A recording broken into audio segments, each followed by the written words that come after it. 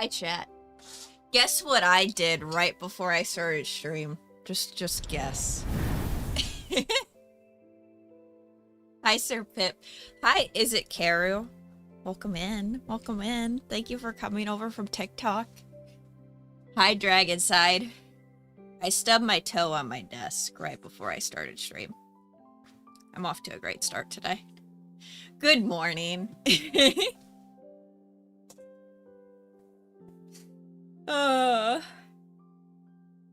We're live on TikTok, Twitch, Kick, and YouTube today. Hi, YouTube. It's been a while. I hope you guys will be on your best behavior over there. But, we're watching. Yeah. Yeah. This is different. This is big different. I haven't been live on YouTube in probably almost a year. I think it's been a while. Actually, it might have been like 3 months. I don't know. I don't keep track. But I did a poll and asked you guys if I should stream there. And enough people told me that I should, so. Hi, Lore Seeker. I'm doing fantastic. How are you? We're gonna play Love and Deepspace. There's a main story update today. I stubbed my toe. It's a wonderful morning already. You guys like the setup today? I feel like I did very good. Very good. Very good indeed. We have Sylus on one side, Zayne on the other. Since, you know, the main story is, I think, gonna be focusing on them. I know! And not only that, I think I cut it because, you know, like the edges of your... Sometimes, not necessarily everybody's desk, but my desk has, like, metal feet. Yeah. It hurts, but I'll be fine. I'm a klutz. It's just the norm. You like the dragon transition? Well, thank you. I do too. They're my two mains, so I'm probably gonna geek out a whole lot today. It's gonna be lovely. Zayne was my first main, and then Sylus came into the story and stole me from him. It's fine. I still kind of go back and forth between them both.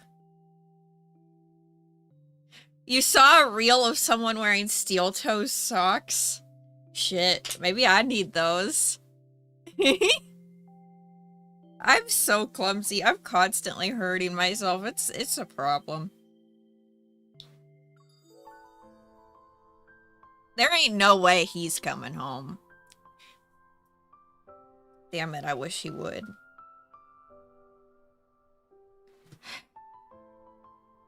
It's gonna make me sad. I'm gonna make you guys just a tiny bit smaller.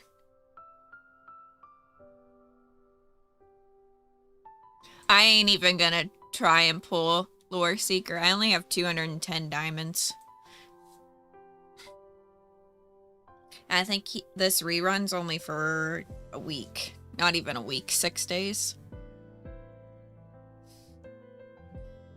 I'm just gonna hope that, I don't know what I'm gonna hope for. Something. Unicorns and rainbows. Time lock key. What is... Okay. I think I just want to start with this. And then we'll do the time lock key. I've been waiting too long for this.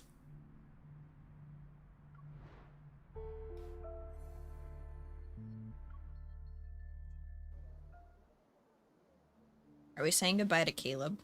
Is that what we're doing? Within the span of a single month, the Far Space Fleet's significant return and subsequent secret departure stirs intense public discussion. The rumors that circulated when Skyhaven was under martial law discussed the fleet's armed operation to eliminate certain anomalous... I probably said that wrong, chat. Wanderers. While no footage of these events has surfaced, the fleet's tight-lipped response has inevitably sown seeds of panic among the population. After the Corona Rift catastrophe, the Hunters Association released several reports on Wanderer evolution and their mutations. Like humans, the Wanderers continue to grow stronger. Peace remains a distant goal for this world. As people grow increasingly uneasy about the fleet's mysterious operations, a bombshell announcement takes everyone by surprise. Uh-oh. What does that mean? Ever announces the imminent launch of a project called the Fountain of Atai. The 40-second preview quickly becomes a global sensation and the focal point of discussions worldwide. The internet debates on the development and application of protocore technology. Skyhaven, powered by protocore energy, becomes the target of a widespread criticism due to the fleet's recent actions. Countless conspiracy theories emerge. Words. Beneath the floating island, Lincoln's scattered lights weave an intricate web across the land. In the windless night, dark figures flit by glass walls. They're quickly masked by the red glow of aircraft warning lights atop skyscrapers. The unrest brewing online seeps quietly into the physical world and ferments under Lincoln's facade of normalcy.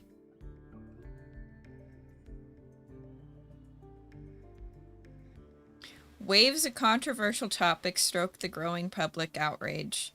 The association becomes the primary target of this rising tide. Oh boy. That means we're getting it. That's fun. In response, the association implements a series of countermeasures. This includes the covert relocation of the spatium core stored in the association's building. Protocore transport vehicle. Look at all the online discussions. It's a circus now. What is Ever really up to? Did you guys find any leads? Throwing around phrases like groundbreaking achievement and the next step in human evolution. They've got guts. In a self-driving protocore vehicle, Simone scrolls through the endless stream of updates on her phone. Given their extensive research into protocores, they do have the credentials to back up such claims. You guys can hear it okay, right, chat? I just want to make sure. As a protoist, I'm all for advancing protocore tech, but Ever... with methods as sketchy as theirs, they might drag us down with them. They definitely will. The Fountain of Atai has reignited the purest attacks against protocores. I don't trust Ever at all.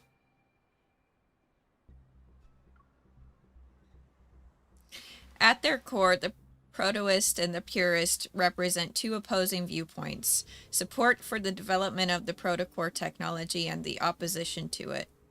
The purists believe that although the protocores are powerful, they're dangerous. There are too many unknowns, and overzealous research can lead to a catastrophic crisis. Sorry.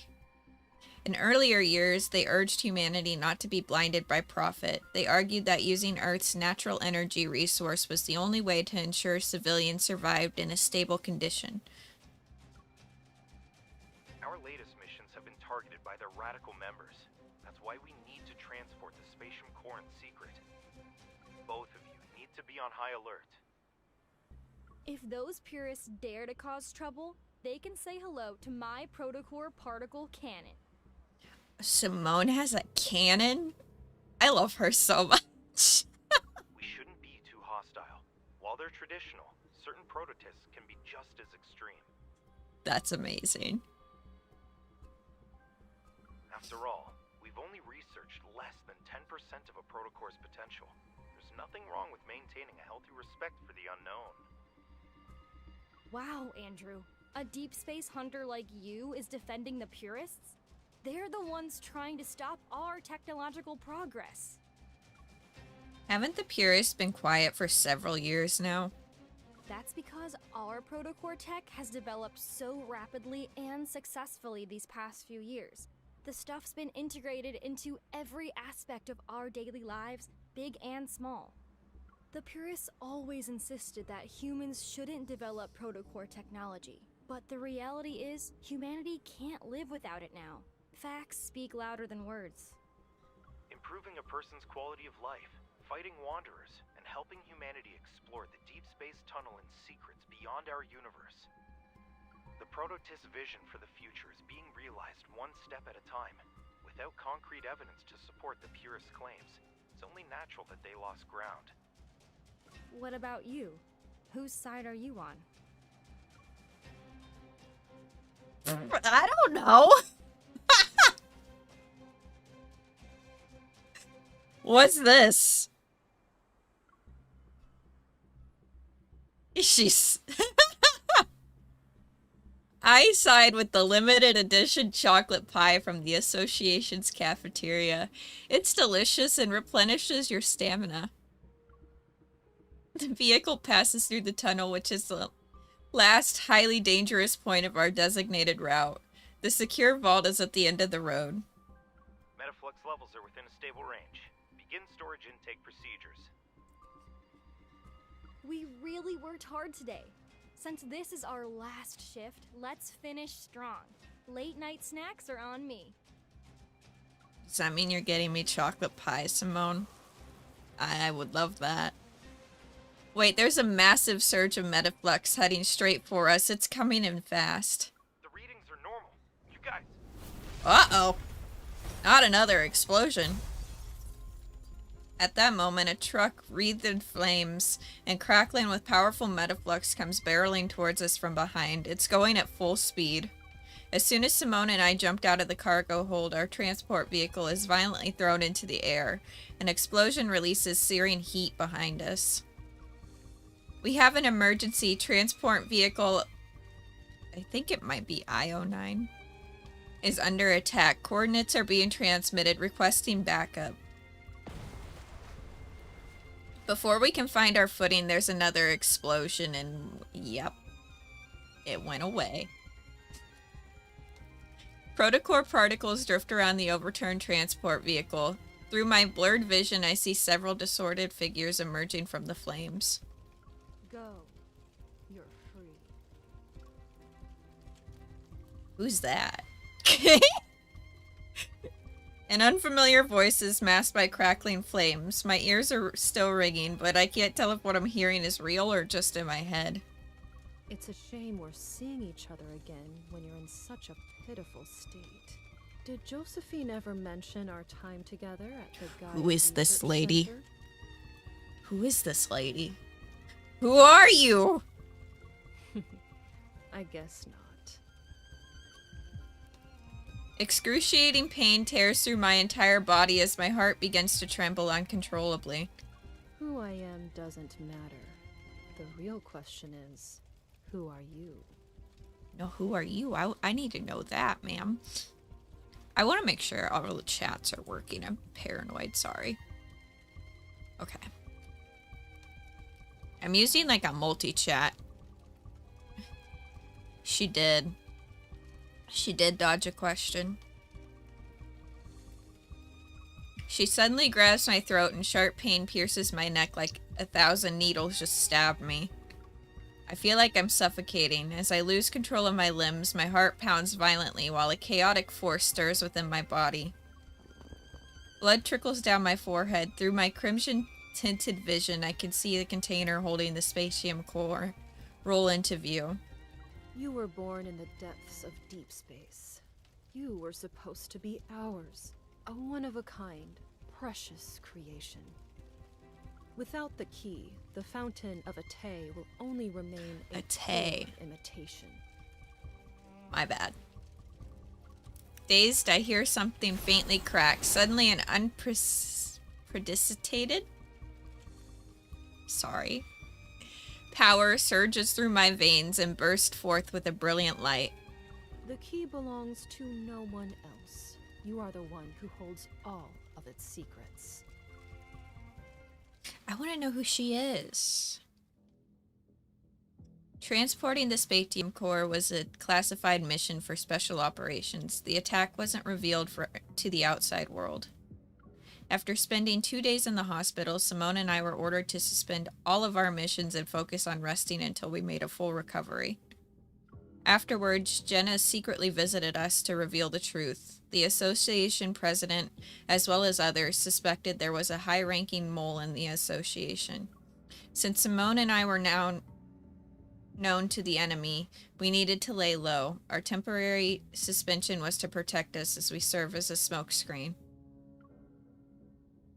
Externally, the radical purists needed to be handled with caution.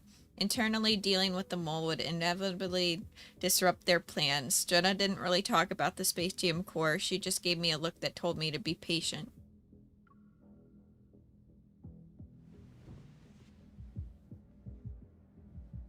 Chaotic energy courses through my blood. The burning sensation in my chest is more intense than the pain from my injuries. Unable to sleep, I toss and turn, then I finally sit up and turn on the bedside lamp. My heartbeat is faster than usual. I gently press my hands against my chest and rest my head on my knees. I can't believe I ended up absorbing the Spatium Core. Why me?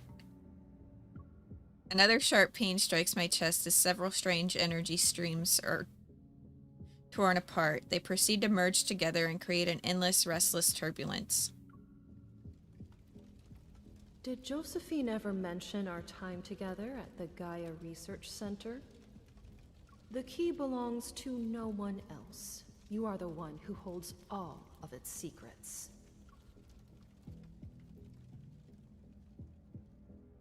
Grandma. The research materials Grandma left behind might not just be an unfinished story. They could link in a much larger chain. Unicorn in the Gaia Research Center. That's where time has sealed away the truth I seek. Gaia Research Center. If I remember correctly, it was what used to be the most prosperous district, now known as the N109 zone. Pookie! Let's see if there's a key waiting for my return. Once my injuries are healed, I don't hesitate. I report my next target during my administrative leave to Jenna via secret comms channel. The ruins of the Gaia Research Center located in the N109 zone.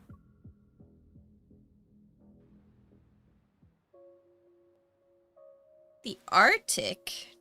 Amidst the snow-covered mountains stands a building of precise geometric perfection, the Fractal Library. It was erected in an unknown time. The library doors slowly part. Wearing robes, a young boy with snow-white hair pushes them open. A soft, ethereal light spills out from behind the doorway and touches the snow. The boy looks down and gently scoops up a small white creature by his feet. It's time to collect what's due from the 7-year promise, Shuchi. We need to pay the emissary a visit. I wonder how he's doing. How have these 7 years treated him? Is he getting along with his classmates? Did he succeed? Oh, my bad. Sorry, chat. As the white light fades, the boy's foot sinks into something soft. Snowflakes fall onto his head. He's surprised. Huh? How did the library end up here? Did I mess up the incantation? The white creature suddenly leaps down and runs away. Its tail playfully draws arcs in the snow behind it. Shuchi, I know you haven't seen snow in a long time, but that doesn't mean you can just run off. The boy hastily grabs his traveling bag and runs after the creature. He manages to catch its tail before he falls face first into the snow. Behind him, the massive library doors slowly close. He raises his hand only to realize he left the Cesius? Probably said that word wrong. Bracelet the emissary gave him in the library. Oh, Book of Answers, just this once, would you be so kind as to tell me where I am? His bag suddenly bulges as a thick book emerges from it. Opening itself, it rapidly flips through its pages before materializing 2 words. The Arctic. How long will it take to get back to Lincoln City? The Book of Answers flips its pages once more. 8,000 kilometers.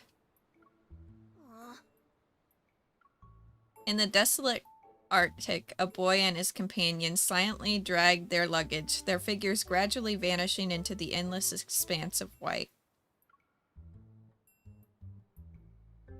Uh-oh. Well, that was an interesting first chapter. What do we think so far, chat?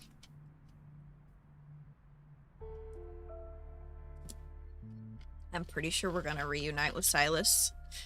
Possibly in this chapter. I'm excited.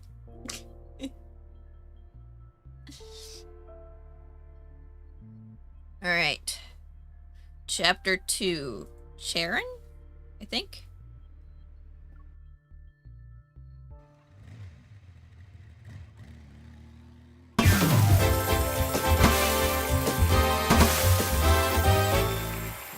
Thank you for that, plugs. Leaving the southern area of Lincoln City, I drive the Brer Boulevard. The scenery on both sides of this wide street slowly deteriorates. After I installed the anti-interference, that's the word, chip Silas sent me on my motorcycle, I've been able to freely pass through the protofield disrupted no-hunt zones number 62 through 65, and arrive at what was once the most prosperous tech hub in the region. Now it has become a criminal's paradise, the N109 zone. The abandoned building where I first met him still stands in the desolate courtyard. Come to think of it, a lot of time has passed since my initial meeting with the feared leader of Anakinus. Yeah, a lot of time has passed. He's my main Pookie. After entering the N109 zone, the streets remain deserted.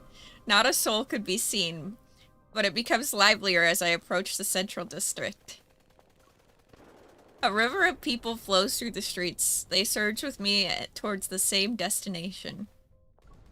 What's going on? It sounds like it's coming from Charon. What the heck is that? Above the streets, a massive holographic screen glows neon blue. They display live footage of the district in the 4 areas. A scarred woman is Why can I not read today? I'm so sorry, chat. A scarred woman is bandaging a knife wound in her shoulder at a street corner. A boy is cornered by a wanderer in a dark alley, rips out its protocore with its bare hands. A gang member plunges a dagger into his companion's chest.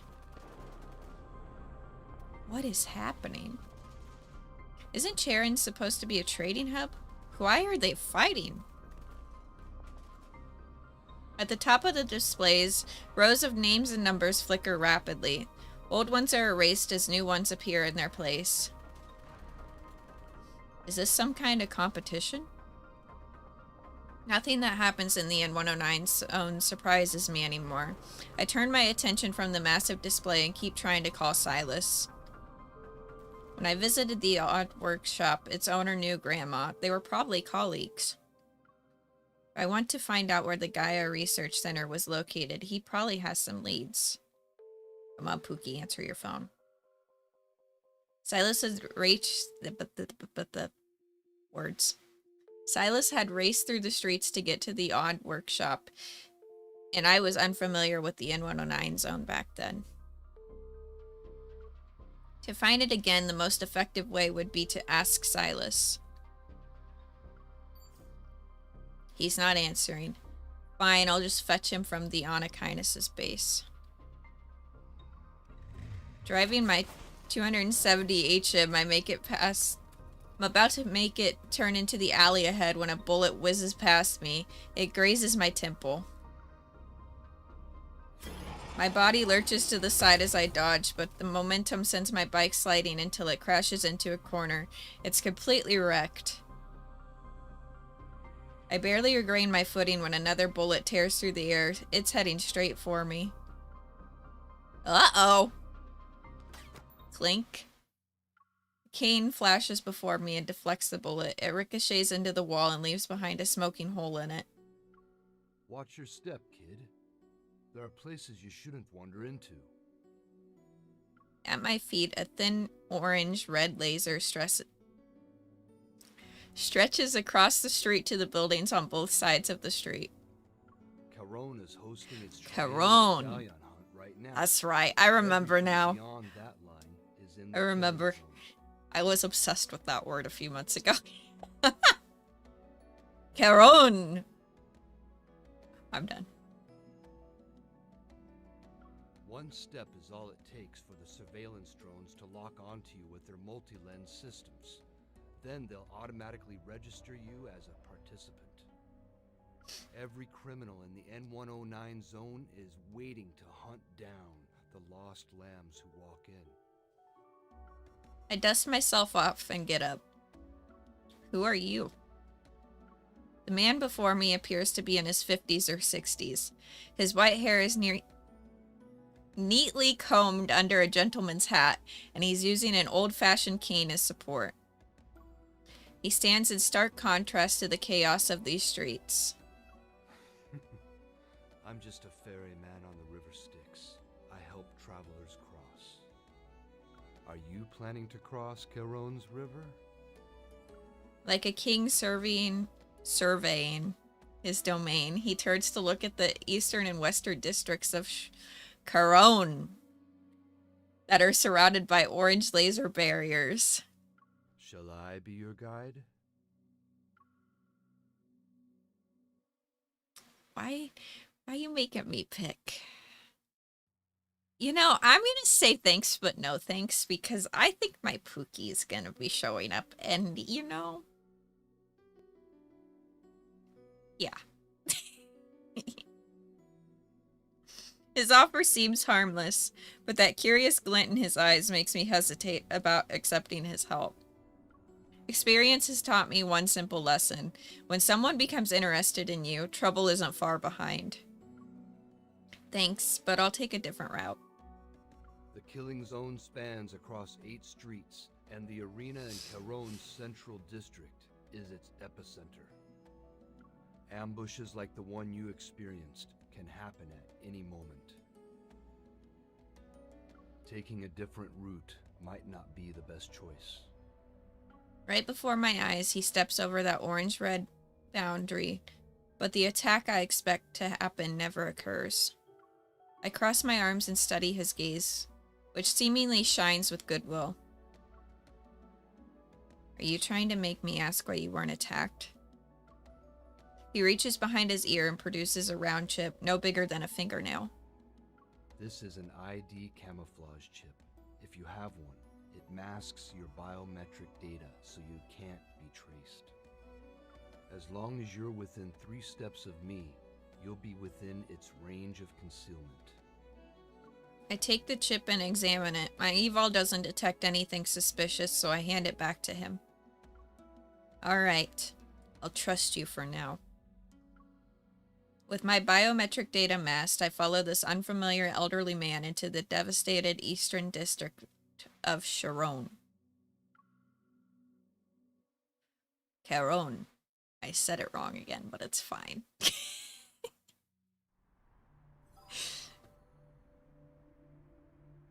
Caron.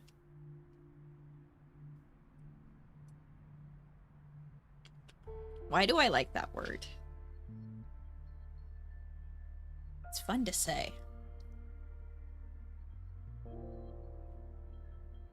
This is gonna be another word I can't say. Zoyon?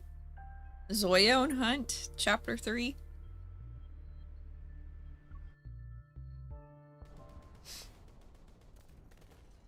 The stench of gunpowder and blood fills the streets, and the continuous metaflux explosions make my heart pound like a drum. If you're not like those criminals, then you shouldn't mind answering a few questions. What are the rules for the Zayne hunt?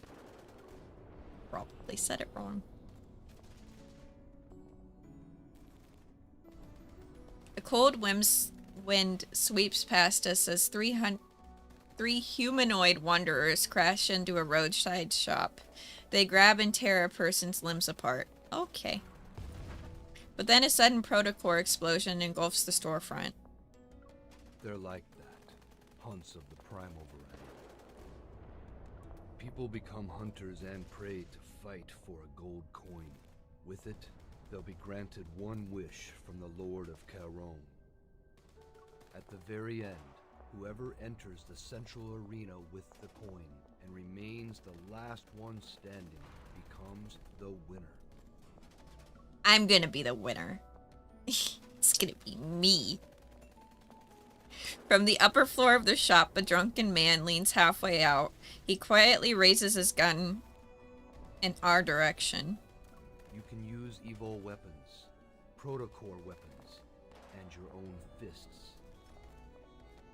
A roar resounds before the bullet can leave the gun. We remain untouched as our would-be attacker falls, his chest pierced by metaflux. Wanderers are just another weapon people use to hunt each other. The drones record everything. The screens immediately cycle between shots of death and victory. And somewhere in the darkness, thunderous cheers erupt from the crowd. What a waste. I've seen him before. He's formidable when he isn't drunk. A man stops, his hands clasped over his cane. He closes his eyes to observe a moment of silence for the deceased. Isn't it brutal? I hope you weren't frightened. It takes more than that to scare me. I've witnessed deaths worse than this. Indeed. Life has a way of catching us off guard. Stepping over the fallen body, he leads me to a place with a brilliant lit sign that reads, Elysium? The True Paradise. I probably said that wrong too. I think we've been here before. The familiar bar is packed tonight. Everyone clutches their drinks as they're gathered around a screen that's broadcasting the Zayne hunt. Here are the latest predictions. You can't miss these guaranteed winners. Come one, come all. Who wants to join the fray? Join us! Stop banging on my tables. Do you think hiding in my little sanctuary I like and this drinking your bartender. life away makes you special? It's not like I don't pay for my drinks. I'd rather drink myself to death here than get killed the moment I step outside. Amidst the cacophony of voices urging people to place their bets, the dangerous business brewed from human lives proves to be very enticing. A lot of folks are placing bets this year. But being the hunt's primary target isn't exactly a blessing. Opportunity is always born from danger. It's a traditional rule of the Zalian hunt. Zalian. Thank you, sir. Thank you for saying the word, finally. The elderly voice cuts through the air with commanding authority. Everyone turns their heads at the same time. Our old man Dimitri's here. Who's your pick this year, old man? I need to discuss something with a friend. Would you mind waiting here for a moment? The meal sets here are good, and the drinks are decent. Give them a try if you're interested. I politely nod, however I decided not to touch the food in this place. Oh, dear. Why did you say our drinks are decent? You're so picky, Gramps. A pair of lemon-scented hands encircles my neck, but they quickly pull away before I can retaliate. The owner of Elysium? Yeah, how you say it? Moves to face me. Ah, we meet again, Missy. You're really something else if you know someone like Dimitri. His name is Dimitri? Who is he exactly? He's the Lord of Charon. As the true owner of Charon, Dimitri is the one who hosts the Zion Hunt. The arena at the center of the market belongs to him too. But Charon is supposed to be a free trading zone. How can a place like that have an owner? You're not the only one curious about it. But Dimitri's background... Elysium has been open for years. Elysium.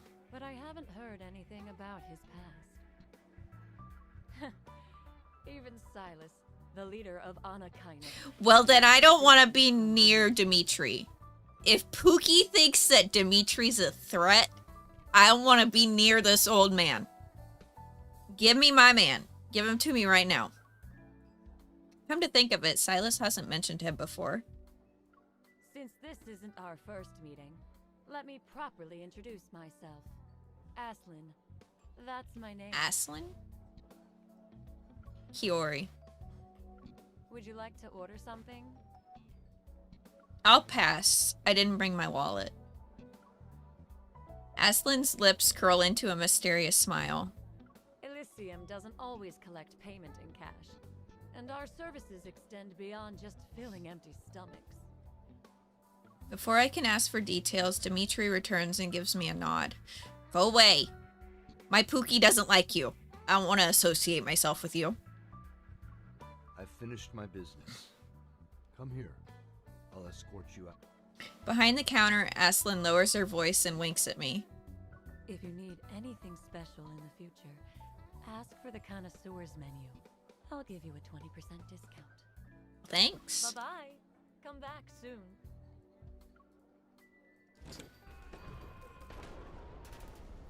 As I step outside, gunshots, screams, and maniacal laughter fill my ears once more.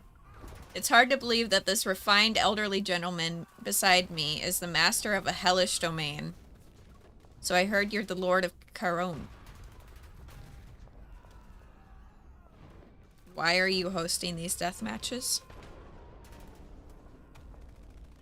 Why do you host the Zion? I already lost how you say it, Chad. I'm sorry. You enjoy watching people fight and kill each other? Fighting, killing. High fade to surviving by gray. any means necessary. That has always been the way of life here. With or without the Zalian hunt, the cycle of violence will continue perpetually. Hello there. Good morning. How's you?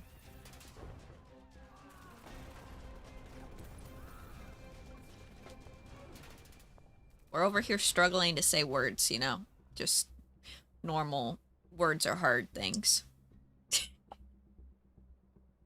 With Dimitri leading the way, every danger we encounter becomes something to walk past. It allows me to safely traverse this lawless battlefield.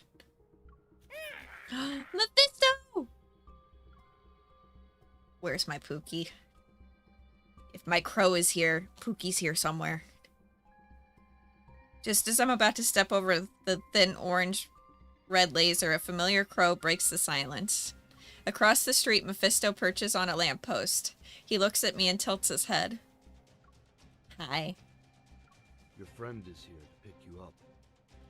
The cane falls onto the laser line, and the Lord of Charon stops at the edge of his territory, taking not a step further. I'm sure our next meeting will be much sooner than this time. What do you mean? I mean, my duty as your escort has come to an end until we meet again. Dimitri watches me leave with an unwavering smile, like an ordinary man out for a walk in the park. Okay, maybe he's not bad then.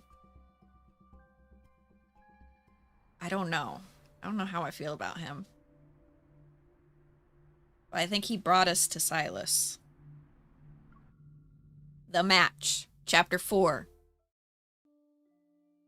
With Mephisto as my escort, I arrive at the familiar base without a hitch. Thanks. As soon as I enter the building, I hear a violent explosion from one of the rooms. Is Anakinas's base also involved with the Zion hunt? Yeah. Yeah, they usually don't I don't know if I trust him or not, but he brought us to Sylus. So, I guess it's fine. I'm Delulu. The room is dark. Mindful of Sylus's sensitive eyes, I turn on the floor lamp at its lowest setting.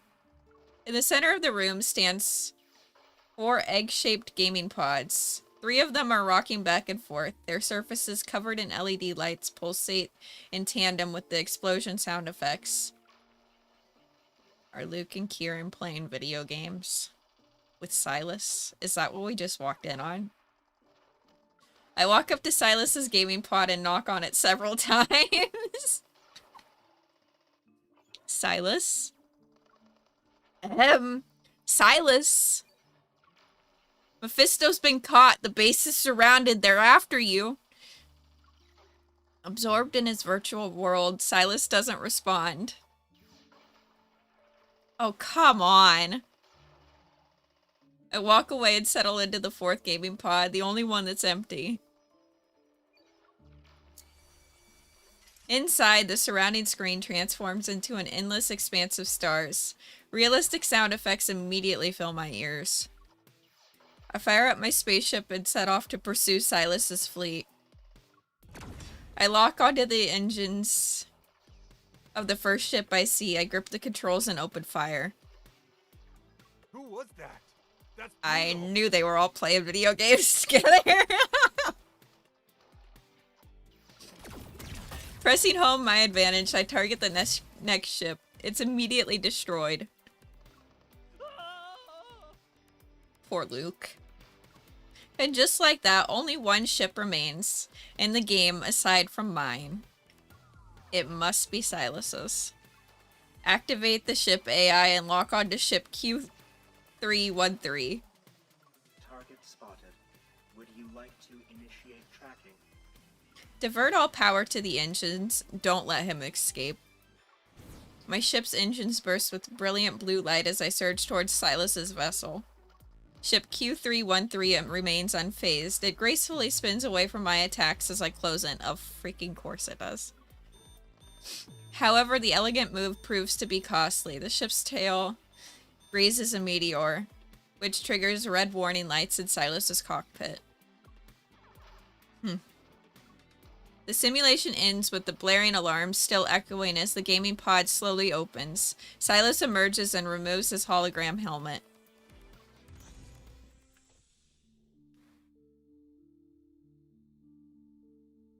Why were you so riled up? You blew up half the battlefield, too. Are you satisfied now? He's wearing the outfit from a very specific 5-star memory, minus the choker. I'm okay. I'm fine.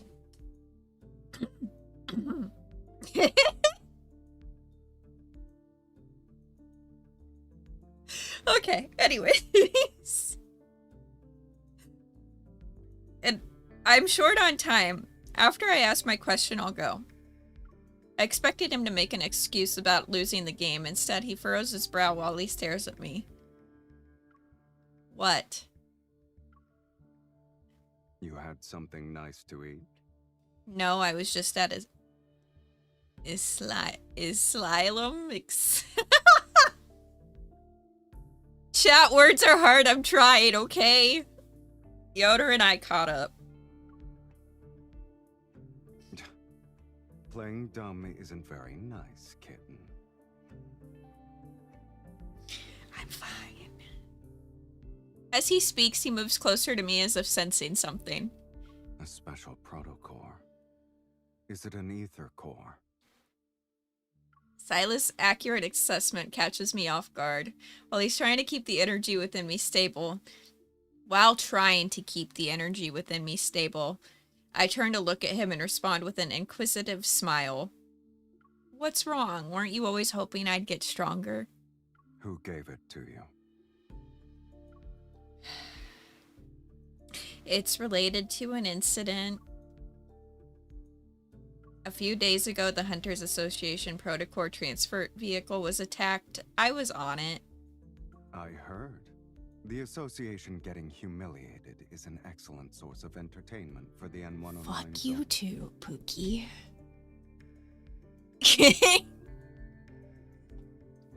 A strange person infiltrated.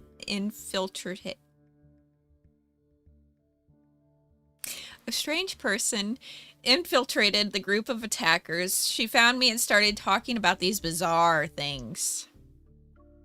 That stuff is still uncertain, so I decided to tell Silas only the simplest parts. Just as I was on the verge of losing consciousness, my body instinctively absorbed the spatium core. His Adam's apple bobs once, and I catch a glimpse of the protocore in his eye emitting a dizzying red glow. Yeah? His eye's gonna glow?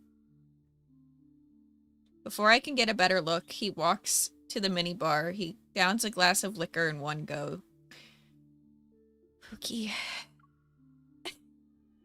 The turbulent energy within me finally settles down. I realize Silas is locked in an intense battle against his desires for protocores. Setting aside the possibility that you're here to show off your shiny new protocore, what brings you to the N109 zone? What, can't a girl just, like, want to see her man? Is that not allowed? Can I not just go to the N109 zone? I mean, you did give me a brooch that says that I'm free to come and go whenever I want, so I'm here, and I would like to sit you down on that couch right now, sir. I'm done.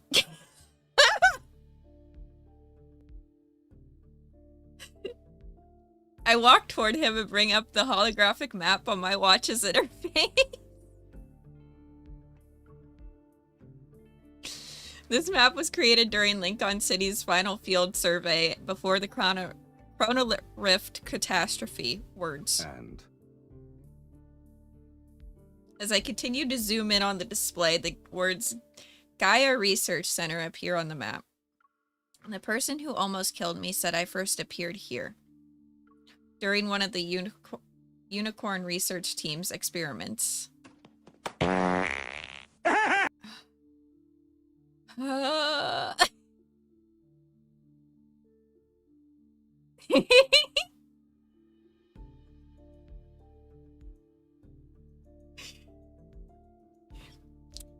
He's my man. We're married, chat. Just in case you didn't know that. I'm affinity 100 with him. We're married. I'm still being Delulu. I need to stop. Okay. During one of the Unicorn Research Team's experiments. Silas glances at it before turning his attention to the chessboard on the table. And you actually believe that nonsense? I need to go there and find answers, and I'll know if she's lying or not.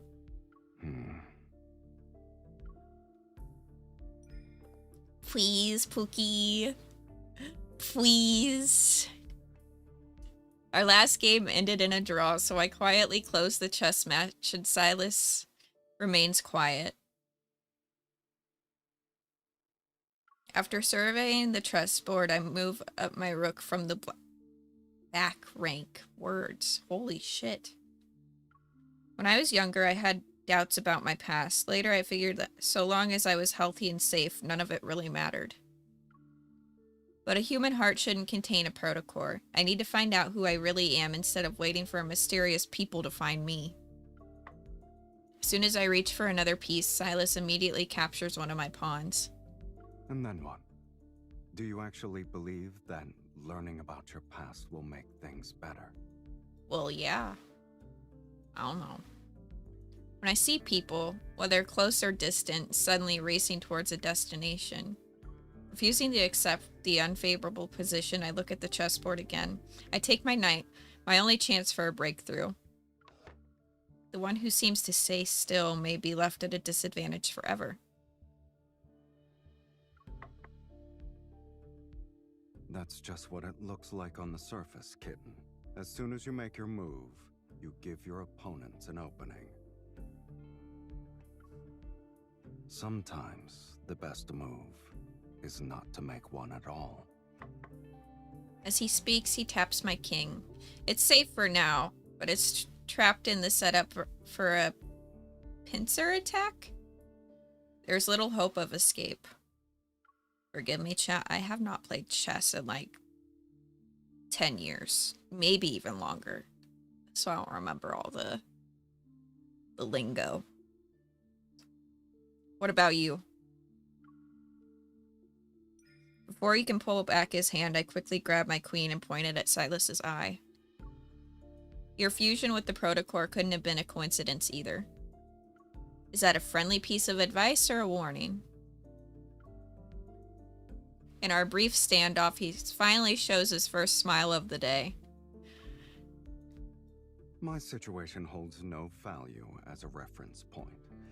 Those words were nothing but a distraction so I could win the game. Of course they were. Silas grabs a chess piece from my hand. Taking my wrist, he guides me to the floor-to-ceiling window.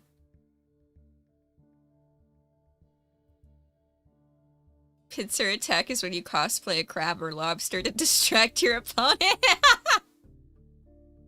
You were never the best at chess. I used to play with my grandpa back in the day because he was big on chess. He actually used to like participate in tournaments and stuff. But yeah, I never really like picked up on it fully. I just used to play with him.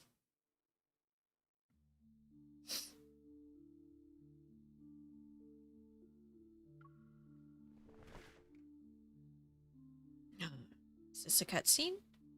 As the curtains slowly part, they reveal the night sky below us as the N109 zone in its entirety.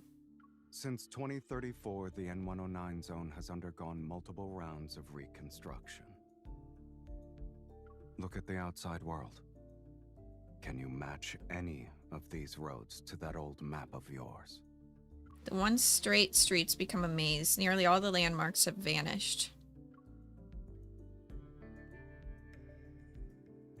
Surely the people who used to live here. They left.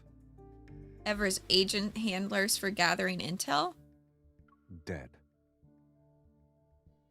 What about the odd workshop's owner? Surely he's...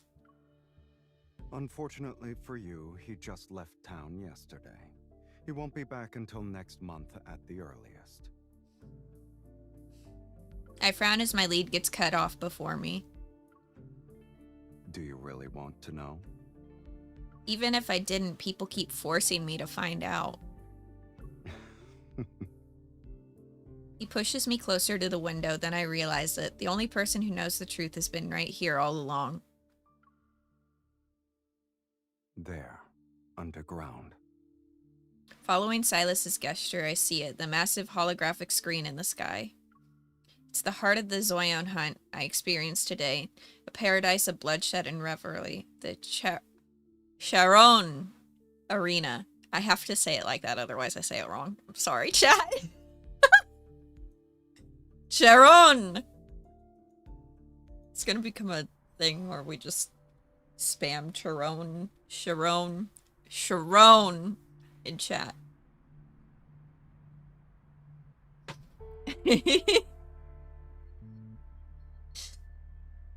We have to join the game. I don't want to join the game. I just want to hang out with my Pookie. Can I do that? He's so pretty. The massive holographic display makes everything feel strangely unreal. The latest rankings continue to scroll by. The individual in the first place has remained unchanged since this afternoon. To hold up the top spot for so long in such a brutal hunt, he must be strong. He's been at the top since last night. He's good. I'll give him that. Each change in the rankings marks the end of another life. They know it's suicide, yet they still eagerly rush in. Is that coin really worth it? I see you know a thing or two. But fewer than 30% of the participants are there for that coin. In the N109 zone, what matters more is the desire to hunt, the thirst for bloodshed, the craving for domination. Or a means to prove one's loyalty. He steps away from the window and the curtains close behind him. Through the gap, a red X appears over the first place portrait before it vanishes forever from the giant screen. Based on your experience, how much longer will the hunt last? Since the dazzling neon lights have been blocked, my thoughts become clearer. The safest option would be to search under the arena after the hunt ends. By the looks of it, the finals will start tomorrow. This stage always ends quickly. It never goes beyond 6 or 7 days. This year's hunt has some extra stakes involved, so the finals will be more intense. It'll be over in 2 days. After that... He walks to the sofa with measured steps and takes a seat. The arena will be demolished. What? Many have coveted the arena for years, but its owner isn't as young as he used to be. I do too, Fade to Gray. Power isn't the same anymore. So, the vultures circling this territory already have a silent agreement in place. They'll host an overtime match once the Zoian hunt is over. Zoian. There we go. Looks like participating in the Zoian. He just said it. Come on, Kylie. Holy shit.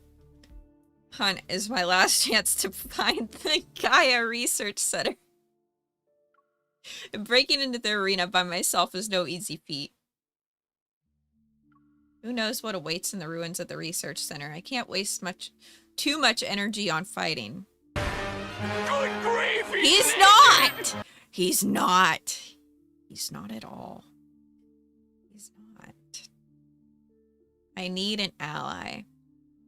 My gaze falls on Silas, who's sitting on the sofa. Don't even think about it. Why kitten. not? I'm already thinking about it. I'm already 3 steps ahead of you, buddy.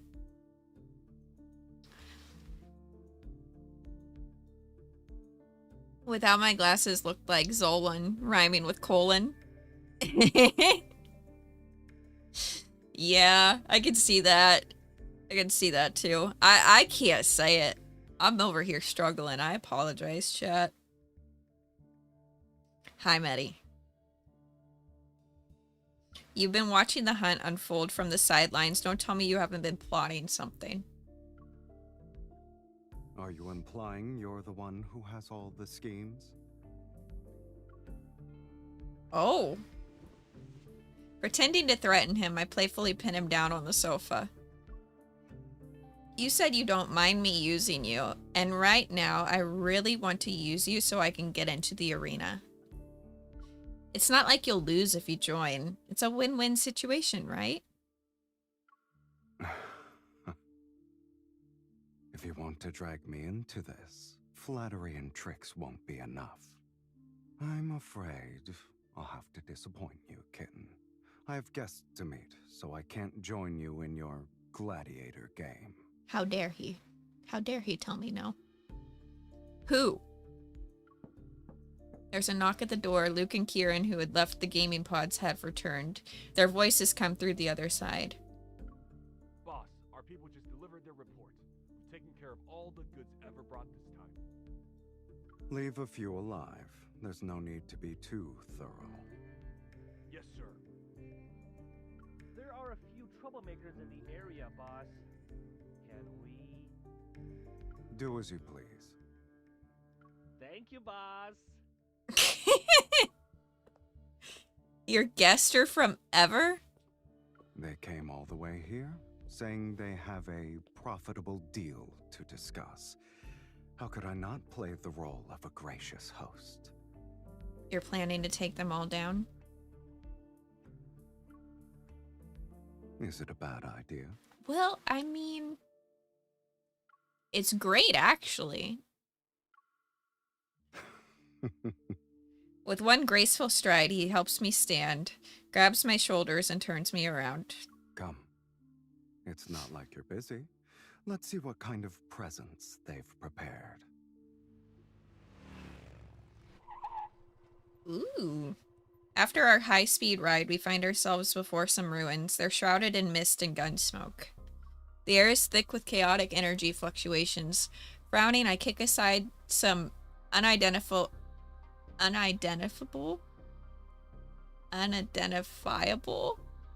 words, debris, and pick up a broken half bottle of wine. Broken half of a wine bottle. I give up.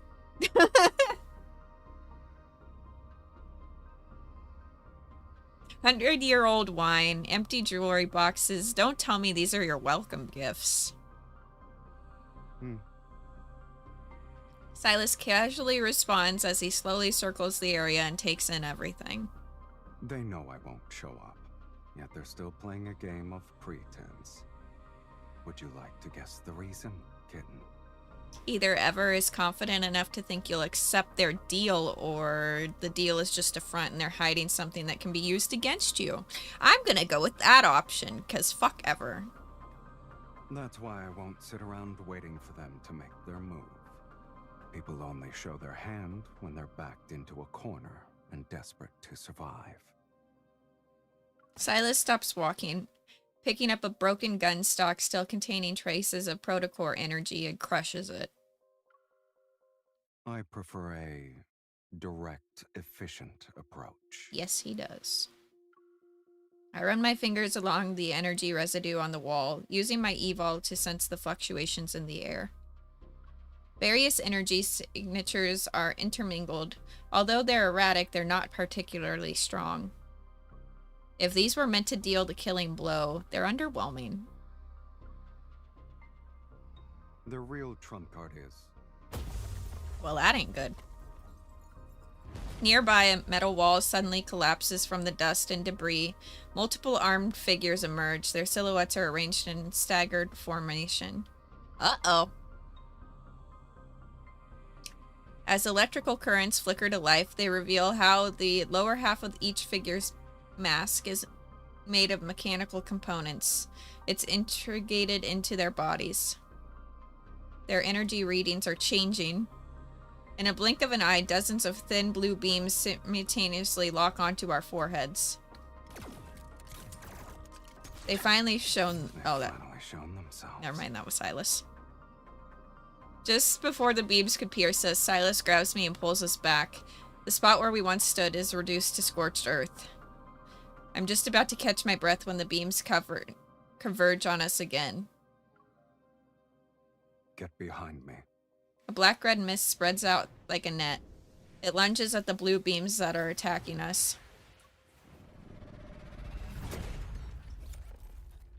The mist disintegrates instantly as surging shockwaves and countless energy beams violently burst from all directions. Silas immediately creates another barrier of mist to shield us, but in the blink of an eye, most of it has already been destroyed. These energy beams, they can nullify your evil? Antimatter weapons. They actually managed to get their hands on something interesting. He wipes away the blood from his neck, but the wound shows no sign of healing. They hurt my Pookie! Sorry.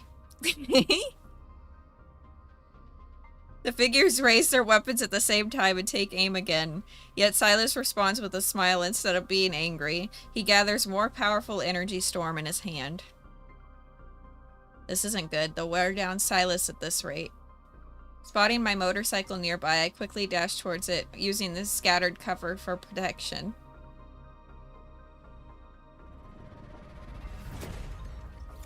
After another explosive blast, I race through the lingering dust cloud and return to Silas's side. The thundering roar of my bike's engine envelops us. Come with me.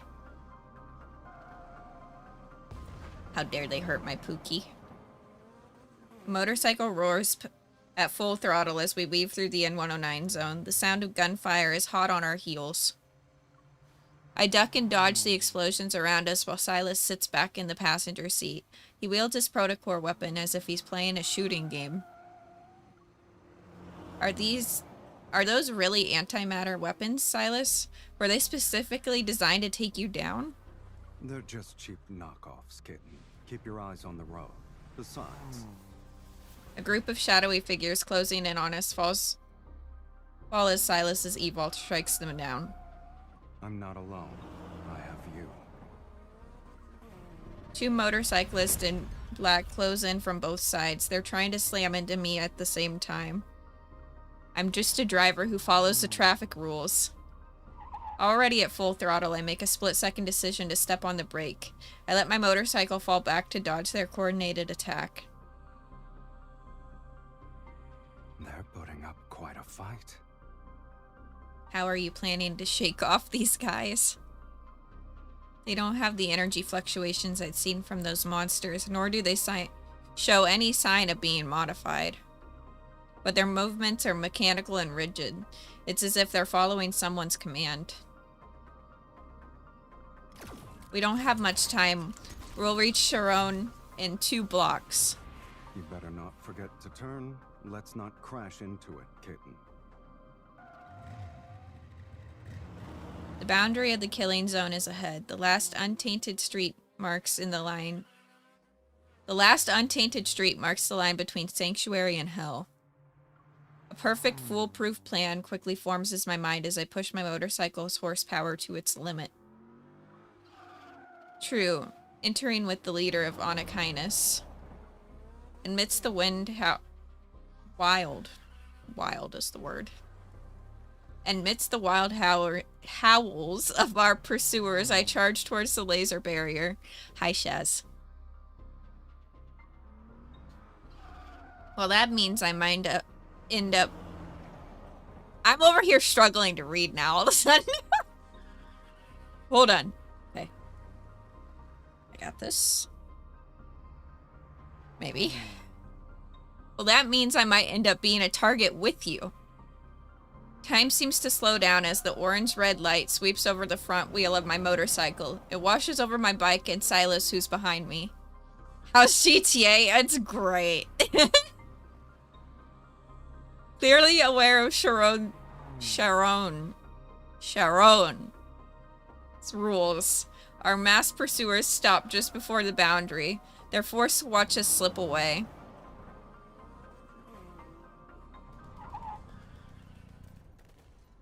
We turn and enter a deserted alley. My motorcycle finally gives out. Silas and I dismount. Uh-oh. We ended up here after all.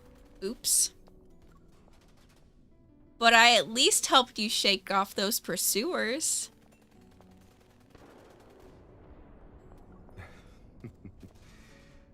I might have believed it was an accident if you didn't sound so enthusiastic. Our faces suddenly appear on the district central screen. They're magnified dozens of times over. In that same instant, the gunfire and echoing through the killing zone falls silent. Then the still air brims with passion as screams resound. They're celebrating, or maybe going wild over Silas's entrance. You got what you wanted. There's no turning back now. I just helped you out. It's time for you to return the favor. Go underground with me. We need to check and see if the old Gaia Research Center is really there. A life debt is impossible to repay. But since you asked so nicely, kitten, do I even have a choice? I also love that jacket. I worked real hard to get that jacket when I was doing the Deep Space trials.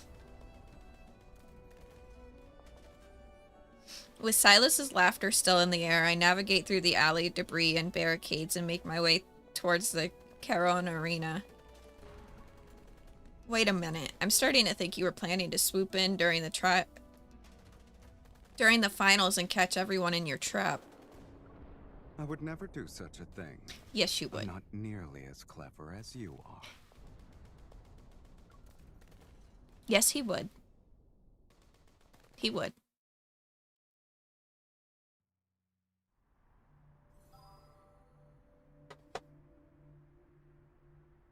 Hunting moment, chapter 6. I think I didn't read out the chapter name of that last one. Sorry, chat.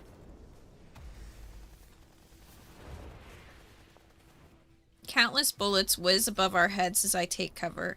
As soon as I crouch down, a missile destroys half of the wall before me. Silas, watch your head. The blinding white light makes me close my eyes. I feel like I'm being lifted by a powerful force and pulled into his protective embrace. Silas carries me like a cat. With one arm around my waist, he kicks open a door and rushes into a building. An explosion rocks the building from outside. The entire team is wiped out. We're safe for now. Masked men, wanderers, weapons, guns. There's no end to them. They're really determined to take us down. In most cases, being too strong is a curse in itself. I checked the betting leaderboard. Silas's name sits at the top. The amount of money people put on him is several times higher than the contestant in the second place. You're not like everyone else. You get punished. They're definitely targeting you. To think I'd make a splash for my first Zoyan hunt. Oh well. I shoot him a glance and bet my entire paycheck on his name. Should I say I'm honored? Since you're already in the spotlight, I might as well profit from it. Just keep that first place spot warm and be my decoy when I get the money, and we'll split it 70-30. Anyone can make empty promises. And I'm not an altruistic philanthropist, kitten. Name your price. If I can afford it, then we have a deal. Oh, you can definitely afford it. It just depends on whether you're willing to give it to me. Dragon Daddy? His right eye begins to glow with an eerie red light. My heart races as I try to look away so I don't get controlled. Hi, artist. I hope that you're having a good lunch break and a good day at work. Thank you. Main story update is fantastic so far. Oh! Are they making out? Oh! Let's go! Kiss him! Kiss him! Congratulations! You are now in second place on the betting leaderboard. I had a feeling.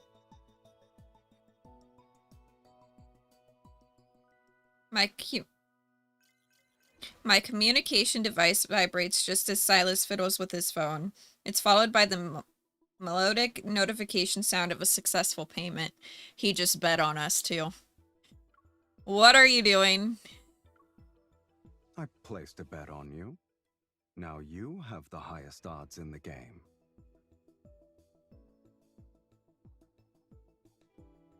If you win, I'll make a fortune.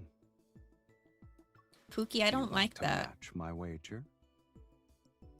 I shouldn't have underestimated you. You never make a terrible deal. Don't forget to split the winnings with me, 80-20. Oh, you're so greedy. Just as our conversation helps me catch my breath, there's a rustling sound from the corner. Shh. I creep silently towards the source of the sound, then I turn around with my gun raised. Please, don't hurt me. My gun is pointed at a frail old woman who's barely alive. Finding someone as old as her is in the Zoyan hunt seems unbelievable. But this is the N109 zone. Instead of lowering my gun, I tighten my grip and take another step towards her. How long have you been eavesdropping? Before I can ask another question, Metaflex suddenly surges, a wanderer materializes and instantly lunges at the old woman. Look out! My hunter's instincts take over before I can think. I try to protect the elderly woman by throwing myself. I missed what that said. By throwing myself over her. As I brace for impact, shards of Metaflex explode behind me. They're intertwined with wisps of a familiar mist.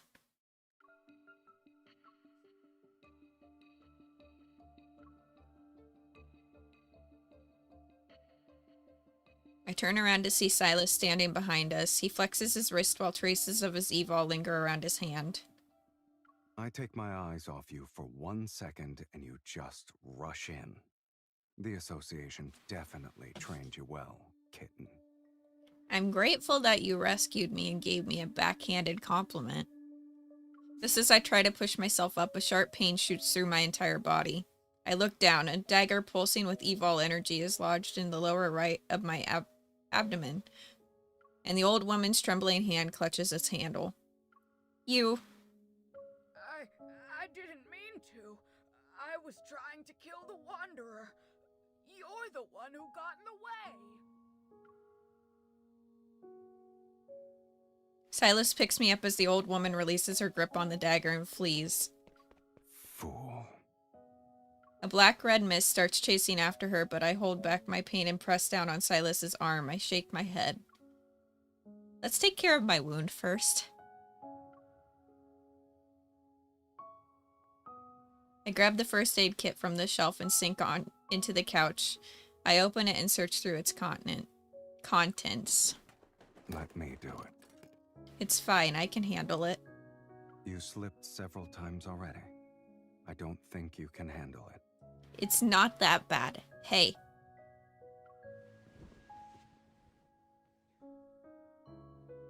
Black-red mist grabs my arms and lifts me into the air, yet my fall is unexpectedly gentle. I find myself lying across Silas's lap as he sits on the sofa. The first aid kit lands next to us. You'll break the latch if you keep doing that. He doesn't need to see her injured. Stop!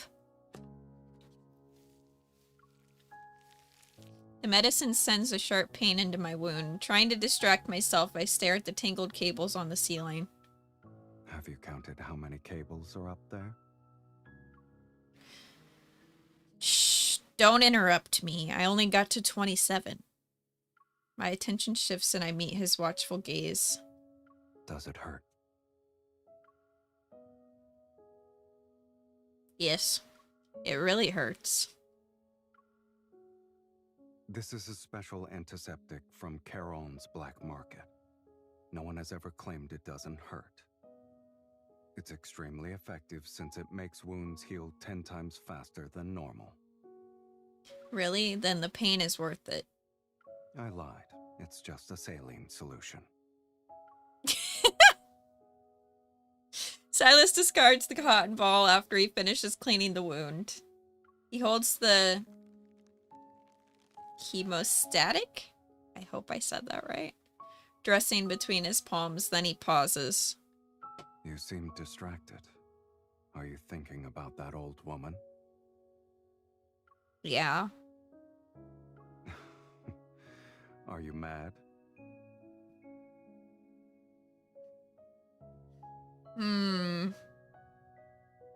I'm sassy. Of course I am.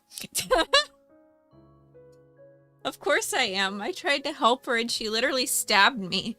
Now I'm wondering if I'm just too naive. Only a little.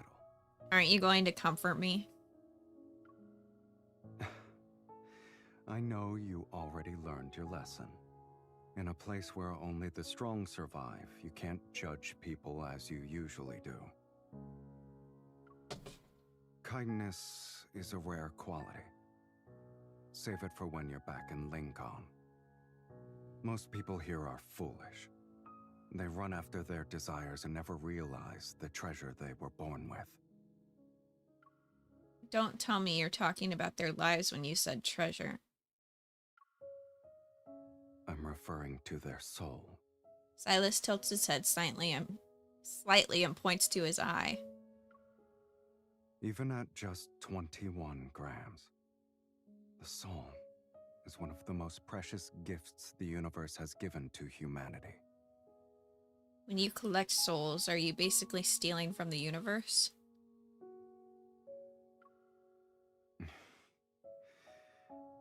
Did you just change the subject by making fun of me? Can you stand up? You shouldn't underestimate me. I jump up from his knee and stretch my limbs to prove I'm fine. Don't push yourself. In this game of life and death, even the smallest vulnerability could cost you everything. Leaving right now wouldn't be a good idea. Stay put and keep quiet. Hearing the sounds of gunfire in the distance, I think for a bit before agreeing with Silas's assessment. But just as I'm about to sit down on the couch, I see a familiar blue something. Blue beam appear by Silas. Silas! I swear, if he gets hurt. The last possible moment, Silas and I leap from the window and narrowly escape the blast. In the depths of the dark alley, a familiar figures emerge. It's those masked figures again. They're very persistent. They seem to be very confident in their antimatter weapons. In fact, they genuinely believe those are enough to finish me off. They might, though. What I meant was, don't underestimate them.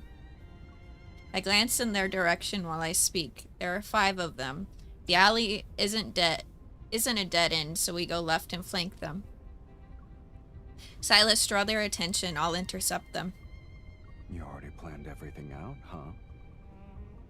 He nods, then he takes 2 steps to position himself as my shield.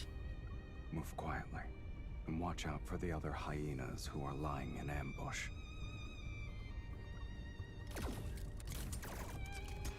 After the final thunderous blast, the dark alley is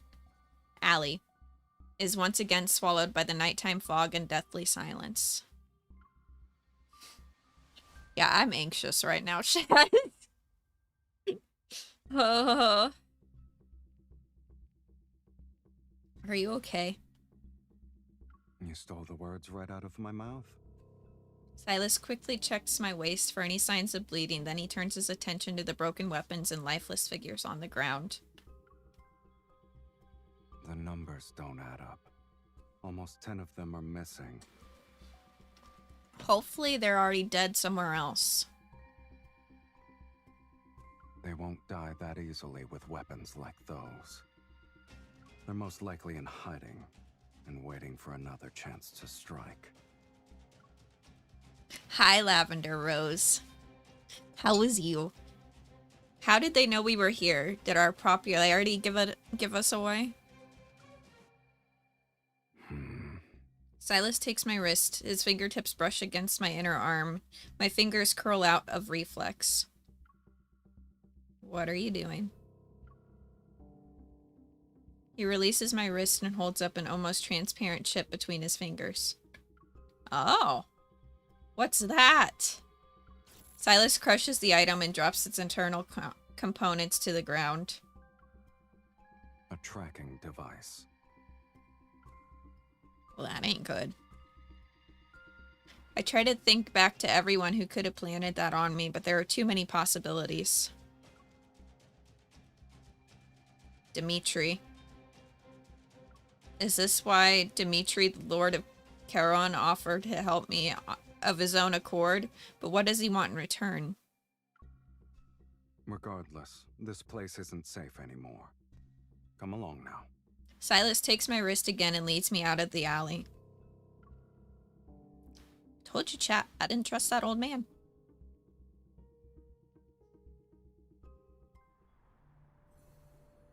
Alright, I'm gonna use the bathroom. I'll be right back. Get sniped. Oh my god, you scared me. If I hit this, you owe me $1. Okay. There's a sniper. You can't throw a tomahawk. What are you doing? Ah, sniper in the window.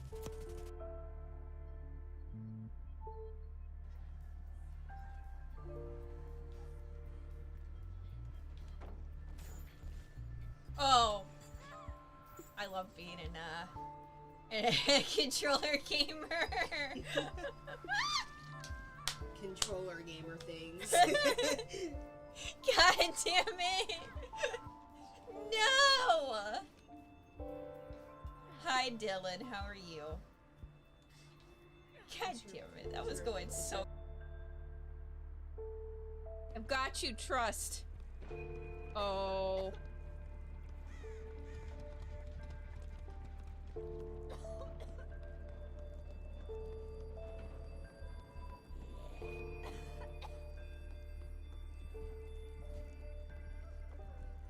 chest.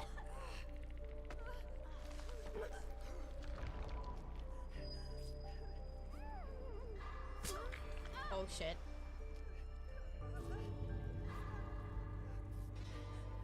I don't know if I get this.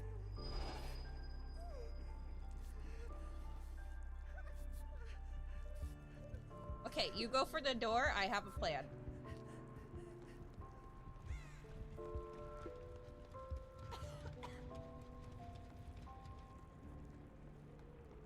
Why was he there?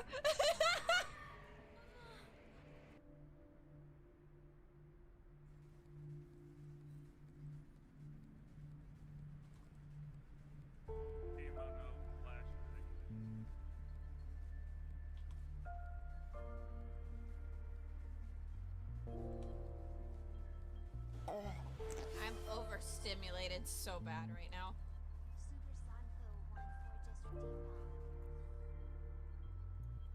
I'm coming.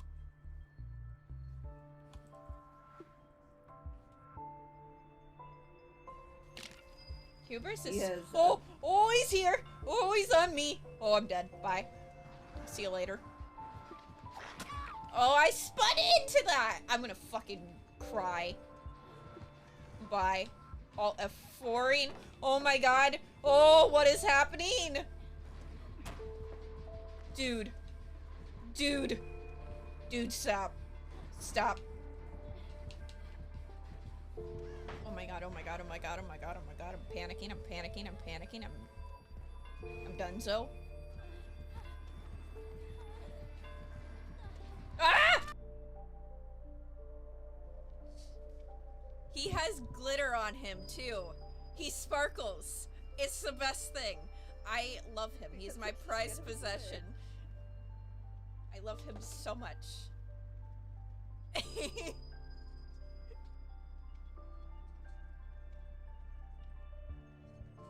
Yes, he actually, he sparkles.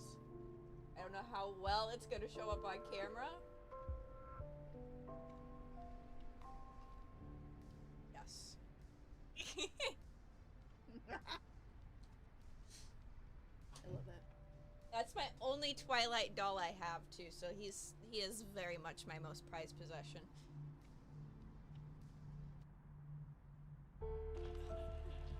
Okay, he's tunneling like a typical Bing Bong. Yes. A Bing Bong that I'll kill you. tunnels? Never. Oh. They could never. They're such good boys. Such good boys. Such very, very good boys.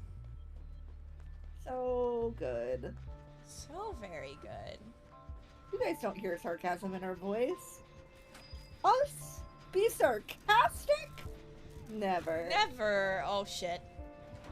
He kicked my gen again. I'm scared. Womp womp. Alright, I'm back. Wait. Sorry, chat. I needed a few minutes to eat something too. He has hubris. He has hubris. Oh, I'm dead. I'm fucking dead. Bye. GG. Alright. Hi, Khaled. How's you? Chapter 7. Soul Time.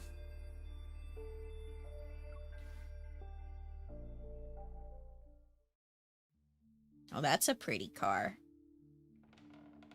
I thought finding a suitable hideout would take a lot of effort. But Silas knows exactly where to go. He quickly leads me to a vintage automobile repair shop near the arena. 2 vintage street lamps flicker inside. A desert highway backdrop and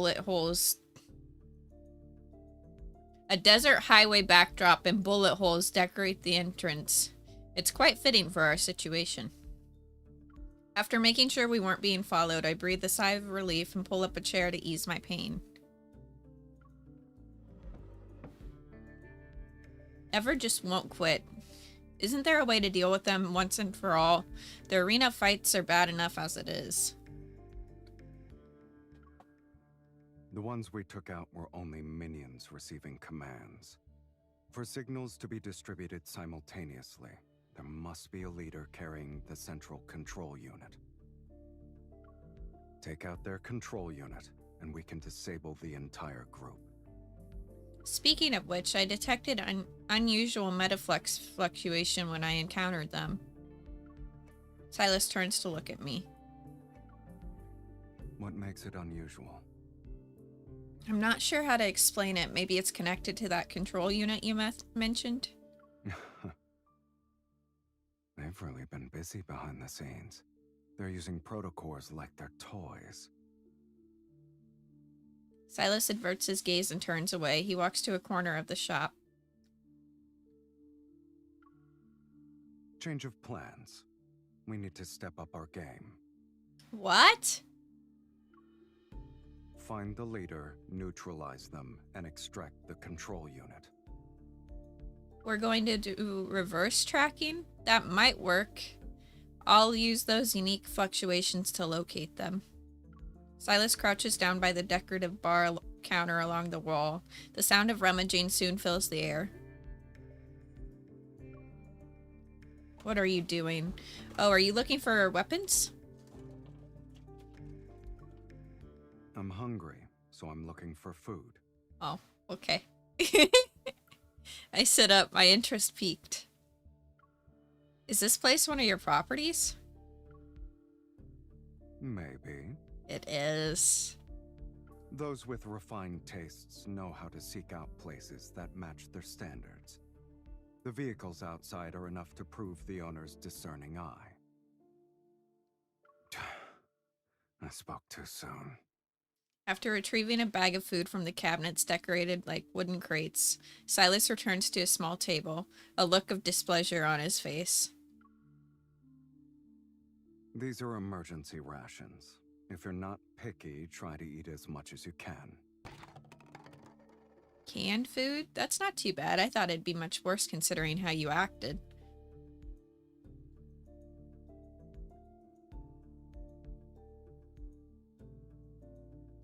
Weren't you the one who kept asking for more home comforts at the base? The base is for living, but this place is for surviving. The standards are different. But seriously, have you thought about making your chefs develop canned foods?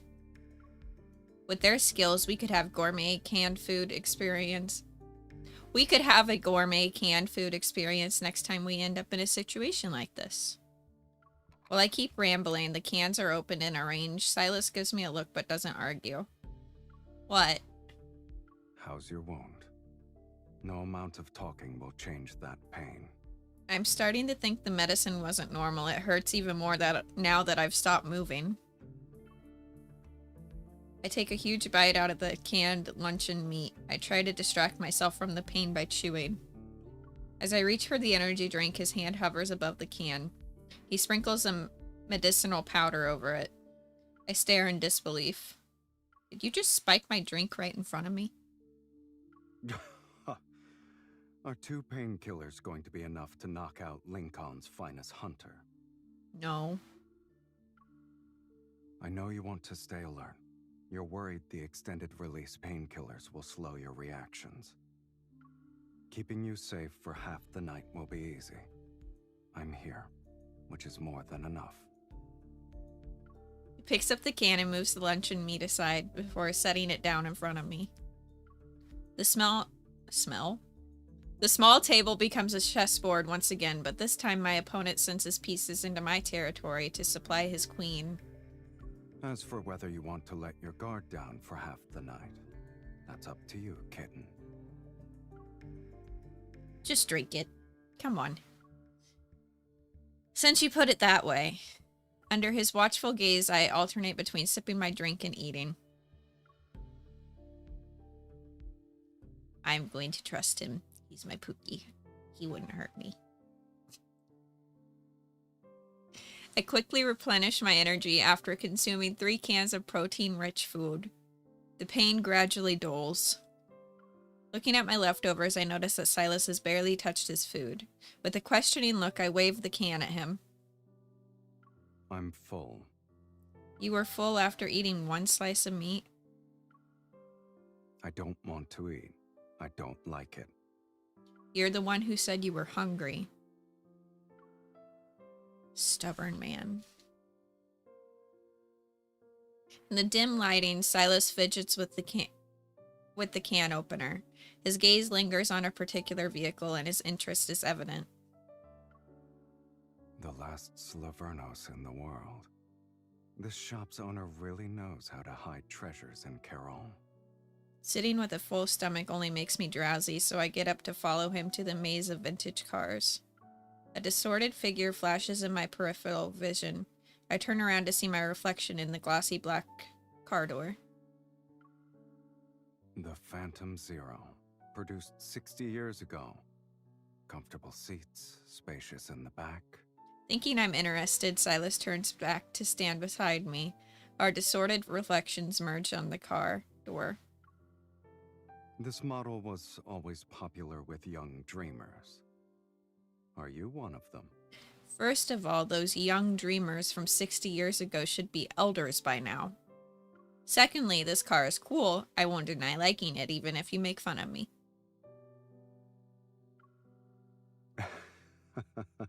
I wasn't. He does something I can't see, and the pitch-black Phantom Zero headlights suddenly turn on. They cast their beam on another car in front. I have daydreams too. Under the circle of headlights, the car stands like an actor center stage who's waiting for its story to begin. Silas steps into the light with one hand in his pocket. Unhurried, he leans forward with his hand on the car door to get a closer look. Is this what you mentioned earlier? The Silverno? Slaverno means explorer. Silverno. It was the last model this company produced before going bankrupt. I give up.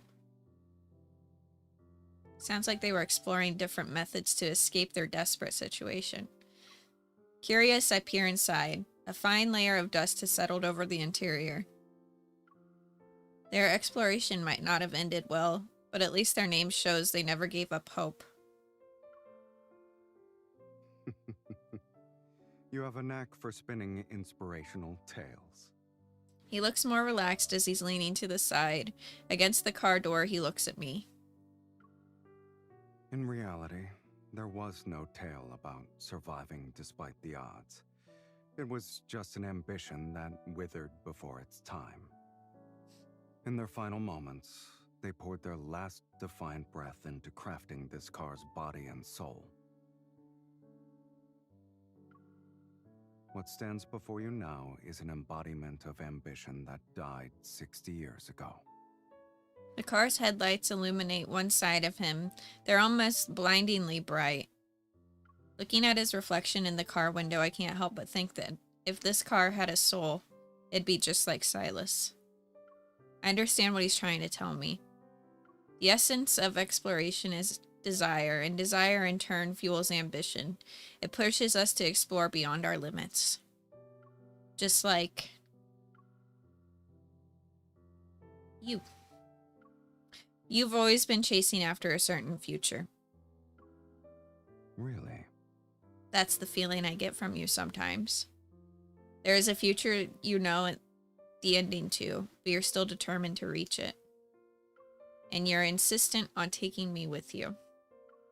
Silas raises an eyebrow. His body moves in one fluid motion where he's leaning against the car door. Then he's right in front of me. Are you sure you're part of my ending? I'm just making an educated I'm just making an educated guess based on experience. If I'm wrong, you're free to correct me. Given our positions, you should be the one who's eager to deny being associated with me. And at this point, you already missed the best chance you had to deny it. Seemingly done with the conversation, he stands up, takes my wrist, and leads me to the Phantom Zero. He opens the back door and tilts his head. Sleep here tonight. Sound good? The back seat is spacious, and the cushions are definitely soft enough. I turn. As expected, Silas shows the Silverno. He reclines in the driver's seat, his legs propped up on the open door. Turn those lights off. Okay. The car lights are off and the darkness once again blankets our surroundings. As I lie down, I realize how much fatigue I had built up from constantly fighting and running around. My head starts to feel heavy. Yet, at times like these, thoughts seem to surface more persistently. It's beyond my control. Silas. Silas. I look through the car window and see his foot resting on the door frame. It sways ever so slightly. I can tell you're awake. Listen to yourself. You sound like you're talking in your sleep. I struggle to sit up and lean against the window. I speak in a soft voice. I might be half asleep, but I know this plan will work. In 3 hours, it'll be dawn. People have their guard down after waking up. That's when we'll split up and make our move. You'll draw the Wanderers away and help me create the conditions for detecting fluctuations. I'll find a way to attain the control unit of the mass people's leader has. Move at dawn, splitting up. Are you really treating this like it's just another Lincoln mission? Lincoln never gives me this much freedom. I blink slowly and force myself to stay awake for just a little longer. I'm not playing around. I helped you deal with Ever, so you have to help me get the gold coin. Then I can enter the arena. And if I refuse? Well, you can think about why you're really here. His foot stops moving. As I fight to stay awake, I see him stand up and approach me through my hazy vision. Then, a large hand steadies my head and gently guides it down before giving it a pat. Get some sleep. Number 2.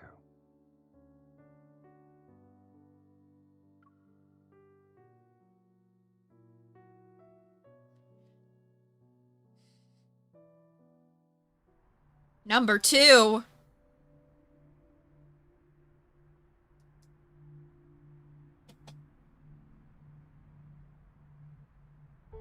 I'm stressed. I'm so stressed. Oh no. Connoisseur's Desserts, Chapter 8.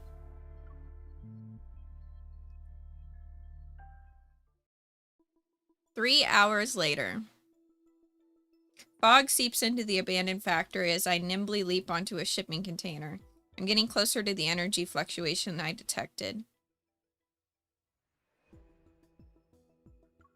Soon enough, I spot approximately 10 motionless figures standing in a narrow gap between the containers.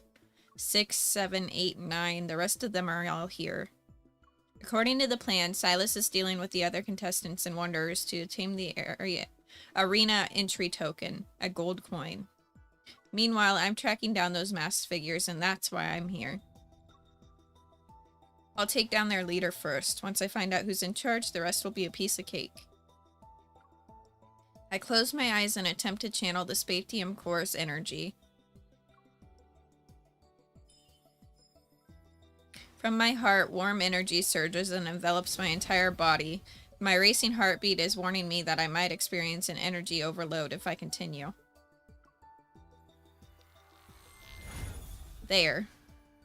I sense the distinct energy signature and pinpoint.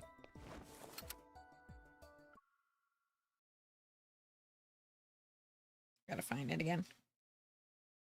There it is. I sense the distinct energy signature and pinpoint the signal source in the chaos. I leap down from the shipping container, grab a masked figure's shoulders, and pin him down, then press my gun against his forehead.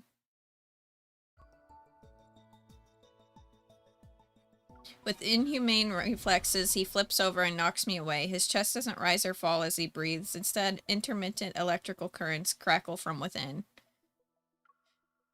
Their leader is an android. Before the other masked figures can raise their guns, I pull the trigger. The bullet pierces the cold metallic chest above me. As if connected by the same energy source, the surrounding masked figures clutch their chests. Their movements were delayed by a second. I place my palm on the leader's lowered head and detect something unusual. With 2 fingers, I reach into the eye socket and extract an artificial eye. Ew.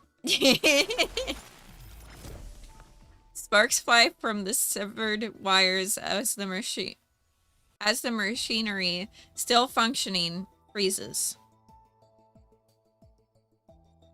The masked figures have lost their power source. They fall to the ground, one after another, and let out pained groans.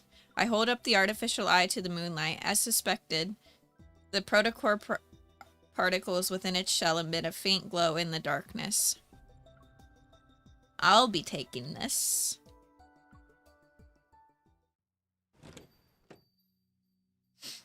Elysium's neon light shines as they always do as I arrive at its entrance.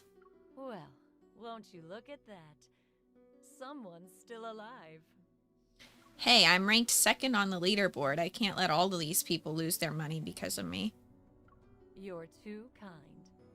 I need to lay low here for now, but how am I going to contact Silas?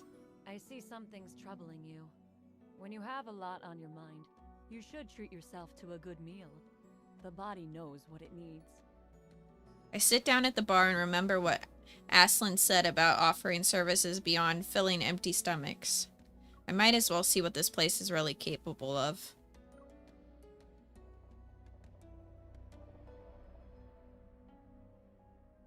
I like to look at the connoisseur's menu.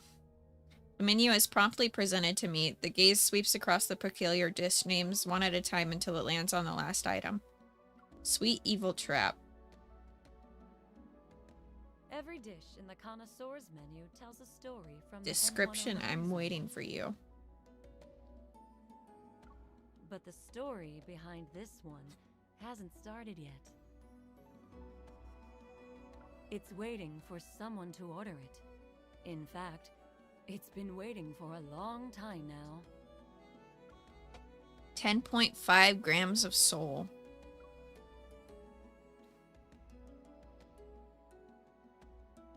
Even at just 21 grams, the soul is one of the most precious gifts the universe has given to humanity.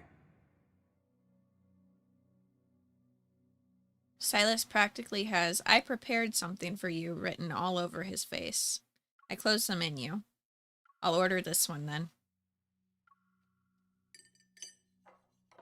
The red wine marshmallows are sweet, and the pomegranate juice dances across my tongue. How is it? The notes of roasted rosemary and walnut intertwine. Layer by layer, they unfold on my palate in intricate dance of flavors. It's like him. Your satisfaction is our greatest source of motivation. Here's your bill. I look at it and see a 5-digit number. This is the price for one dessert?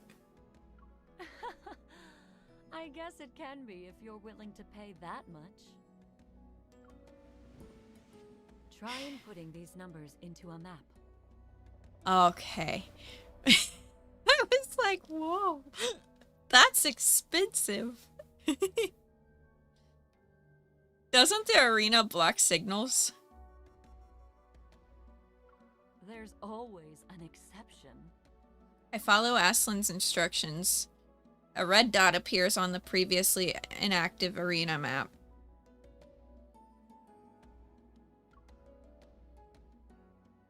"8 o'clock, West District Docks." This is an interesting choice of terms and locations. Aslan brings a finger to her lips. Elysium has more uses than you can ever imagine. The docks are completely deserted. Abandoned vehicles are scattered haphazardly across the arena. Come on, Silas. If you don't show up soon, my cover's going to be blown.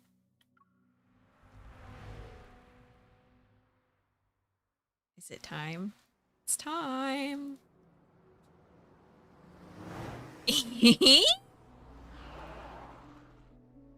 There he is. You're late. When I show up on time for a deal, someone usually gets carried away. I'm fashionably late for good luck. No need to thank me. Get in. At least he's there. Thanks, I guess.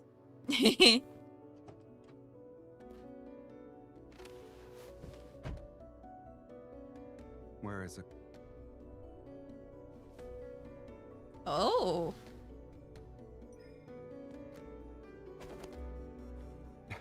for you. What is that? Well, that's just rude. What the fuck? What do you mean? As you can see, it's a pass to the arena. No time for jokes. Where's the gold coin? It was tampered with, so I fed it to a wanderer. We can't have loose ends, kitten. Oh, he's smirking! You destroyed it? There are other ways to enter the arena. I can guarantee that. I love this man's smirk. I'm being honest. You know that.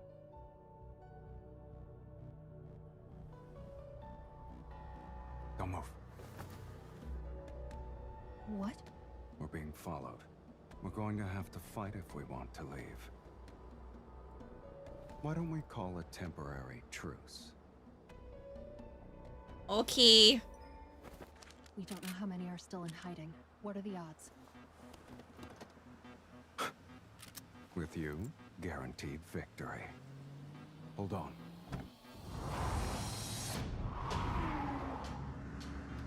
It's GTA time.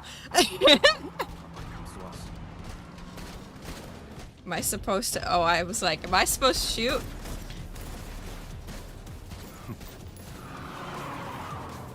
Evil Sylus, huh? Then you should help me fix that. Change of perspective. Oh my god.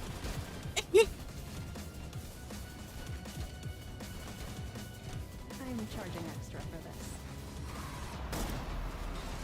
this. MC, I've missed your voice so much. Look at us. She's so badass. Someone's eager to die.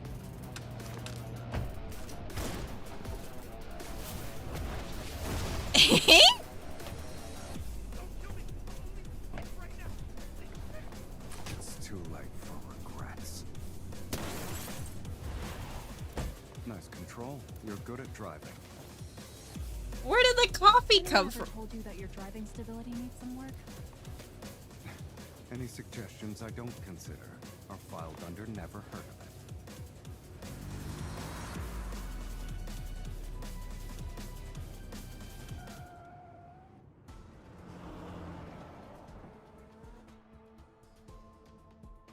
The car emerges from the tunnel and races through the streets of the killing zone. Chat, I'm not ever gonna get over that. That was amazing. I'm gonna have to go back and rewatch that again later. That was... I like that. I like that cutscene a lot. That was real good. I need more badass MC and Sylus, please.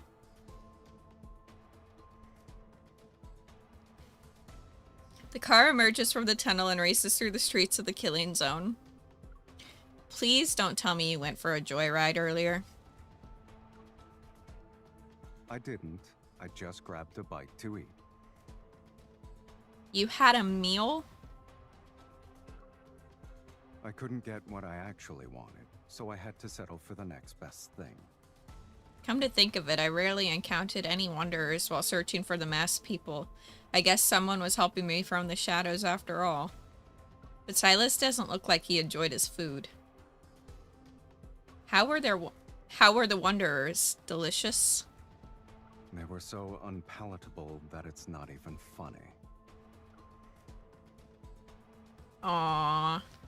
Aw, poor little Sylus couldn't get a tasty treat.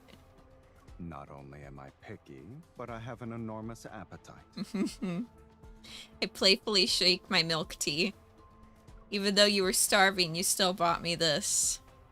Isn't it common courtesy not to show up empty-handed? I pull up the live feed. The participant count in the top right shows the number 2. That means Sylus and I are the only ones left. The gold coin markers flash on the map, but we ignore them. We're heading straight for the arena in the center of the area. Do you really have another way to get in? Yeah. In the distance, we see a barrier. formed by interwoven blue and orange lights. Instead of slowing down, Silas steps on the gas. The car is going to charge into it. Hold on tight. Oh boy. Okay.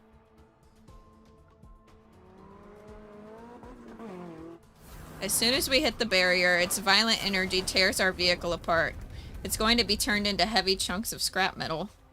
Silas uses this as an opening with his evol. He tears open the barrier.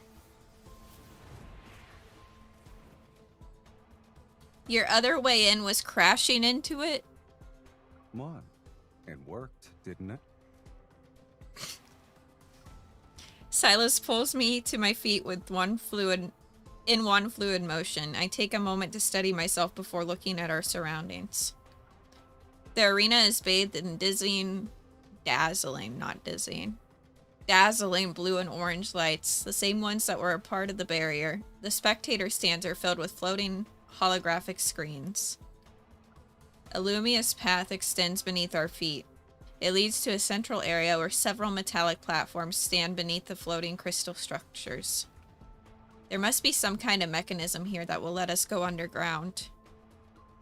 When we approach this part of the arena, we don't find any mechanism. However, a peculiar spot on the central platform catches my eye.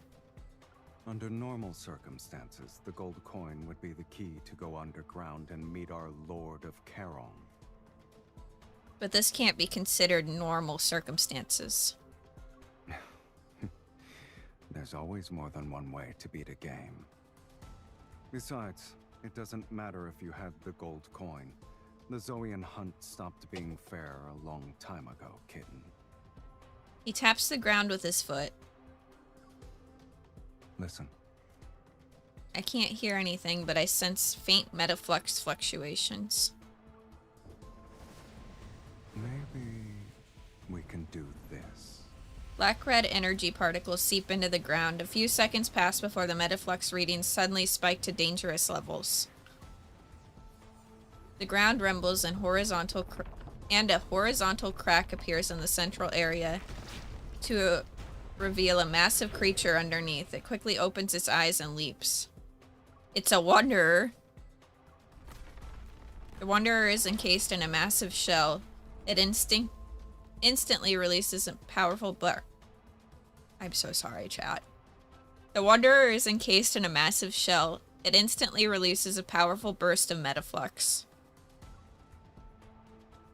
Does the N109 zone prepare... Excuse me, I was reading. Does the N109 zone prepare these kind of surprises for every Zoian hunt? Of course not. I suspect this grand spectacle is their idea of a welcome party for honored guests from afar. Who's trying to mess with us this time? What do they want?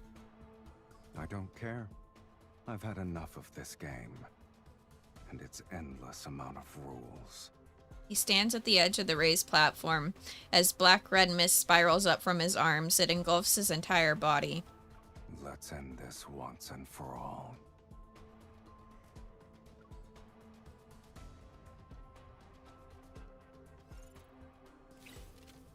Yay!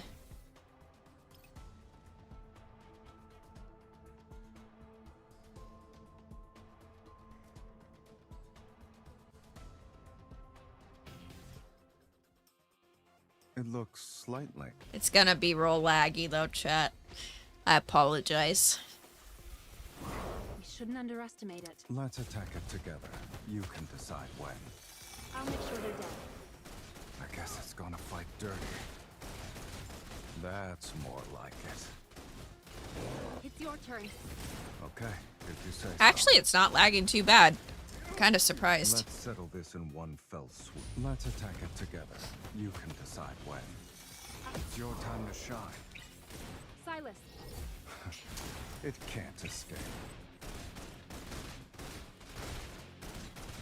You won't escape. If we're covered, be careful. I'm getting the hang of this. Let's attack it together. You can decide when. I'll make sure they're dead. Stay on your toes. That is a big Changing wonder. how it attacks. My turn. Girl. Sylus. It can't escape. MC's stressing me out. Ready? I was born ready. Let's finish this. What a nice punching bag. Let's hit it a few more times.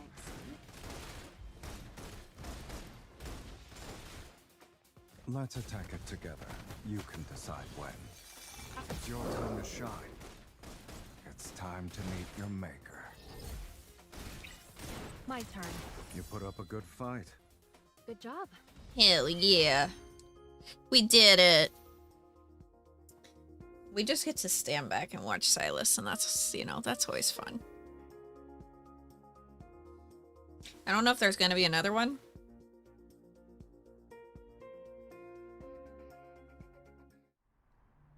Oh, there is.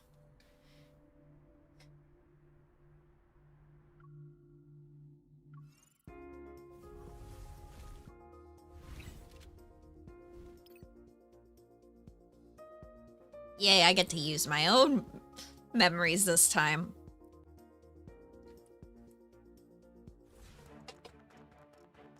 A challenge will always be. Take this. They're gonna do this so Time fast. to the main course. There's plenty to go around.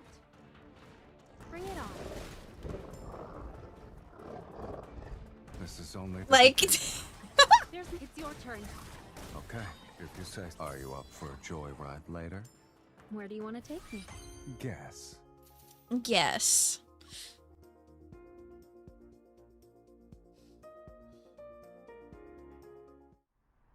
Oh, there's another one. Shit.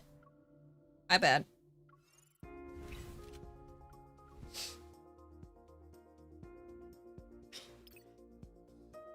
I'll just, I guess, leave this off for a minute.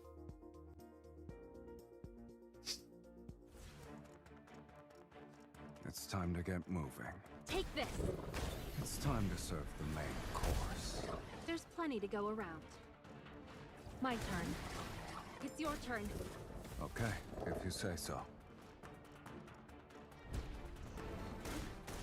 Let's I'm set pretty up- sure we win. Yeah. And worked again. With you here, I only need one plan. Yeah, that's basically what I've been doing with Sylus, Chaz.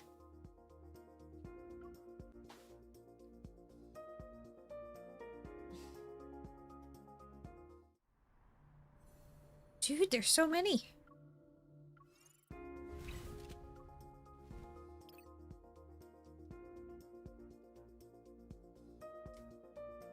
I've, like, maxed leveled, I think, almost all of my 5 stars. I might not have, like, 2 of them.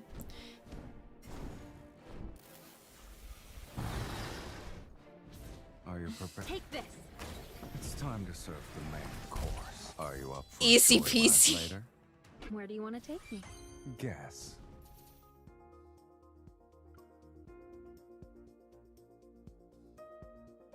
Yep. Here, I could show you guys what I meant by that, though. So, like, he's max leveled with almost all of these.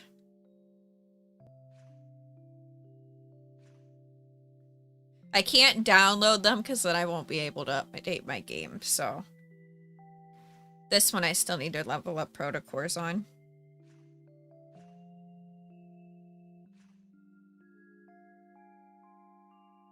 Still leveling up protocores on this one too. Max leveled and awakened. Still need to put protocores on that one. But it's awakened. Awakened. Awakened. Awakened. Awakened. I don't have him max rank though. I can't really max rank him as somebody that's like limited spending. I've even got a couple, like I've awakened this 4-star, this 4-star, and this 3-star.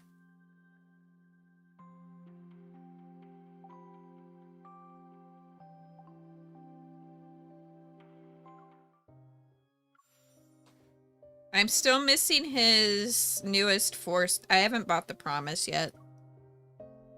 When I get the promise, he'll be at 100% completion again.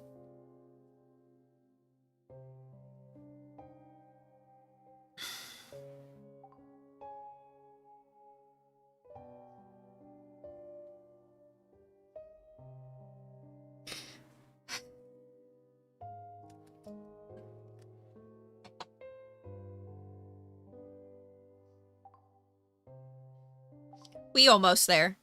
Slowly but surely.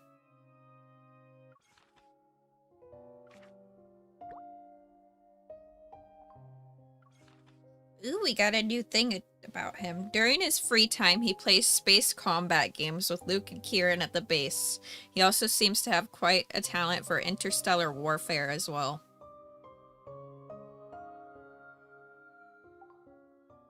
Based off of...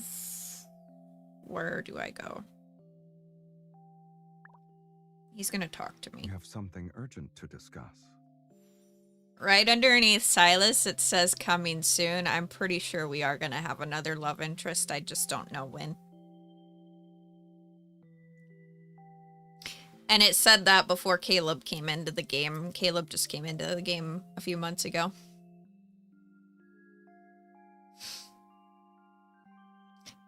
I don't know what I'm really hoping for. I think I'm hoping for a boy with red hair and gold eyes. I want like fire truck red hair. That's what I want.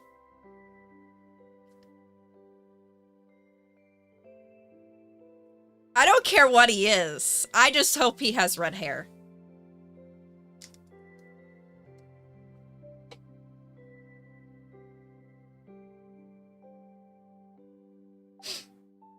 I got my... Well, I mean, I guess Silas's hair really... What would we call that? It's not really white. It's like silver.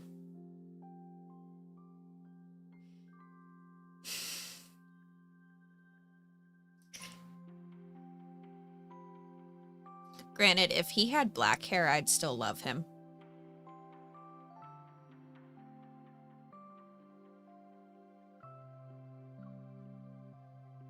A surprise? I still would. My eyes are closed. I'll just get it. The look on your face is the real surprise. It does look kind of pink in this lighting. I'm kind of wondering if the flowers I have in his hair are doing something. I don't know.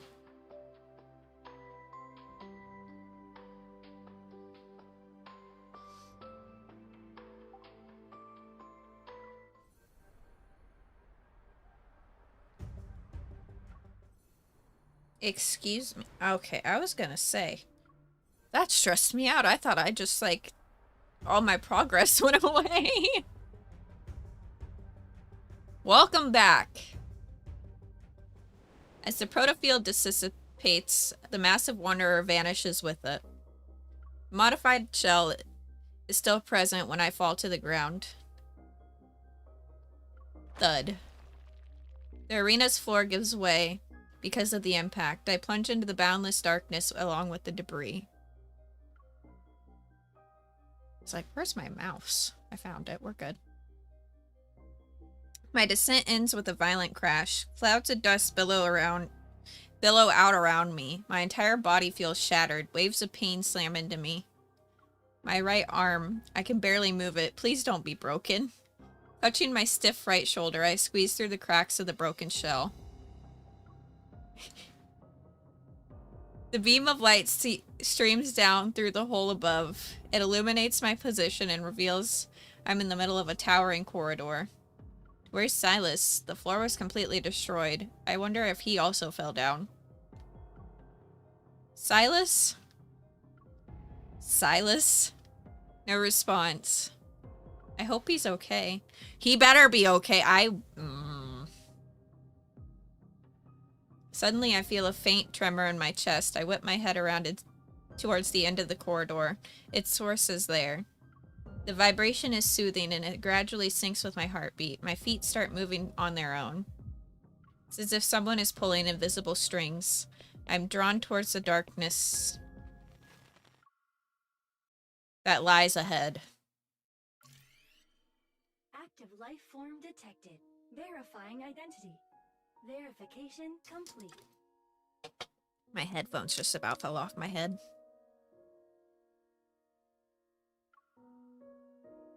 Welcome back. 0. 0. The sudden system malfunction wraps the announcement into eerie static. It echoes between the high walls of the corridor. Welcome back, Researcher Wesley. Welcome back, Researcher Dimitri. Dimitri. I'm surprised for a moment, but the name fails to stir any significant emotions. I knew he was someone important. Welcome back, Researcher Josephine. Grandma.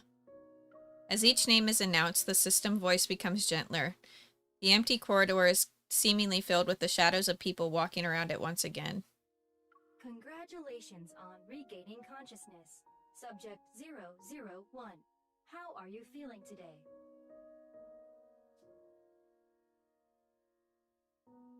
The voice is quiet as though it's waiting for my response. Grandma's documents also referred to me as subject, and this system addressed me with the numerical designation 001. It's me, right? The following has been detected in the test subject's emotional state. Confusion, weariness, and anxiety. Physical pain signals are also present. Subject 001. Do not be afraid. The nearest researcher is located in the observation room for demonstrations. You are currently 126 meters away. Please follow the guidance lights immediately to receive assistance. A pale blue light materializes on the floor. Arrows pulsate one after another and beckon me to venture deeper into the facility. As I walk, more passages branch off from both sides of the corridor. Deep Space Signal Analysis Lab, Cosmic Archaeology Archives, Genetic Extraction and Analysis Center. The Gaia Research Center's scope of scientific endeavors is far more extensive than I thought. I keep walking until I see Life in the Future, Backtracker. Xavier? Life form a higher plane of existence, emissary of the divine.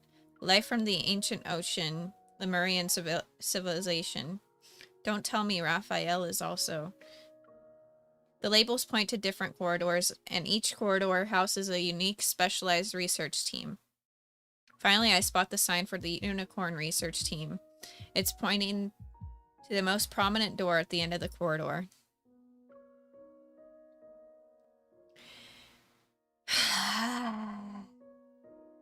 I'm frustrated. My heart pounds in my chest. The truth I've been waiting for is within reach, yet I'm hesitant. I'm suddenly afraid of facing my past. Maybe this is just a trap. But I've come too far to turn back now. I press my hand against the sensor in the center of the door. The resonance triggers a vibration, and blue light courses through the circuit. It illuminates the massive door that has been dormant for so long. The heavy metal doors slide apart, and warm light pours in. I turn my head away and raise my hand to shield my eyes. What game are we playing today? In a dreamlike haze, I watch as a tiny girl runs past me and throws herself into a familiar embrace of the figure standing in the light. It's Grandma. I take half a step back and rub my eyes. The vision vanishes along with the warm light. Under the harsh blue LED lights, a figure stands behind the doorway, then slowly turns to face me. You. You're finally here. It's been a while, Subject 00. I knew I didn't trust him, chat. I don't trust him. Our little bomb. No.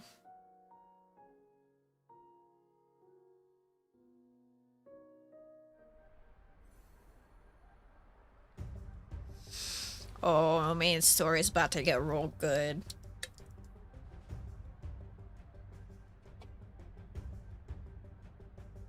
From Greatness to Madness, Chapter 2. Dimitri. So that's why everything here still works, even though it was abandoned for years. The real reason you're in Caron is because you're guarding the research center. Of course. This place holds the buried dreams of countless researchers, the seeds of world-changing discoveries. In addition, Dimitri spreads his arms. It's somewhat of a dramatic, welcoming gesture.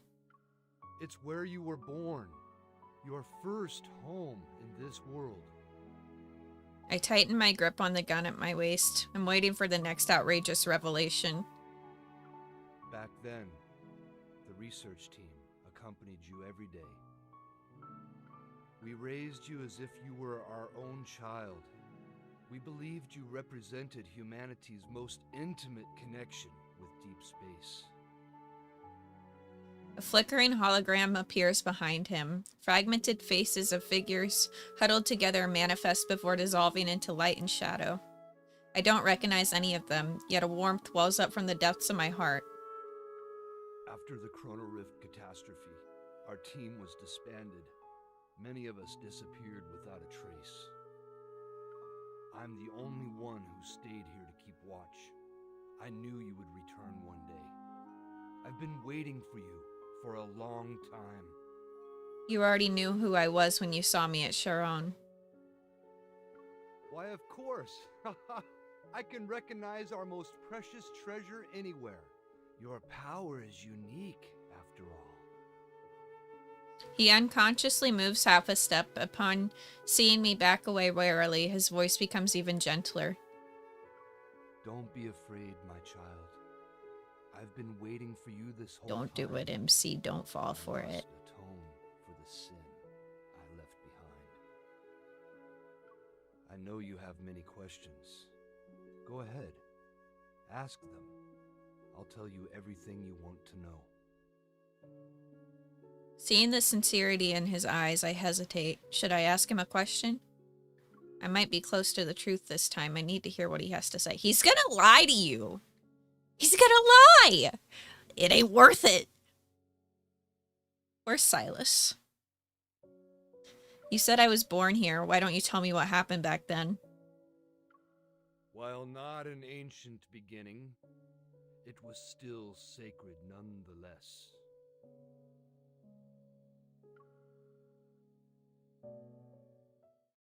A hologram of an energy graph depicting the process of planetary evolution appears in the center of the ruins. Planets are born, and eventually they die. Then they're reborn, only to die again. Visibly moved, he stares at the floating data curves on the display. It's a beautiful cycle. I asked about my origins, not humanity's. You don't have to start from where Earth was formed. You think this is the life cycle of a planet? It's not. It's a representation of your life, your power. Well, we going into the red. Chat, am I still here?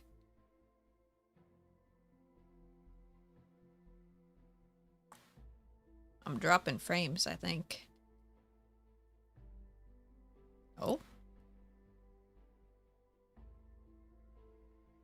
Okay, we're back in the green. I don't know what happened there. That was weird. That was weird. I don't know what happened.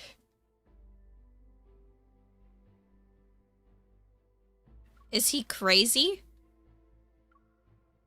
Go on. You are Ever's most wonderful, most magnificent creation! A blank expression appears on my face. I can't even pretend to play along anymore. But Dimitri doesn't care whether his audience is responding or not. It began in 2034, when humanity received a faint signal from deep space. Once it was decoded, it revealed a story about a planet's quest for immortality. An ordinary planet achieved immortality by by harnessing an inexhaustible cosmic energy source. They inspired us. I'm getting angry. And so, we conducted an experiment using collisions to recreate this inexhaustible cosmic energy. After several failed attempts, one proved to be a success. The energy manifested. However, no one expected it to appear inside a child's body. And that child was you. The powerful energy fluctuations we were waiting for, they came from you. The power was impossible to analyze and measure. It only grew stronger as time passed. It grew like a planet and reached its peak on day 27. Then it started to decay on day 36. On day 41, it disappeared completely, dead. Then, it was followed by an explosion. But shortly after, your power reconstituted itself and began to grow once again, just like a planet. Therefore, we believe the power of the Aether core within your body is equivalent to the energy of a planet. With growing intensity, his gaze gradually shifts from the hologram to me. It's as if he's seeking my confirmation.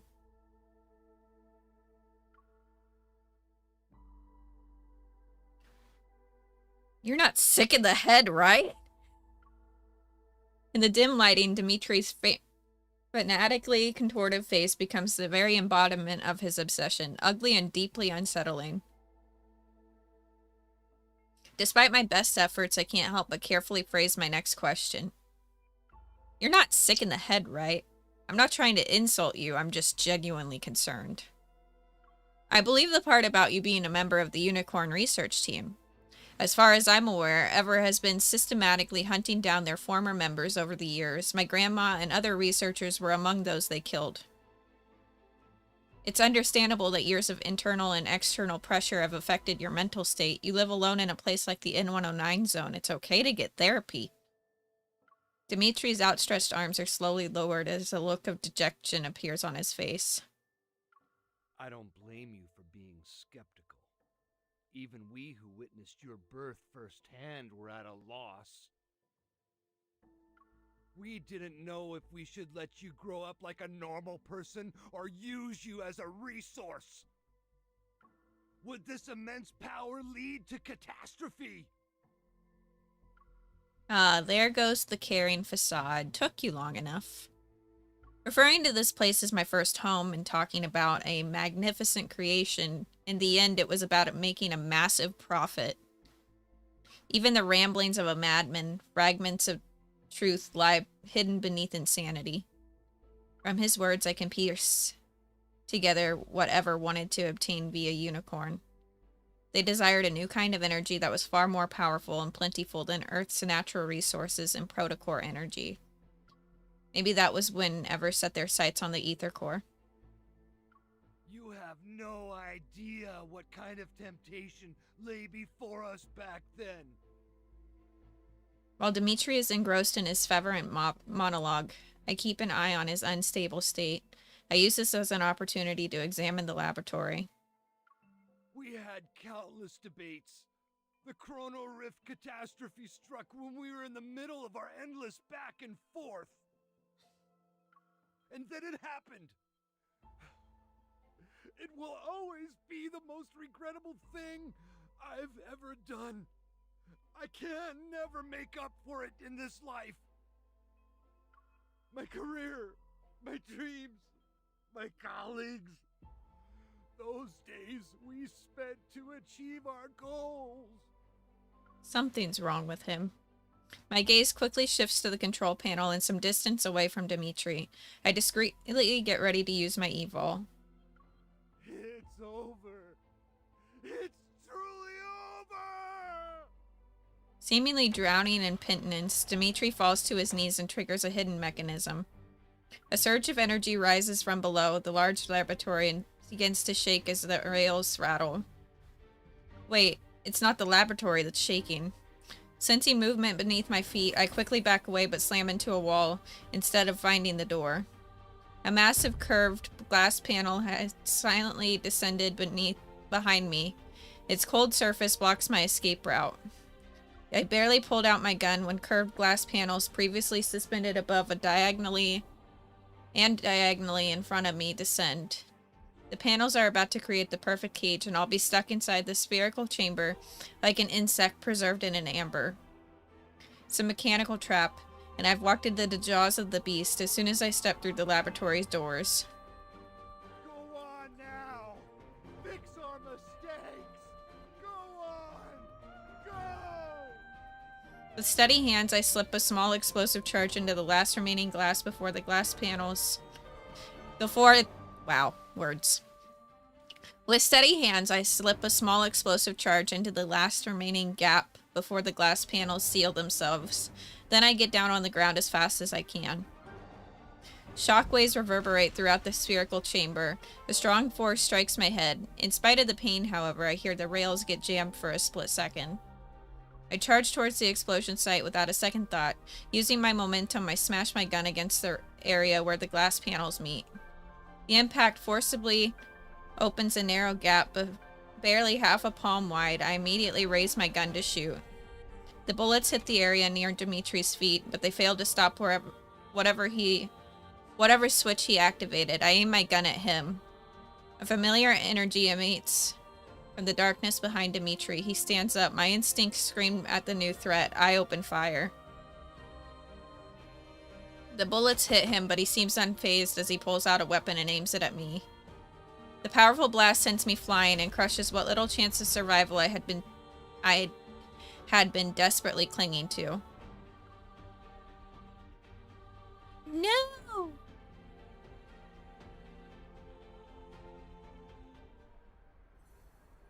My baby girl better be okay. Cosmic Convergence, Chapter 3.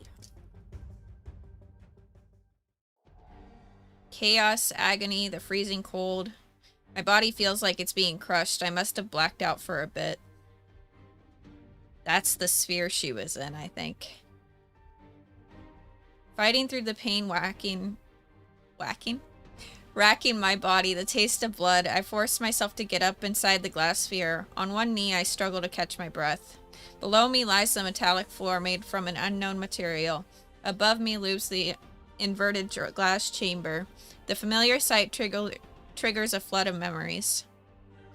This is the deep space collision chamber. I was imprisoned here before. Stop struggling, child. The voice pierces through the thick glass. The collision chamber has been already been activated, now floating 6 feet off the ground. Dimitri stands below and the controller in his hand is stained with blood. I already obtained the current data on your eval while you were in battle. He raises the chip in his hand. Once I insert this into the chip reader, the equipment can use its antimatter capabilities to completely neutralize your energy. Although there's a gentle smile on his face, the fate in his gaze twists into something grotesque. Disgusted, I turn away and try to concentrate on resonating with the collision chamber's energy source. I can't resonate with it. How is that even possible? Go. Return to where you came from. You never had a place in this world. Humans who foolishly try to control a power as great as yours will only bring disaster upon themselves. The Chronal Rift catastrophe and the Wanderers. It was all because of our greed. We should have never created you. With the hands that stained this world in sin, I'll put an end to it. I stand up while using the glass wall as support, yet vertigo hits me. Air is being drained out of the chamber. The pressure suddenly drops in the air and my body rapidly expands. At this rate, my lungs might rupture before anything else kills me. I hate to admit it, but I feel like I'm getting a sense of deja vu. My body recognizes this feeling before my mind does. Muscle memory is sending me a warning. It won't be long until I lose control of my limbs. I won't be able to feel anything, and my strength, even my thoughts, will slow down and fade into oblivion. That was who I used to be. I won't sit here and wait to die. My thoughts are sluggish as I watch myself in slow motion. Draw my weapon. Struggling to raise my arm, I pull the trigger and cause an explosion. But the energy burst from my weapon is absorbed by the active collision chamber. It can convert energy into fuel for its power source. My vision blurs. Not only is my strength being drained, but my body is also becoming numb. The glass chamber reflects the cold laboratory lights. They stretch out fragmented memories.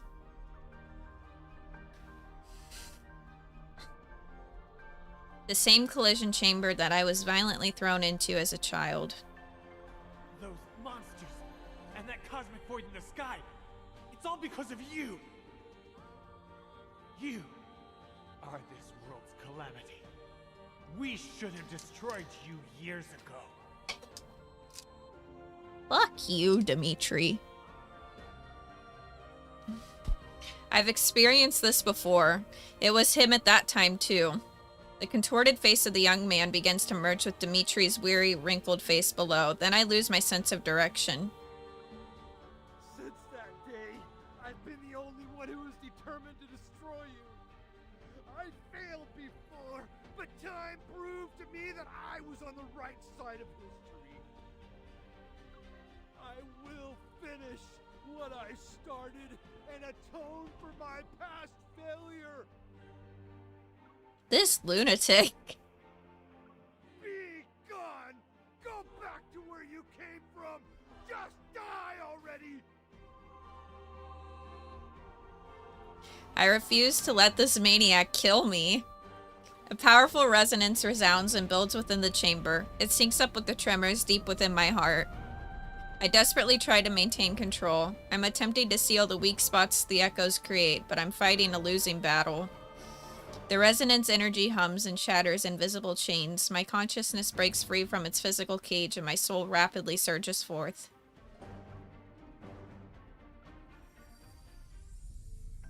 My consciousness disperses with the energy burst. Countless reverberations echo across this planet. And from deep space, a mysterious connection descends. My awareness gradually fades and my body feels weightless. The ethereal eye appears once more. It devours me completely this time.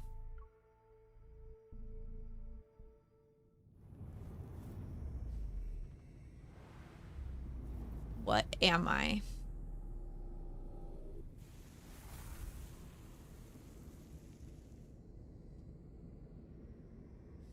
In boundless darkness, I drift through the cosmos. It's like I'm a part of it. I am the cosmos. I see a planet on the brink of destruction and the different paths it could take. Some explode like tiny fireworks before their life could begin. Others further along in their journey. However, all of them perish. And at the end of their lives, each planet collapses inward. A tiny core takes its place. The one born from destruction, the Regio core? It silently floats in space, as energy stirs from its slumber. Cosmic strings resonate with it, sometimes twist and stretches. Space-time twist and stretches. Everything, nothing has changed. Everything and nothing has changed. Sorry. Irid core descends upon a planet nearing collapse. It's waiting for the end and its own birth.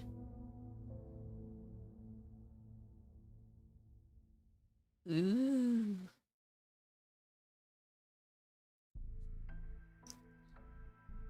All the sensations in my body disappear at the scene before me, as the scene before me gradually fades into darkness. Suddenly I hear a strong heartbeat and feel a warm power flow through me. It's a fragment from another place and time, yet it brings a familiar presence. Everything that was lost has returned to me. At first, they're just blurry images, reminiscent of scattered, flickering stars in my mind. But as time passes, these images start to become clear. And they slowly come together to form vivid, tangible scenes. Complete with sounds, textures, temperatures, and even the faintest presence, they're real and full of life. Unfamiliar fragments connect into a single, unbroken thread. Those past experiences, emotions, choices, and missions. Once again, they cross the barriers of time and space, carefully weaving themselves into the fabric of my existence. They become a part of me.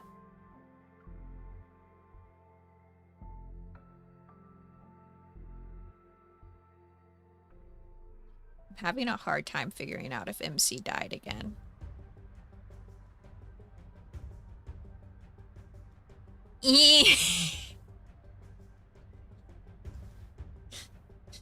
Dust of Memories, Chapter 4.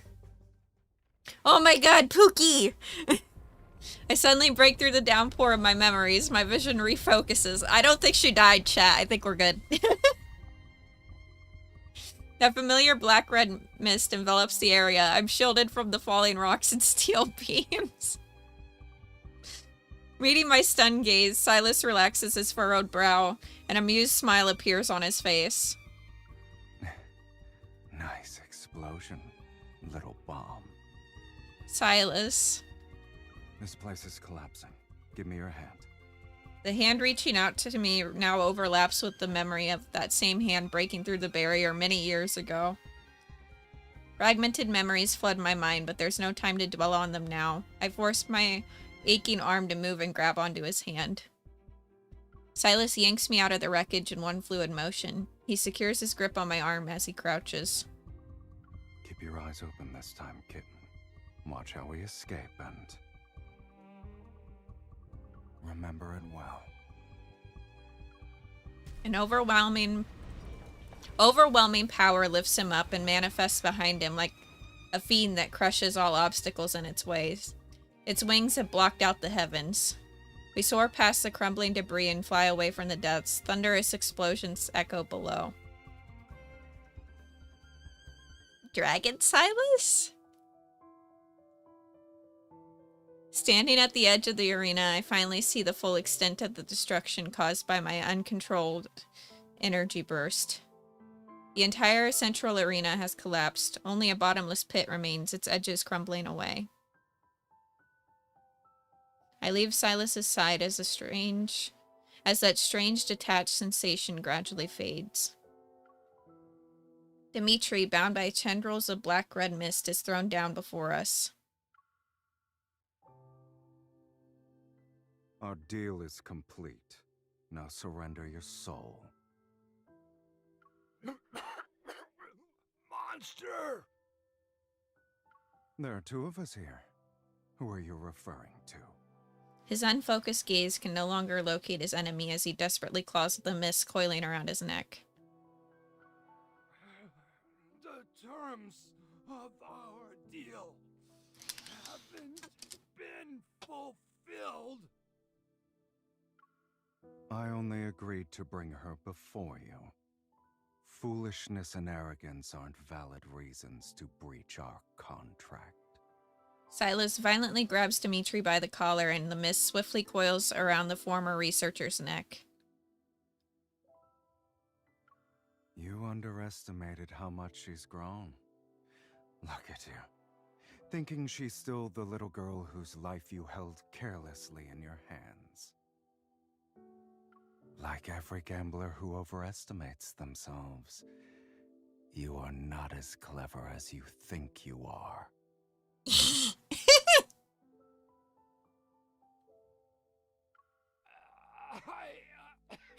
I know who's behind the antimatter. Let me go. With a contemptuous laugh, Silas forcefully turns Dimitri's head to face me.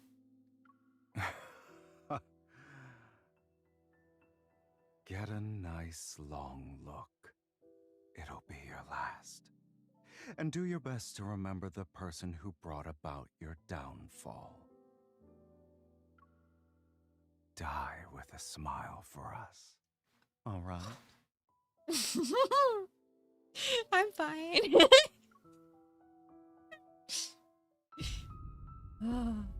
As Dimitri screams and body are swallowed by a black-red mist, I turn my gaze to the center of the arena.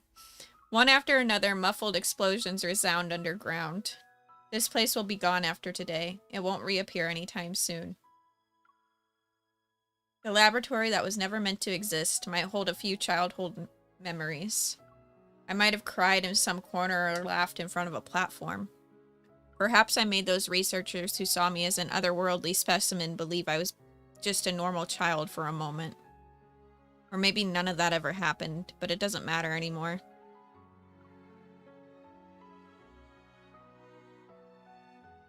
How much do you remember? A lot, but it's all jumbled up. I ignore whatever happened to Dimitri and look at Silas. That deal you made with him, was it when I escaped from the research center? Yeah. Did you bring me here so I could remember everything? He doesn't look at me. Instead, he speaks as if he's addressing the darkness beneath his feet. You would have done this sooner or later. That's just who you are.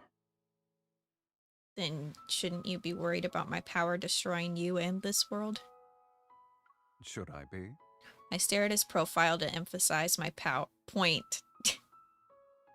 Right now, I can't control my power when it fully manifests. Assuming it happens again, everything here might be destroyed like my soul. With a slight smile, Silas shakes his head. He raises his hand to draw my attention to something. A familiar linkage materializes between our wrists and binds us together. Sorry, but your soul doesn't have the privilege of leaving whenever it wants. I will keep you bound to me for all of eternity. Our connection transcends this place and this world. I'm fine.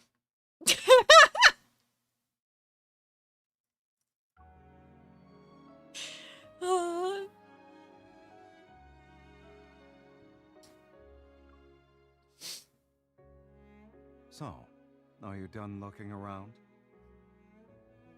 I guess there's nothing else to see. Silas nods and turns to leave. As his arm moves, the linkage forces our steps to be in perfect sync.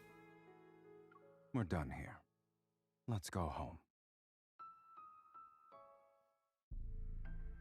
In the vast cosmos, my power has no starting point or destination. It appeared when the universe was created. It's a fundamental law etched into the fabric of existence.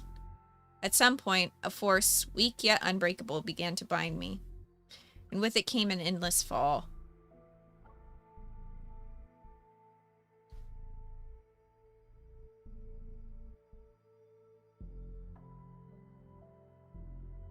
In a majestic arena floating among the nebulae, a boy and girl stand, soaked in blood. They're greeted by thunderous cheers. When it comes to killing wanderers, Silas and I have always been the perfect coordination. You're not going to team up with me this time? I hate teammates who try to steal my points. Then, what do you hate more? Teammates who steal your points? Or teammates who can't keep up with you? You're so annoying. If you steal my points again, I'm throwing you to Tartarus. Okay. Give me your hand. We're a team now. Yeah. Who is that? The disconnected scenes flash by in a random order. Sometimes they're blurry and hazy, other times they're crystal clear. As time marches on, the deep space tunnel, vast and capable of tearing apart any form of energy, separates us. The memories dissolve into my current reality. Images overlap, and I recognize the figure before me, but now he's tall and imposing. He descends with his fierce pride. Below the sky, he materializes before me. In the destroyed laboratory, he silently stares at the collision chamber before smashing through its barrier with his fist.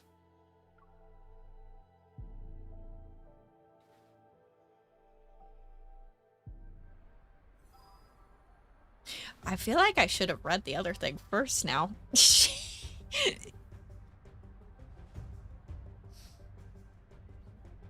Shit. Chapter 5, Rules Fall Before Us. Pookies! Yay! In the timeless in 109 zone, I fall into a deep, dreamless slumber. When I open my eyes again, it takes me a while to reorient myself. Words. I stare at the intricate patterns on the ceiling for a long time before a single fact slowly dawns on me. I'm alive. It's as if a switch has been flipped. I finally become aware of my surroundings. Outside, the distant roar of gunfire and artillery resound while music plays nearby. Didn't the Zoyan hunt end? Mephi, what are you? I sit up and look around. Mephisto is perched on the bedside table. He bobs his head under Silas's finger like a chick pecking at a grain. Why are you here? Shouldn't you be asking that to the person who carelessly fell asleep? Oh. I raise my hand but don't see the familiar linkage. Massaging my temples, I realize my distant memories have started to blur with reality. How long was I out? Don't tell me it's been 4 or 5 days. You would have starved to death in that case. Silas is lounging in a small armchair next to the bed. He's looking out the window. Several gemstones, 3 wine glasses, and a marker are scattered across the nearby side cabinet, a small table, and floor. It's morning. And more importantly, it's been 3 days since the Zoyan hunt ended. Overtime is almost over. A terrifying explosion resounds in the distance. Second later, the windows rattle from the shockwave. The arena is in ruins. Why would anyone still fight to be its owner? For certain people, that place still has important stuff. And with Dimitri out of the way, their battle will be more ruthless. Silas's gaze is still focused on what's happening outside, his hair swaying because of the shockwaves. He maintains an aloof attitude. Curious about what he's looking at, I get out of bed and approach the window, but I can't even make it there before settling into a small armchair. I nudge Silas so he can make room. What's going on? My whole body feels weak. It's like I've been thrown into space and had to orbit Earth 3 times. You didn't hit me while I was asleep, right? Between the two of us, you'd be the one to do that. Did I hit you while I was sleeping? Silas holds up 2 fingers and glances at my right hand. Twice. I had no idea I was dreaming the entire time. Maybe I got too excited. Silas finally turns to face me. He gently takes my wrist and gives it a light shake. Are you well rested now? More or less. Let's go then. Mephisto takes his chance to sneak away, snatch an empty wine glass, and fly out the window. Silas stands and stretches before picking me up. Time to eat. It isn't until Silas makes me sit at the dining table that I realize just how hungry I am. I devour everything in sight until I'm stuffed. Strength gradually returns to my weary limbs and I start to feel clear-headed. I slowly finish the last of my juice, then I carefully nudge Silas's leg under the table to let him know I have a question. I see you're disregarding table manners, kitten. I was worse during our first meal together. Isn't it a little late to start worrying about etiquette? Something cries out near the window. Mephisto, who had been absent during the meal, taps on the glass and squeezes through the gap. He drops a dark-colored object into my hands.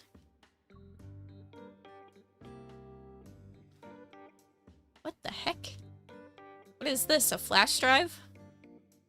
A biometric key from the Gaia Research Center. I tighten my grip on it. Then what are those people really fighting over? Silas pauses as he holds his drink, as if he's unsure about how to respond. We'll talk when you're more sober.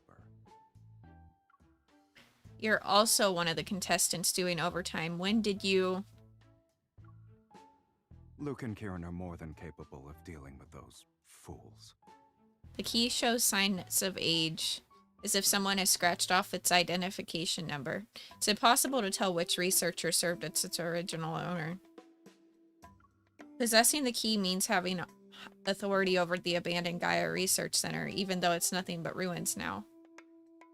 A wisp of black-red mist creeps up the back of my hand, forces its way between my fingers, and tries to take the key away. Silas.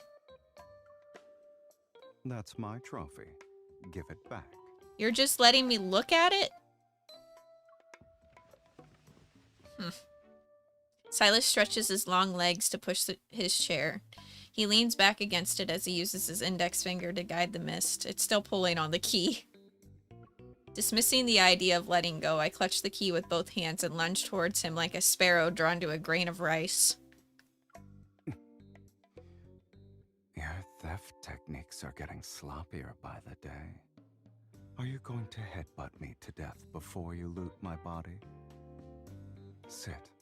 Silas has me rest against him, and when he sees me still holding the key with both hands, he laughs. You're a persistent thief. Since you've already shown it to me, I can borrow it at some point, right? You're very generous. You had a nice meal and are on your way to a full recovery. Yet the first thing you do is come up with a plan to steal my stuff. That's not all I'll steal. I will steal... I need to chill.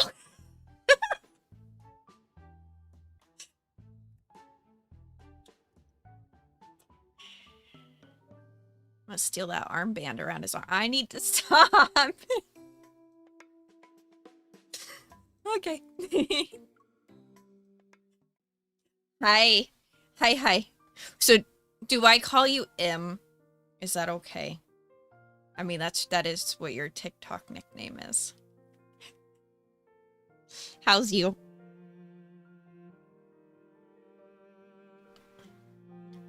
Hey, girl. Hi. I'm just over here flirting with my man. Don't mind me.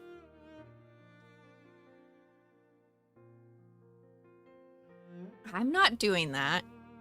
He's insistent on taking the key back, so I secretly breathe a sigh of relief and change the subject.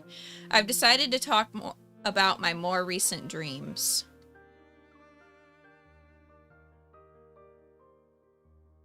I wanted to ask you something ever since I woke up, but you keep steering the conversation in another direction. I saw us fighting wanderers in some kind of interstellar arena. Do you know anything about that? What else did you see? My gaze drifts from my hands to his shoulder, then to the light reflected from the wine dancing on the wall. I continue in a softer voice. I'm fine. We fought countless wanderers and monsters that looked like modified humans. Then we were the only ones left in the arena. The crowd went wild and screamed for us to fight each other to death. It doesn't matter where you are in the cosmos, every gladiatorial arena created by intelligent life abides by the same rule. There can only be one victor, so... Either I kill you, or you kill me. I'm gonna actually sob uncontrollably.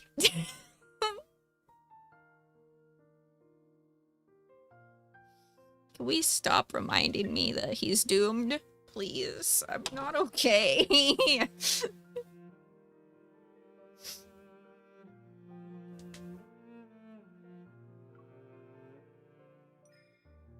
I sit up straight and touch the corner of his eye. I'm searching for that hidden color in his right eye. But when we faced each other, you didn't attack. Instead, you took my hand and asked if I wanted to escape together. That nebula was more chaotic than an abyss. I didn't see how it ended. Did we manage to escape?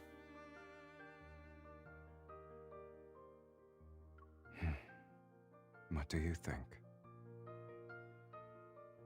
He brings his empty wine glass closer and presses its cool surface against my forehead. I'm fine. Holy shit. Then who exactly are you looking at right now? Yeah, but us in the past aren't fine. We're pretty special, huh? Speaking of which, you never doubted yourself, or worried about my capabilities for that matter. Then you went through hell and back, barely escaped with your life, and arrived in the N109 zone before it fell. More or less. Have you ever considered that me landing in the N109 zone wasn't a coincidence? Is it because of the Gaia Research Center? Silas remains nonchalant.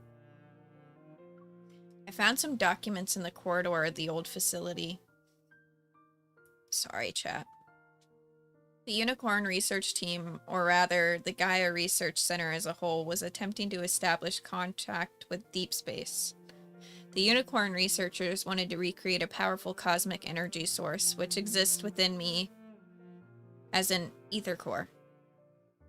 Do you believe what Dimitri said? Not all of it. But I don't have a testimony from anyone who knows more than him.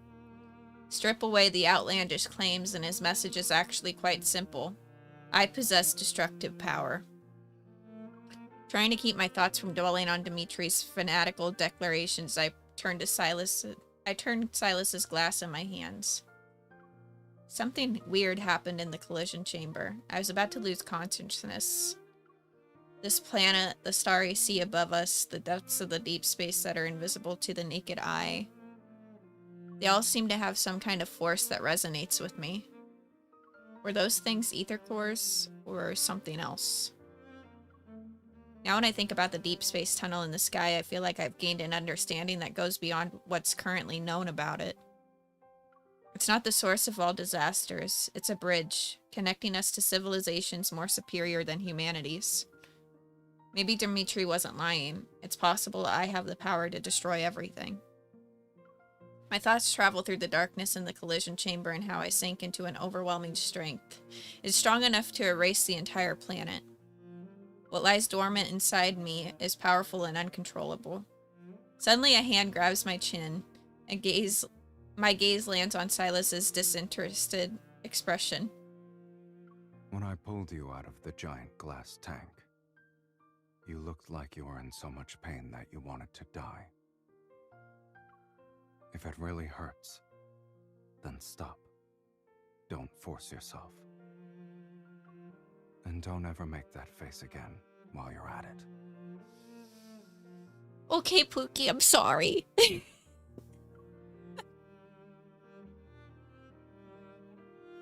I looked directly into his right eye. The mesmerizing ether core within it remains tranquil, and my racing thoughts slowly calm down. You can always pull me back, right? Just like before. Whoosh.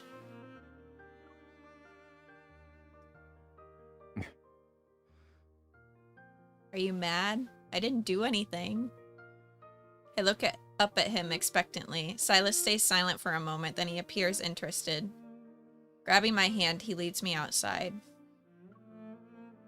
No, but you slept for too long. I'm bored. So, where are you dragging me off to? Do you want to have some fun? I'll help you get used to wielding devastating power. That way you'll be a bomb who doesn't always think about self-destruction.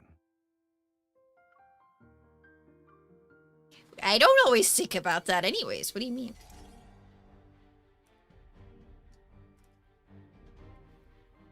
We enter a familiar, dimly lit room. Silas helps me into the egg-shaped gaming pod. He puts the hologram helmet over my head. As the pod slowly closes, my body tenses. Silas taps on the glass. Although I can't hear anything outside, I read his lips. Now come, conquer everything in your path, starting with me.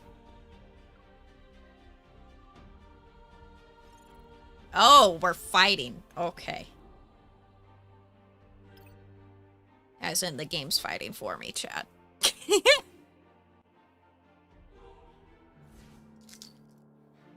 This will be easy. I'll treat it as a warm-up. That's a big wonder. Are you prepared? Take this. With him tapping the glass, all I can think about is Finding Nemo. Fishy? Why are you sleeping, Fishy? Wake up, Fishy! Watch out. It's going to attack. I'll show you. This is only the beginning. There's more than enough to get up. That's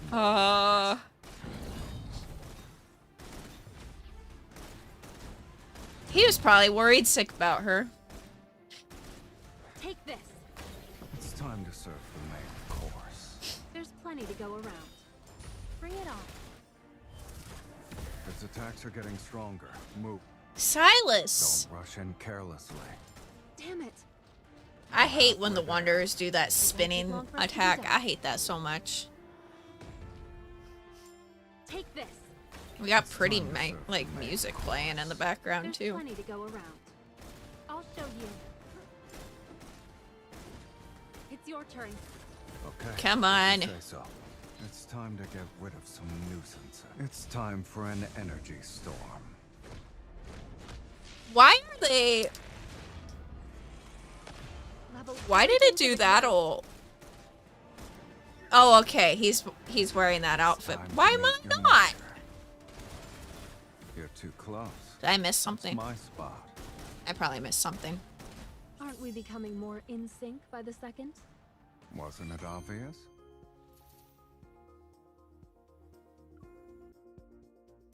Where's my pretty outfit? I have the matching one. I think now we might be meeting Zayne, just based off that title. When the Snow Falls, Chapter 7. Now, is it Zayne or is it Dawnbreaker? After matching wits with Silas for 47 rounds, my heavy eyelids forced me to be the one to call it quits first.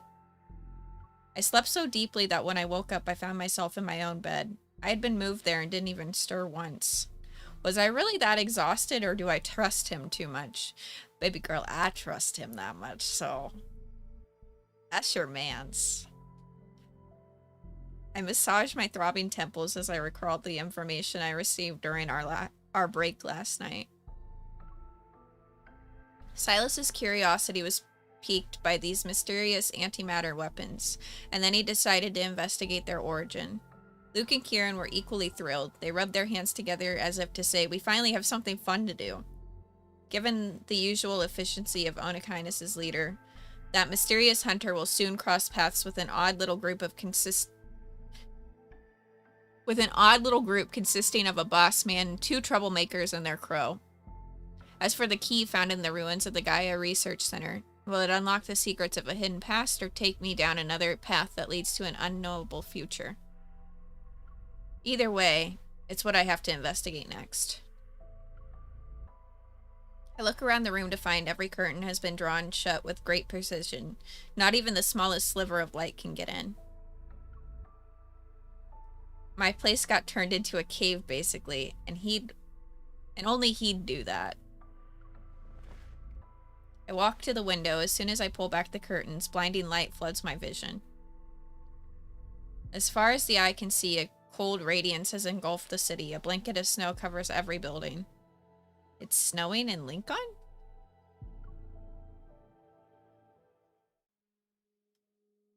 One week later.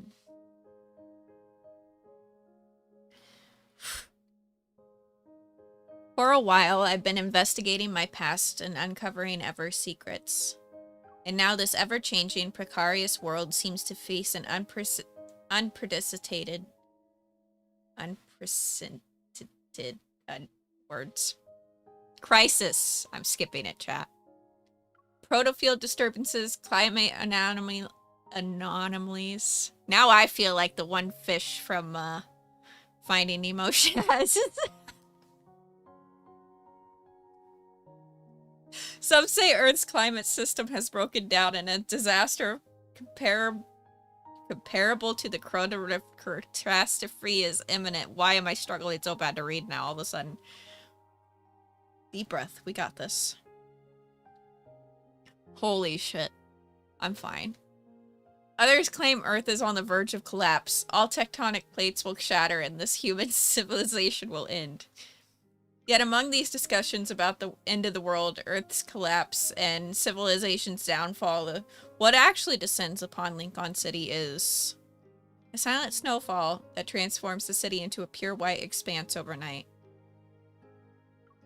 I'm worried. Why is there snow? Is Zayne okay? Is his evol acting up? I'm panicking. If we go to the hospital and something's wrong with him, I'm not gonna be okay.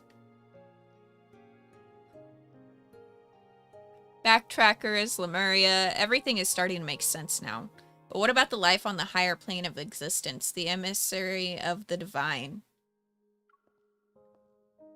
Tara! Long time no see.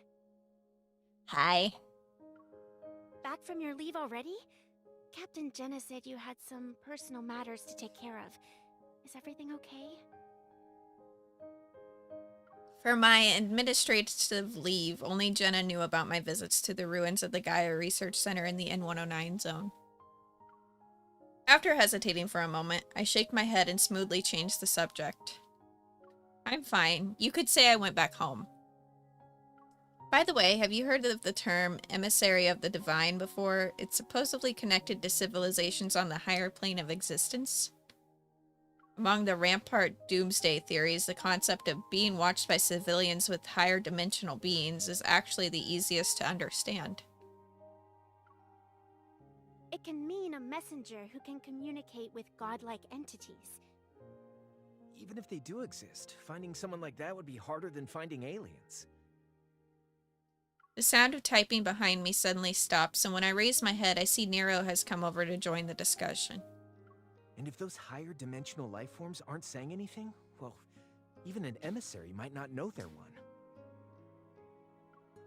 I've also heard that the next mass extinction might be just around the corner. Nero silently rubs the area between his eyebrows. He's unconvinced. Isn't that just propaganda spread by prototists to push for the development of protocore technology? Not necessarily. In this vast, endless universe, who knows how many civilizations are locked in battle? Our Earth might be the only surviving blue dot among them all. Amidst the ongoing discussion, my thoughts begin to wander. Maybe Ever thinks our civilization is already approaching the limits of biological evolution. Pursuing the transcendence of evolution to counter this supposed crisis, that must be their true objective. As a side note, there were strange omens before the 2034 Chrono Rift catastrophe. A polar night was present for 3 consecutive days. While conversing, everyone unconsciously turns to look at the heavy snow outside. It falls as if descending from the cosmos itself.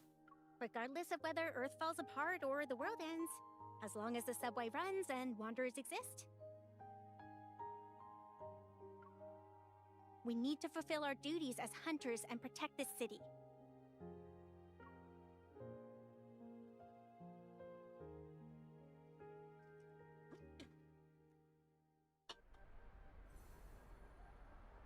Chapter 8, When We Are Together.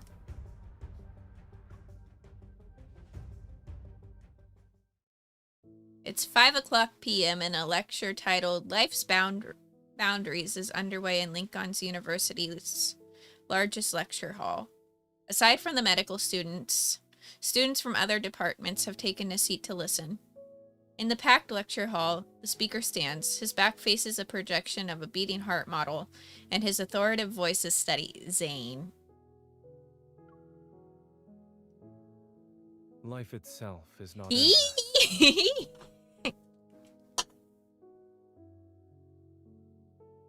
life and death, health and illness. These seemingly opposing concepts maintain the balance of life itself. An inquisitive student raises her hand.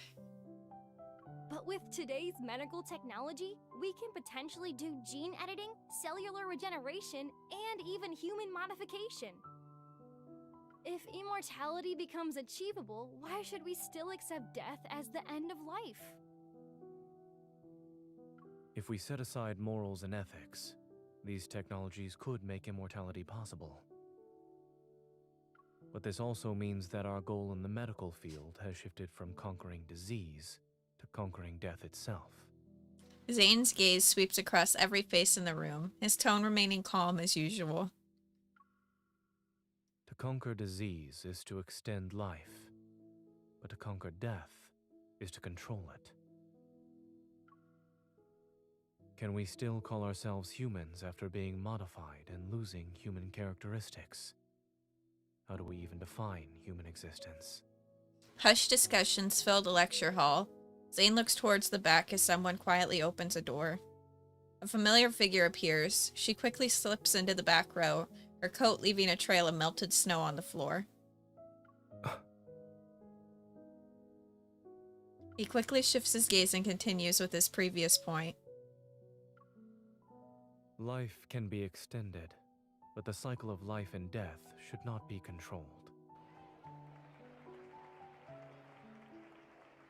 After the lecture ends, Zayne is completely surrounded by eager students.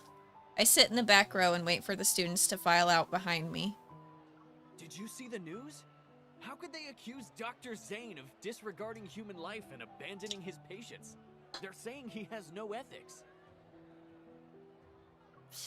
It all started when some government official's kid got diagnosed with protocore syndrome. They tried to use their family connections to pressure Dr. Zayne into prioritizing their surgery. But he refused and went to treat another patient who needed more urgent treatment. Oh, so that's why they're spreading all those nasty rumors about Dr. Zayne online. What a piece of work. As the students' conversations fade into the distance, I stop eavesdropping and nod in quiet agreement. Spotting a few reporters approaching the lecture hall, I catch Zayne's eye and wave. I silently mouth the sentence. Come here, Dr. Zayne. Zayne glances in my direction, nods, and makes his way through the crowd of students. That will be all for today. Someone is waiting for me. It's a me. I'm waiting. Hey, my pretty boy. After helping Zayne dodge the reporters, we leave the university and stroll through the snow-covered streets, bathed in evening's golden light. You're good at making complex topics... what did I just say? Words. Holy shit.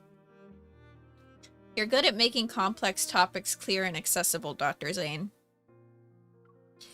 If I were a few years younger, I'd sneak into your lectures every day. Really? What was the second key point from the third section? Okay, you don't have to pop quiz me right now, sir. Faced with Zayne's knowing smile, I sigh and turn to walk in the opposite direction. Where are you going? I need to find a time machine so I can hear your brilliant lecture from start to finish. 3, 2, before I can finish my silent countdown, he grabs my hand. Come back. I only saw you arrive near the end of the lecture. The time machine must have not been invented yet.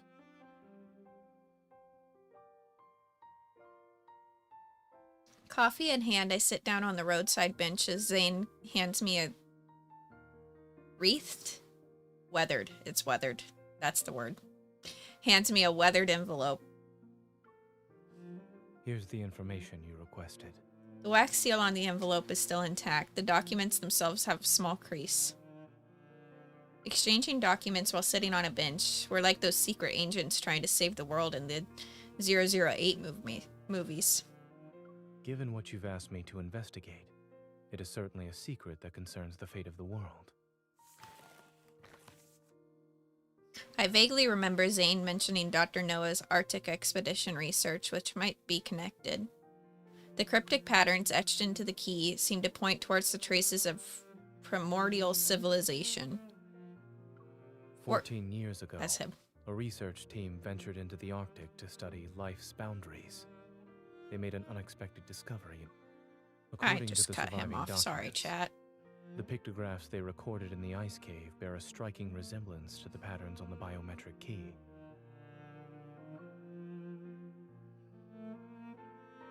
Some members of the expedition team mysteriously disappeared. Others joined the Unicorn research team. Dr. Noah has a photocopy of the expedition journal. It's incomplete, but he hopes it can help you. Signals from deep space, the ether core, the key, the clues from the form an intricate web in the darkness. It stretches across the boundaries of time and space. Almost unnoticeable, each strand is being woven into place. They're waiting for that singular moment when everything is taut. Please thank Dr. Noah for me. How is he doing? What about Pi and the others? He and the animals are doing well. You remembered to ask about the animals, but have you forgotten something? It dawns on me. Do you need special attention too? Do I look invincible to you? Thinking about how rare our meetings and calls have been lately, I feel a twinge of guilt.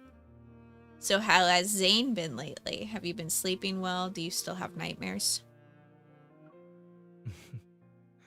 I'm doing well.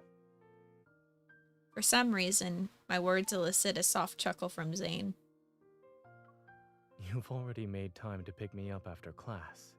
And since I'm on my way to work, why don't you walk with me? You can do it as you head back to the Hunters Association.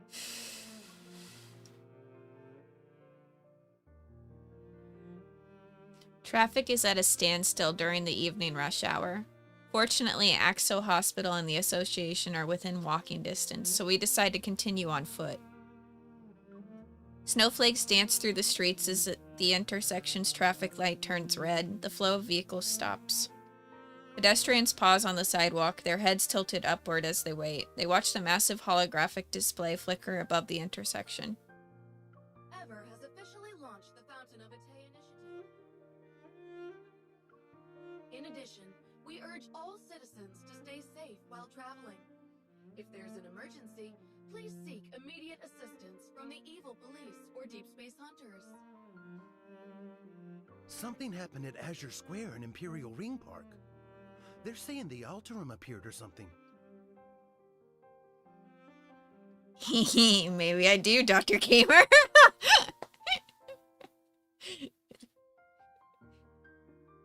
No Special wonder they used attention to from tell us to Zayne. Be careful lately. Having wanderers around wasn't bad enough. Now we have to deal with the Alterum too. With one disaster after another in this godforsaken world, maybe it should just end already. I can't help but stifle a laugh. As the light turns green, traffic and pedestrians start moving again. And for our final story, a medical controversy surrounding protocore syndrome has drawn widespread public attention. Are doctors healing or killing? The future of protocore syndrome. These sensational headlines drift past my ears in quick succession. Despite being at the center of this media storm, Zayne doesn't even glance at the screen.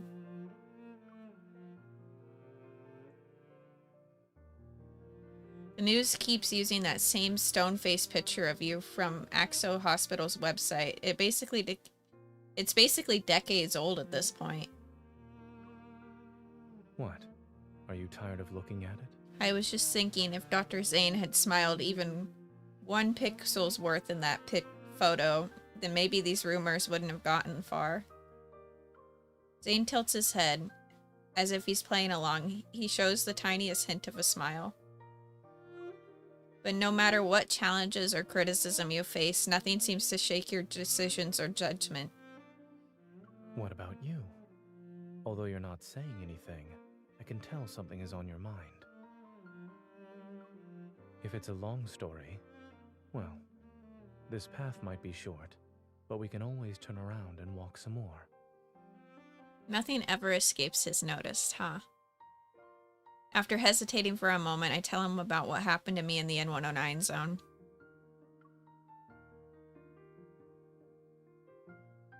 Those monsters and that cosmic void in the sky. It's all because of you. I feel like this is going to piss Zayne off. You are this world's calamity. We should have destroyed you years ago.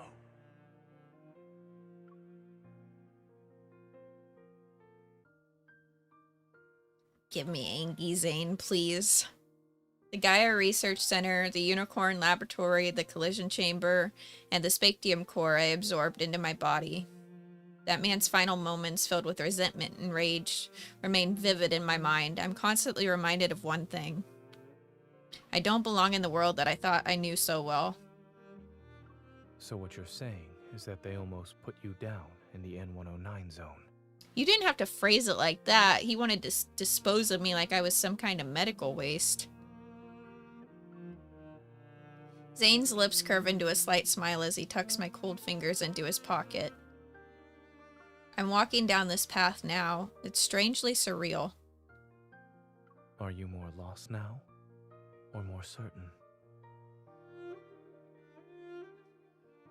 I'm more certain. At least now I know who I am and why Ever wants to use me. From now on, I'll have a better idea of what I'm hoping to achieve in my search for the Ether Core. Yes, I believe you. What if I end up destroying this world one day? Give me a heads up before you do. I'll make sure to use up all my vacation days first. At the last intersection, our brief walk quickly comes to an end amidst the crowd. As we cross the street, we return to our work and face the challenges that life has in store for us. A wave of sadness washes over me because we have to say goodbye already. I force myself to smile. Let's do our best, Zayne. Wait. Just as I take my hand away from his, he catches it again and he pulls me closer. I'm almost completely enveloped in his coat. Looking down, I notice he's carrying a laptop bag and a simple, understated gift bag. Words. He takes out a scarf from it. The soft fabric gives off a gentle, warm glow under the streetlight. Today's not even a holiday. Why do you have a gift for me? I didn't have a good excuse. But after hearing about your rather fascinating origin story... He slightly leans down and carefully wraps the scarf around my shoulders. Let's call it a celebration of your arrival in this world. A mix of uncertain emotions well up inside me. They gradually melt away with the warmth of his touch. Did you find time in your busy schedule to knit this scarf, Dr. Zayne? I picked it out. Is it not sincere enough? He raises his hand to smooth my disheveled hair. The snowflakes that landed on his forehead slowly melt away. See, chat, this is why I have two Whether pookies. It's Ever or something else, the path you've chosen will be full of challenges. You'll encounter many people with ill intentions. This is why I have two. I can't pick between Sylus and Zayne. I love them both. And Zayne's here reminding me as to why I love them both, but loved him first. It's fine. It's fine. I'm fine. I'm gonna be okay. But more importantly, you must be confident about your own choices. There are certain things that you can never take back. In the vast expanse of snow, neither of us takes a step forward. Then my first correct choice for today must have been seeing you. Thank you for choosing me.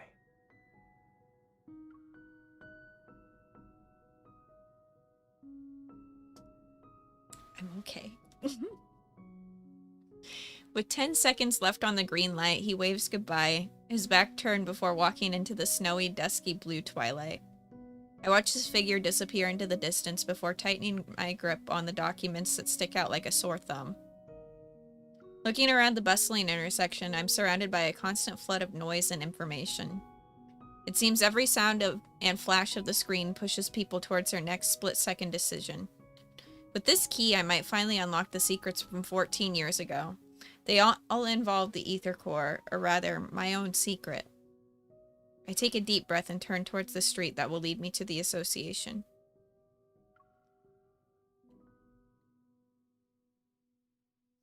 Alright, I'm gonna take a brief little break and stretch chat. I gotta use the bathroom too.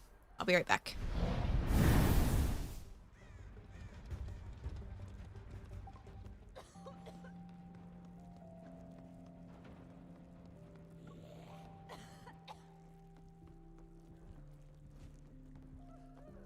Rust.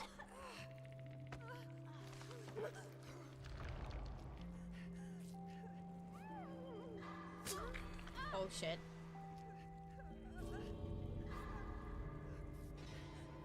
I don't know if I get this.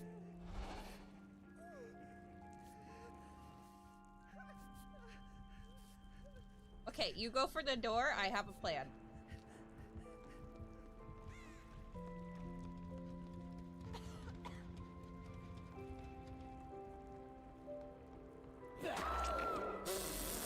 Why was he there?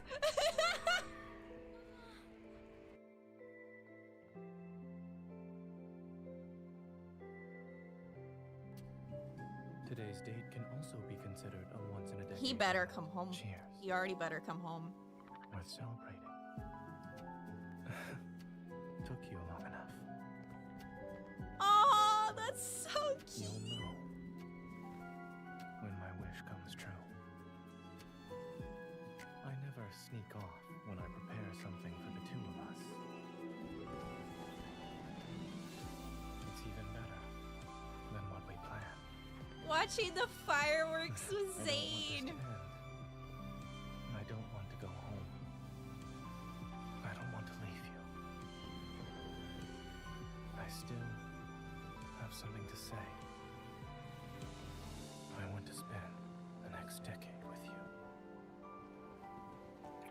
Oh.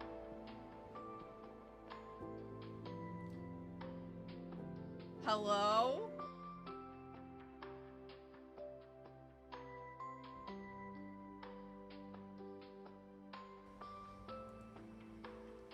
Also, chat, I didn't show him yet.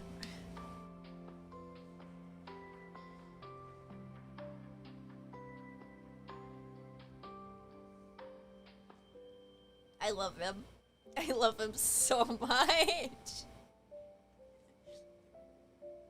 I can't wait. I have Sylus coming too, and he's this size.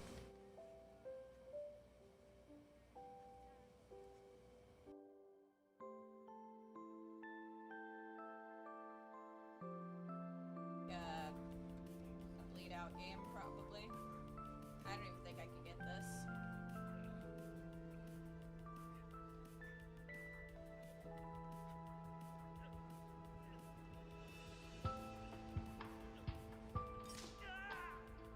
Or I could run right into a trap.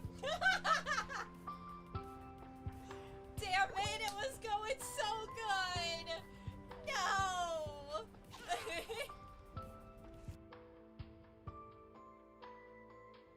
Alright, I'm back. I fucked up. I didn't see him double back. Taking a drink out of my water really quick though. If they stay on Jen, I'm fine. Because he's not hooking me for whatever reason.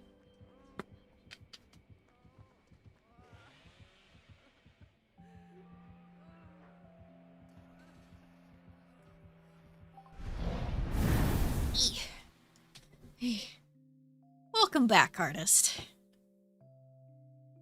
Main story update is very good.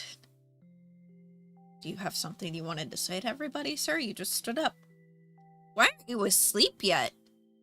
It's 2 in the afternoon. You're asleep by now, sir. What are you doing? The fuck? I need another drink.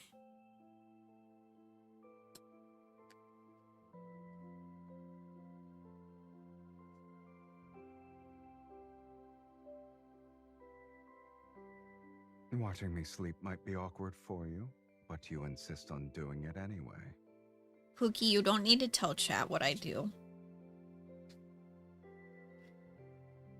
We are technically on chapter 2. We've done chapter 1 and we're about to finish chapter 2.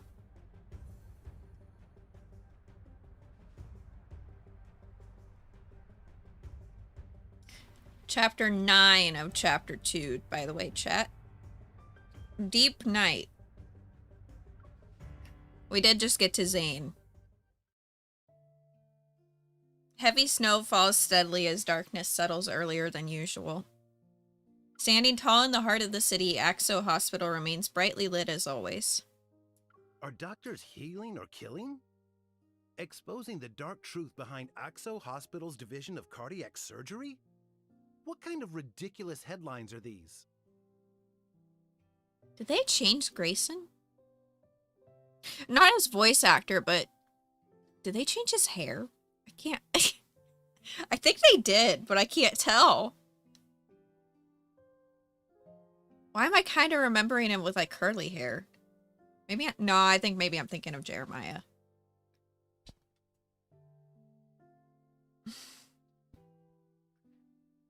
About suspicious behavior. That's weird. That's really weird. What the fuck?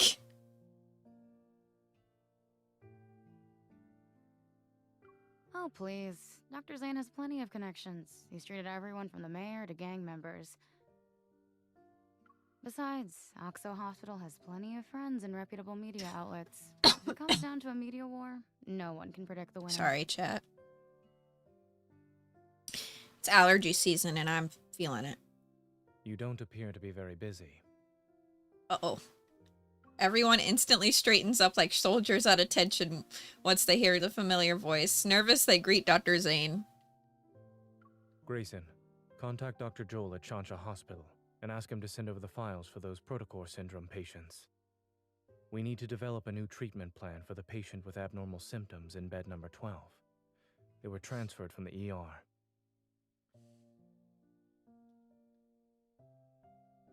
Got it. I'll contact him right away. I feel that. Mine have been really bad too. I've been having a cough and everything.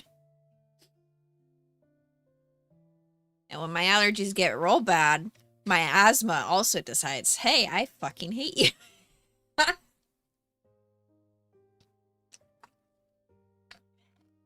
I love summertime. Love it so much. I do. It's like summertime and like fall are my two favorite times of the year, chat, but my body doesn't love either season. Yeah, so are mine. All through here, too. That's why I really wasn't live very much last week. My eyes were swollen. I've had fucking a hell of a time.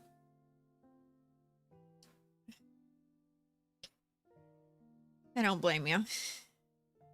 I just had to go use mine.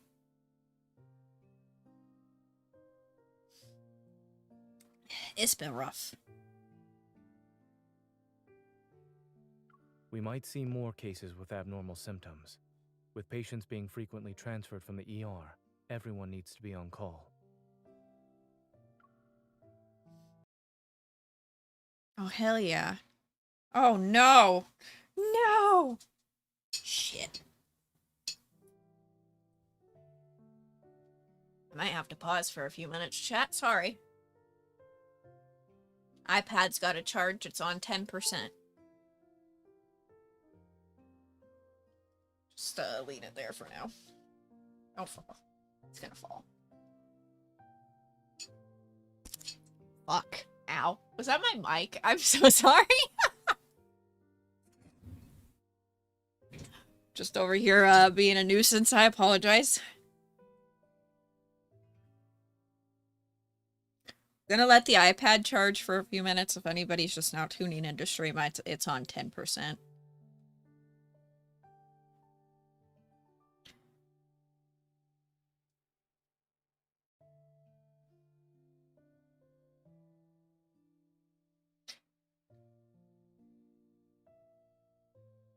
I'm gonna check the radar. Let's see if we're gonna see severe weather anytime today.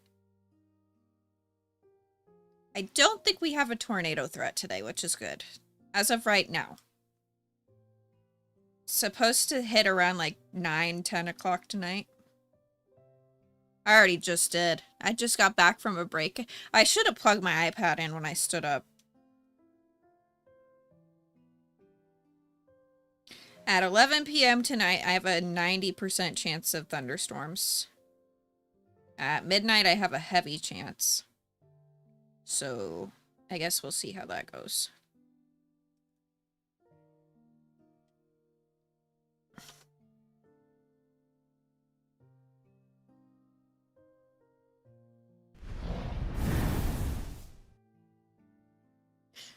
You guys like the new camera angle on the just chatting screen? Did I do good? Does this look good? I kind of like fixed the lighting and stuff too. I feel like it looks decent. Better than what it used to look like, for sure.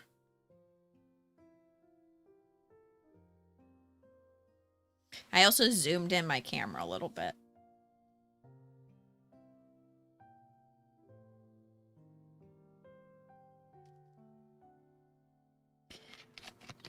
I'm also, this is water. I know it's a Sprite bottle, but I filled it up with water, so you guys can't get mad at me. Oh, thank you. Thank you, artist. I'll be trying my best.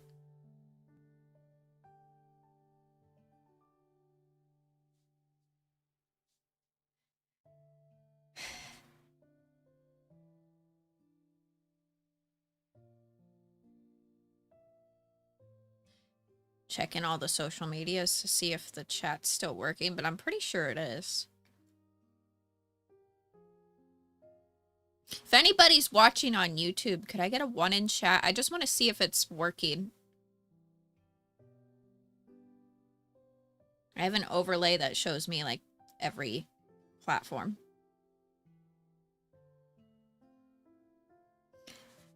And last time I used it, it was like, it was working with Kick, but it was like really delayed. Really delayed.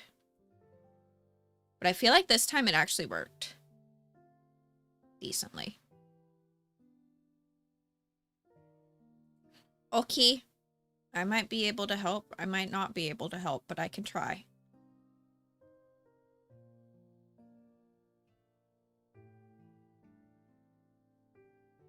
I need a Type-C charger for my iPad that's longer. That would be nice. Because I have to set it on the floor to charge. Or, like, when I'm not in here, I set it on my chair. It's just not quite long enough. And see, it's just gonna keep getting pulled. But I guess I could sit like this. This isn't terrible. Is it? Is this terrible? Can you guys hear me? We good? I feel like I'm not close enough to my mic, though. I have to have it like 4 to 6 inches in front of my face, I think.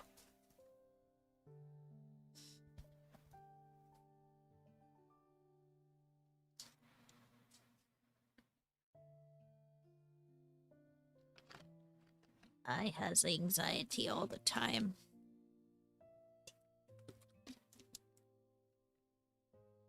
All the time. All the fucking time.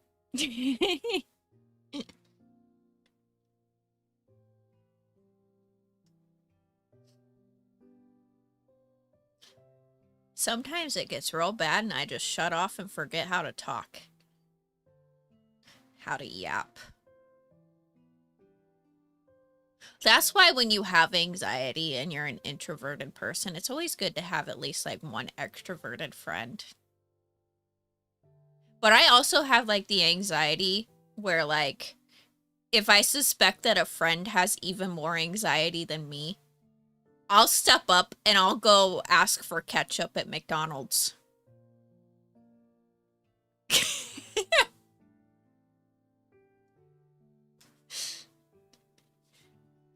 I feel like so many people are like, yeah, SmileeyKylie's really awkward. She's really quiet. I'm just like, yeah, I am, because I'm fucking socially anxious. And for the longest time, like, I didn't really advertise stream that way, so there was probably a lot of people that came in here. See, this is me probably being anxious right now, chat, and they probably came in here and they were like, yeah, she's weird. Yeah, she's really quiet. And I'm just like, this is just me. You just didn't get to see me on a good day. I'm sorry.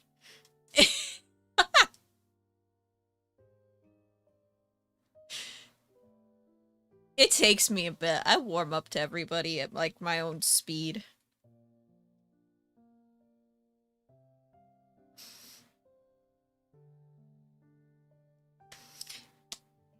I guess that's technically me. It's not a bot. That would make sense.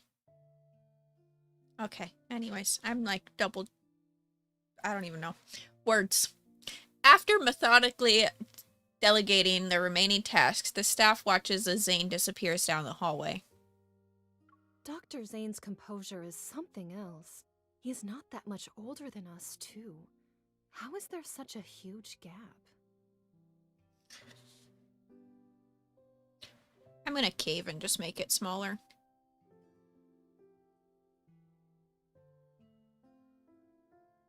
There.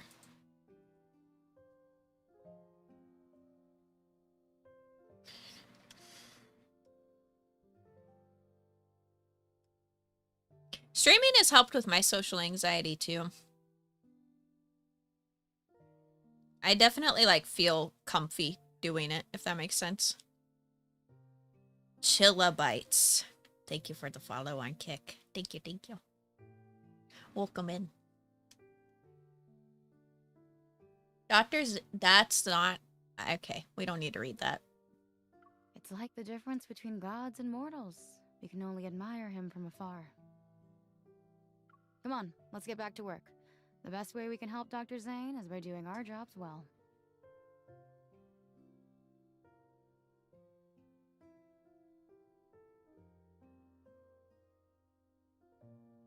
I have a business email. That's where you guys should reach out to me.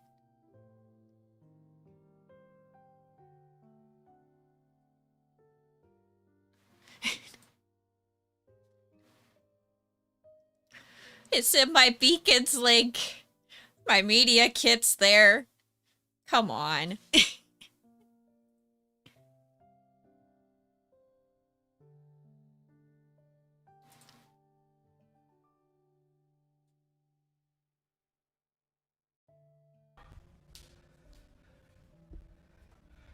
It's time to stop! It's time to stop! What is going on with my audio? Oh my goodness. Where the f are your parents? Who are your parents? I'm gonna call Child Protective Services. It's time to stop!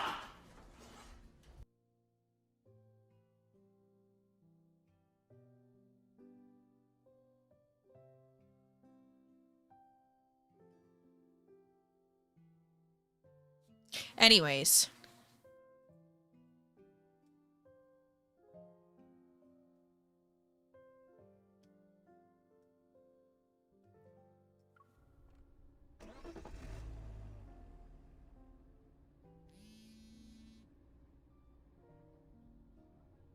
Thank you. Thank you, artist. At 2:30 a.m., Zayne gets into his car after finishing his work. A notification pops up on his phone. The hospital director approved his application for the medical research project. His phone rings. Zayne glances at the screen. It's Dr. Noah. Dr. Noah calling at 2:30 in the morning. Zachary just called. He said you want to join the Fountain of Atay research project? Yes. This isn't surprising to Zayne. He can already imagine the two AXO hospital higher-ups discussing the matter. Thank you for convincing the director, Dr. Noah. When are you leaving? Tomorrow. You decided to do this after returning from Mount Eternal? Silence fills the air in response, but the answer is already clear. You make decisions surprisingly fast whenever it involves that incident. I Can't tell if the past is a chain that binds you, or a force that drives you. Zayne lowers his gaze, his expression remaining perfectly unfazed. Not a single hint of emotion appears. Perhaps it's both. You're still young. You're not alone in this world. Don't try to shoulder everything by yourself. Before hanging up, Dr. Noah purposely lets out another exaggerated sigh. Zayne lowers his phone, his light slowly becoming dim in the heavy darkness of the night.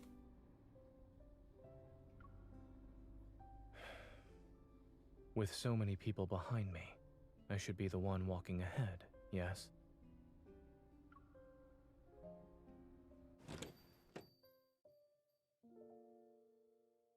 At 3 in the morning, a lone car glides across the wet streets before coming to a stop in front of the Maltosio? The store employee had just flipped the sign to closed, but when they turn around,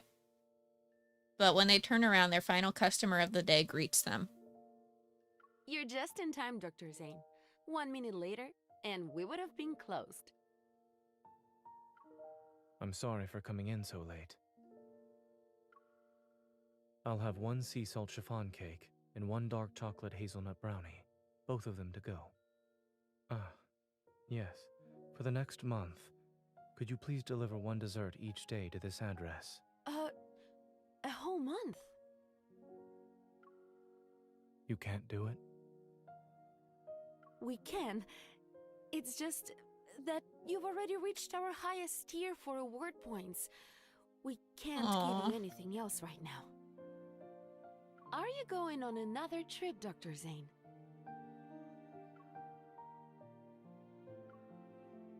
Please deliver the new menu items when they become available. Thank you. Don't worry. I wrote down the address. Let me just confirm the customer's name one more time. This is the young lady, right? It's to me!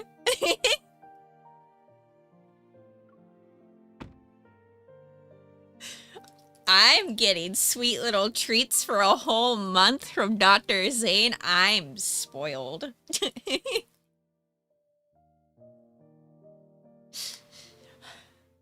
As he places the desserts on the passenger seat, he notices the snow has already accumulated. It's about an inch deep on the road. The car radio broadcasts tomorrow's weather report. Overcast skies are heavy with snow again. Experts have yet to determine the cause of these unusual weather patterns.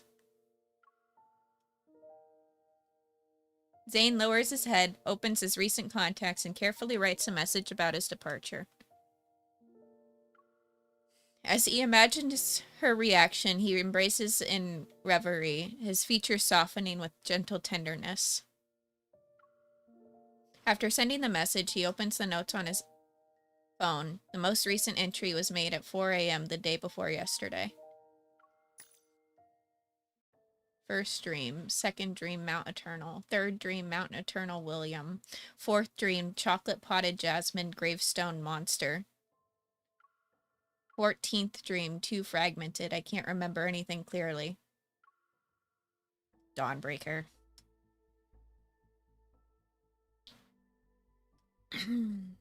Ever since he returned from Chance's City, these nightmares have appeared more frequently. It's as if fate is sending him omens. Trying to ease the dull ache of fatigue, Zayne massages his temples. He turns off his phone and tosses it onto the seat. He grips the steering wheel.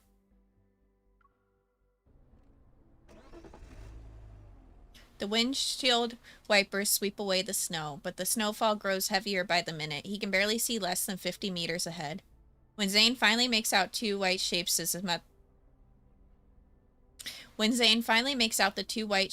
mother and child stumbling along, his car is already dangerously close to them. He jerks the wheel violently to one side. The taillights cut arcs through the snow, and the car crashes through the wave-shaped guardrail. It comes to an abrupt stop in a strip of green vegetation. Terrified, the mother and her child fall. The kid in her arms is covered in crystals and resembles a twisted glass sculpture. Dawnbreaker. In the darkness pierced by headlights, Zayne is sees something approaching the pair with slow, deliberate steps. Its breath is warm, its presence screaming danger. Stay back! It wears human clothes, but there's nothing human about this creature. Crystals have consumed most of its massive body that's hunched over. Strange growths are still pushing through whatever's left of its skin. Its face is twisted into a grotesque expression. Its pupils gleam an eerie dark blue. Each step it takes makes the ground tremble. Stay away! With trembling hands, the woman covers her child's eyes. Don't be scared. It's okay. Don't be scared.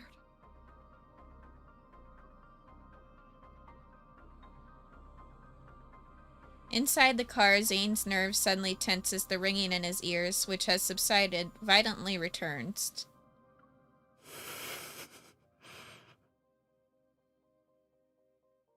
My poor boy.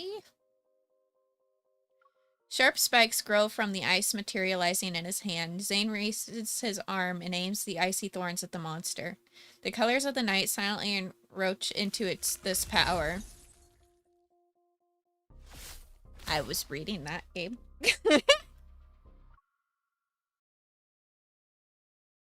It's like death itself waking up from a dream. As the monster raises its hands towards the mother and child, a cold gleam suddenly cuts through the air and pierces its chest.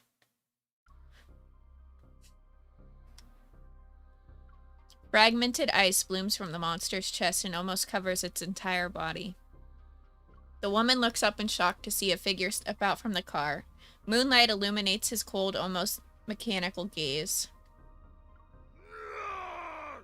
As the monster lunges forward, a thin blade of ice instantly materializes in his palm. Sleek like the wind, emanating deadly frost, it flies towards the monster's body in the blink of an eye. Mommy. It's okay. Someone's here to help us. Just hold on a little longer. Stay awake. Promise me.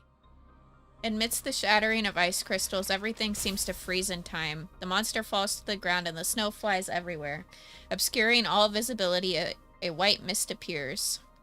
A violent gust of wind howls and sends icy crystals towards the motionless woman.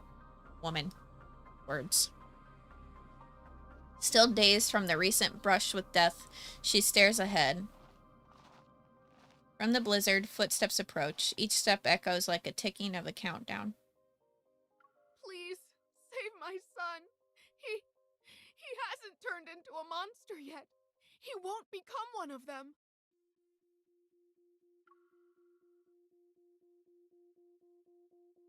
The tall man blocks the car's headlights and casts a shadow over the mother and child before him.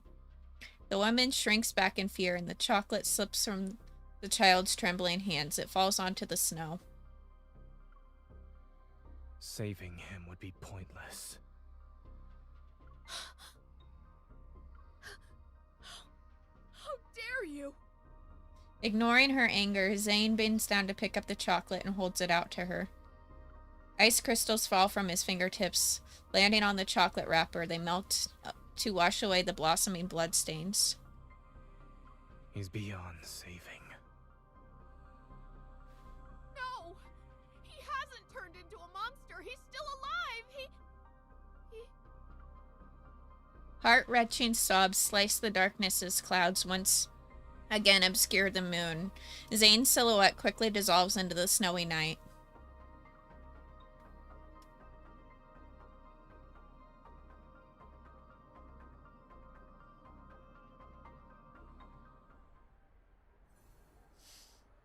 Yay, battle time.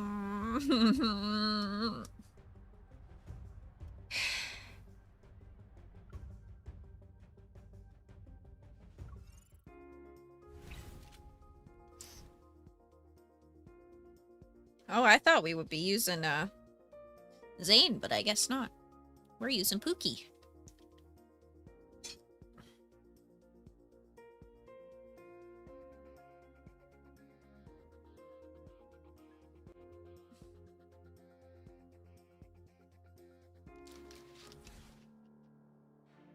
This will be easy. I'll treat it as a warm-up. Sylus, take this. It's time to serve the main course. There's plenty to go around. My turn. Easy peasy lemon squeezy. We got this, It's chat. your turn. Okay, if you say so. It was a piece of cake. Take this. It's time to serve the main course. Are you up for a joyride later? Where do you want to take me? Guess. Get.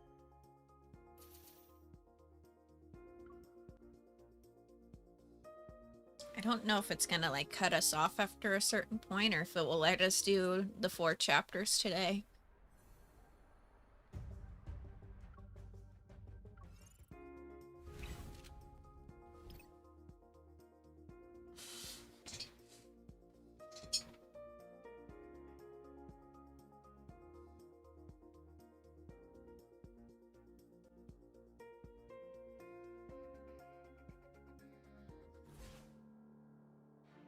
This will be easy. I'll treat it as a warm-up. Silas, take this. It's time to serve the main course. There's plenty to go around. Look out. Not bad.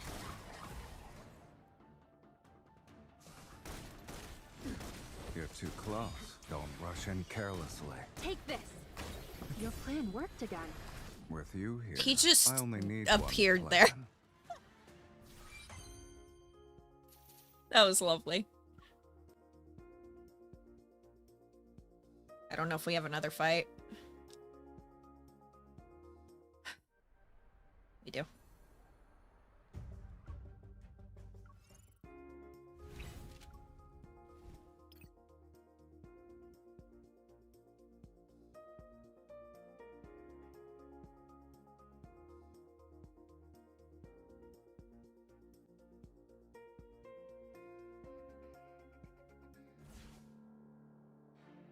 A challenge will always be exciting.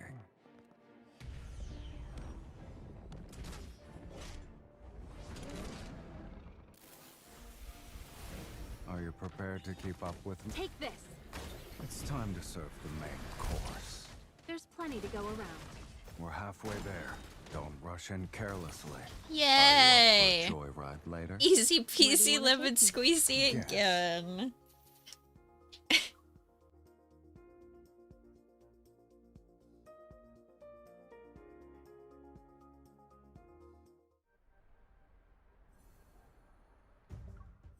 Chapter 3, Dawnbreaker. Ah! Oh boy.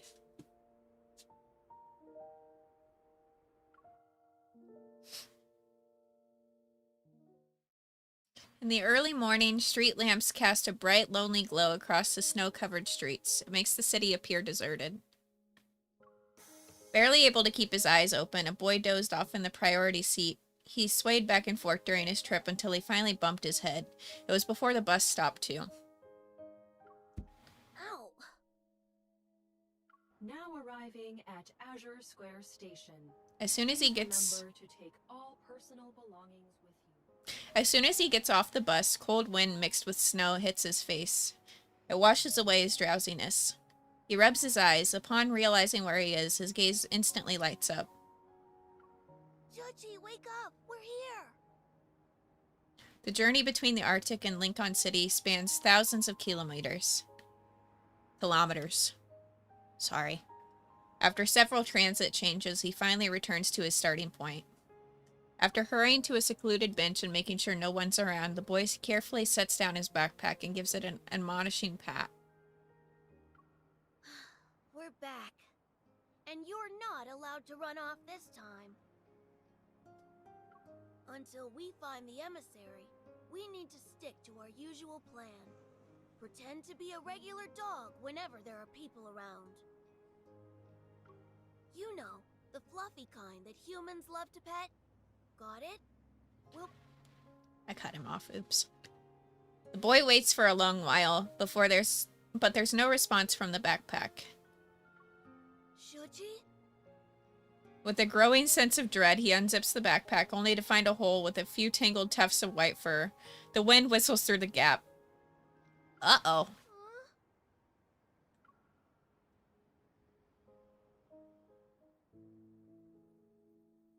Hunters Association 2 days later. Studying the documents Zayne gave me, I searched through every library and archive in Lincoln City. I try my best to uncover the information about cosmic civilizations hidden in the biometric key, but every search has come up empty. I have to get a drink of water.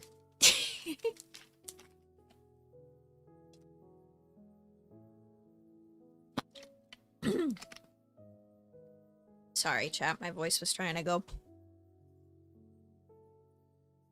Several days of running around have taught me one thing, though. Unlocking the key's secrets won't be something I can accomplish overnight. But right now, something else has caught my attention. Hi, Jenna. These are special pathological cases where the subjects retain a human's physical features, but their consciousness has been eroded. Only primitive aggression and instincts remain. For now, we're designating them as Alterum. These Alterum share one common characteristic too. They were diagnosed with protocore syndrome. Protocore syndrome. 2 days ago, I received an unexpected message from Zayne at midnight. It was long after we parted ways. I have to go on a business trip. It's not dangerous, but we might not be able to contact each other for a while. Don't worry. P.S. I'm not going to Mount Eternal. These sudden announcements have become the norm. I scrolled through my emojis and sent back a happy snowman with ellipsis above its head. The words protocore syndrome act like a signal. They connect my earlier suspicion to create a clear pattern. This is under Zayne's field of expertise. Could his sudden departure be connected to these Alterium? The description of the Alterium reminds me of those so-called specimens I encountered in Skyhaven. With the Alterium appearing in Lincoln City, does this mean the Fountain of Atay has entered another phase?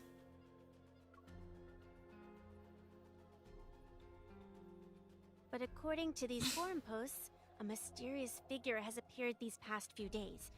They strike before the police do, and their codename is apparently Dawnbreaker. They always manage to deal with the Alterum before the police can arrive. Wait, what? Another urban legend?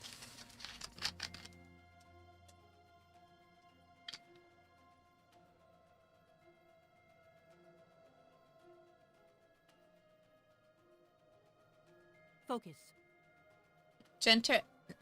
What? Sorry?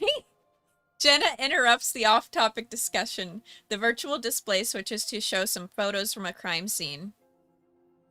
As for these recent Alterum attacks, the police need a hunter to investigate and detect metaflux readings. Does anyone want to volunteer? Thinking of these clues might help Zayne, I raise my hand without hesitation. I'll go, Captain.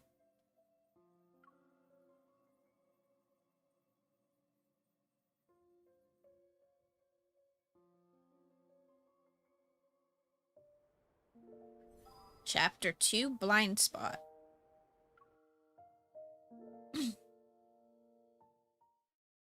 Northern Ring Road, crime scene. After receiving assistant credentials for my investigation, I head to the Northern Ring Road that's located in the downtown area. A detective lifts the barricade and approaches me. After we shake hands, he leads me to the crime scene.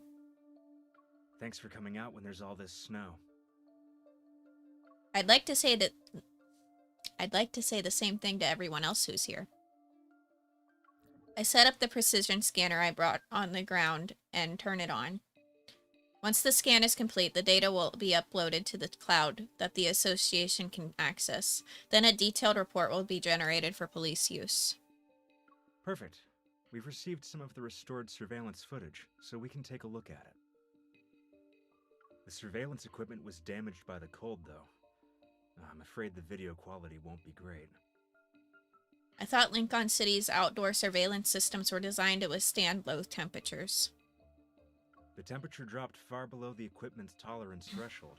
It's safe to say the damage wasn't caused by natural means.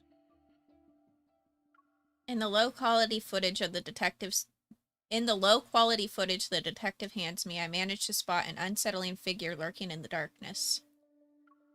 The creature's form is disordered. Weapons that look like hooked tendrils grow from its body, compared to the ones I've encountered before. They seem to have grown significantly stronger. What about Dawnbreaker? Did you catch them on camera? The detective shakes his head. They managed to avoid being captured by the surveillance system. Meticulous and efficient, I'd say. As I approach the damaged guardrail by the road, my hunter's watch immediately starts blaring an alarm. The initial Metaflux readings are extremely high. The Alterium is already similar to a Wanderer. So that's it then. We should deal with these Alterum before they completely degenerate into Wanderers. Perhaps this so-called serial killer is actually a hero. The detective gives me a contemplative look. I tried. However, from a hunter's perspective, do you see the Alterum as humans? Or are they monsters that need to be destroyed like Wanderers? It depends. The line between humans and monsters depends on whether they've lost control. Once someone loses control, they become a monster capable of hurting others. It doesn't matter how prestigious their status may be. What a thought-provoking answer. The sharp wail of an ambulance siren cuts through the wind and snow. It grows louder as it approaches. We both look up, our gazes following it. Wanderers? Alterum? The Deep Space Tunnel? Sometimes I think about the kind of fantastical world I'm living in. If a disaster even worse than the Chrono Rift catastrophe arrives, how much could humanity really do? So the authorities are covering this up and classifying it as an accident. They must be trying to prevent the public from becoming even more panicked. He nods before shaking his head. The Alterum will cause panic, not the murderer. Seeing my confusion, he smiles. A blood-stained murderer is more relatable than these abominations, yay or nay? Maybe I'm overthinking it, but something about this detective seems off. In any case, the association will provide the police with the formal energy analysis report. I should get going now.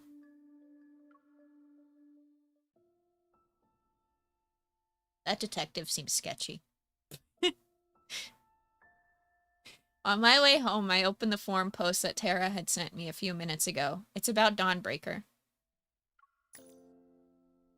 Let's expose the truth about the mysterious killer who only appears in snowy dawns, Dawnbreaker.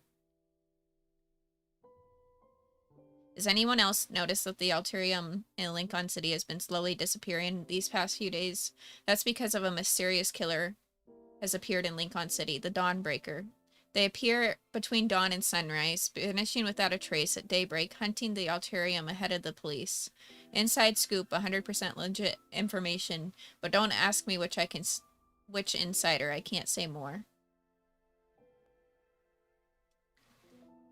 I'm not going to read all of that chat because I am trying to save my voice a little bit. Dawnbreaker. The Alterium and Dawnbreaker. These names sound like links in a food chain, destined to exist in a perpetual cycle of predator and prey. Those monsters, come to think of it. I'm not so different from them. Will there come a day where others try to erase my existence? I'm not! Why were you dehydrated? I'm not! Why were you dehydrated? Why are you dehydrated?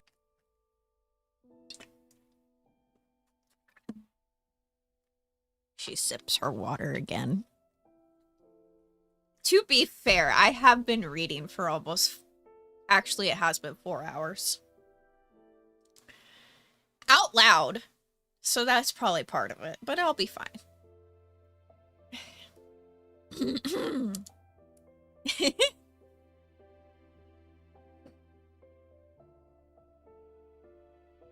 As this crosses my mind again, I find myself strangely at peace. What was that? I hear the strange noise behind me. When I turn around, I notice paw prints on the ground. What kind of animal left these? A squirrel maybe, or a stray dog? Confused, I stand there, but then a white blur darts past my periphery. My scarf suddenly tightens around my neck before vanishing. When I come to my senses, all that's left in the snow is a chaotic trail of footprints.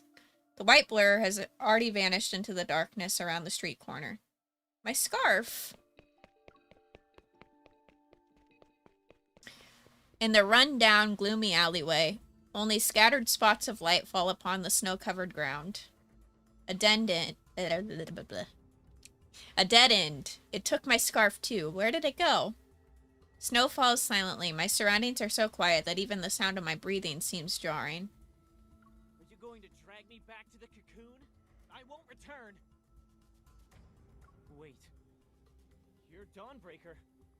Just kill me already. Why does it sound like William? Dawnbreaker. My heart races as I hold my breath and silently move forward. As I turn the corner, I raise my gun at the shadowy figure. Stop it. Chat. You. In the dim lighting, several objects coldly flash from the figure's palm. They're ice shards, and they pin the teenager's sleeves and pant legs to the wall. Black crystals cover the teenager's arm and neck, but he's different from the test subjects I've encountered in Skyhaven. The realization hits me. He's an Alterium. I said you could kill me, not torture. I suggest you stay quiet. That voice. I freeze upon hearing a familiar voice and move my finger away from the trigger. In that split second, a sharp ice shard cuts through the air and barely misses my cheek. Dawnbreaker, like the Grim Reaper, turns to face me. I was reading. With cold indifference, he meets my gaze. Zayne? The white creature that had vanished into the snowy night suddenly appears from out of nowhere. I was still reading. It jumps onto Zayne.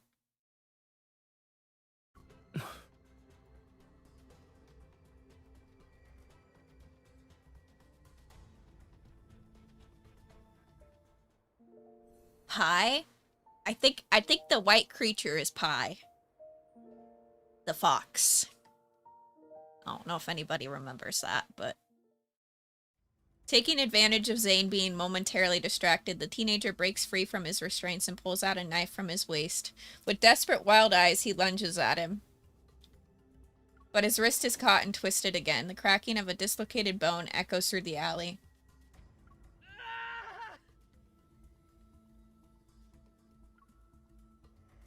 What exactly is this cocoon you speak of? Why do you need to know so? Oh, shit. Oops. My bad, chat. As if the word cocoon was burned into his nerves, the teenager suddenly jerks away. He clutches his crystallized left arm and frantically runs to hide behind me. Spotting my gun, he forcefully grabs my hand and turns it. The barrel is pointing towards Zayne now. If you're not going to kill me, then let me go. Stay back. A flicker of surprise appears in Zayne's eyes, but that moment of uncertainty quickly fades. His usual coldness returns. Zayne? Why are you here? Zayne, who should be away on a business trip, is in a remote alleyway in the middle of the night with an Alterium teenager. He was addressed as Dawnbreaker, too. Something isn't right. Questions pile up one after another in my mind as I assess the situation. I slowly try to free my hand from the teenager's grip. You haven't gotten to the point where death is necessary. Zayne and I speak at almost the same time. I'm once again taken aback by the coldness in his voice. But after tonight, that might change. The crystals will erode your body. That's him. Your skin will be split open, and your bones will be ground to dust. When it reaches your neck, you'll lose your voice. No one will hear you scream. The person I met before is the same one standing before me, yet this version of Zayne feels like a stranger. His voice is cold, his gaze is cold, even his breath is the epitome of coldness. Something seems to trigger a memory in the teenager. His voice trembles as his body curls like a bow being drawn back. He buries his face into his knees. You're right. They all died like that after emerging from their cocoons. Cocoons? I want to live. But if I'm going to turn into a monster, what's the point?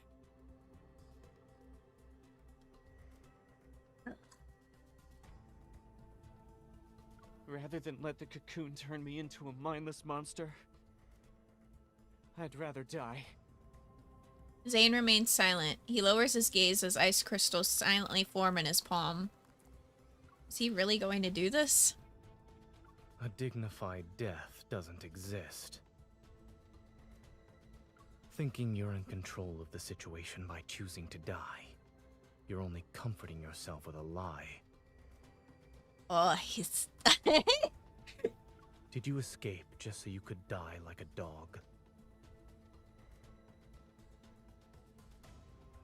My goodness gracious. Me with that nonsense. I'm fine. The teenager straightens up and lunges at me again, his hands trembling uncontrollably, yet he grips my gun with all of his strength, refusing to let go. You're a hunter. A hunter's gun can kill a monster like me, right? Pull the trigger already!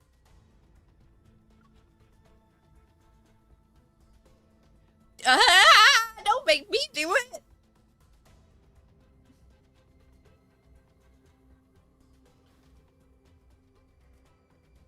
Fuck!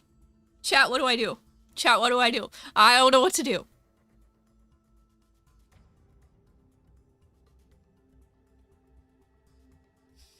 I don't want to do it. Oh. I want to say I won't do that. But I am a hunter. He made a point. She shouldn't hesitate. If she's in danger.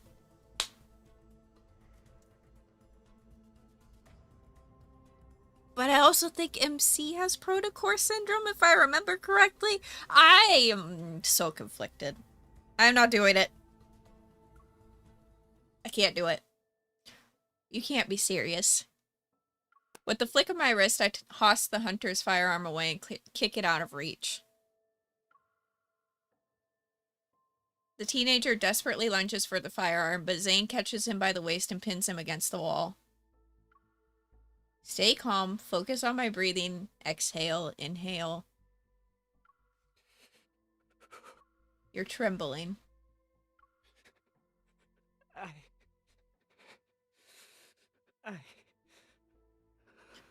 I know you don't really want to die, so stop saying it.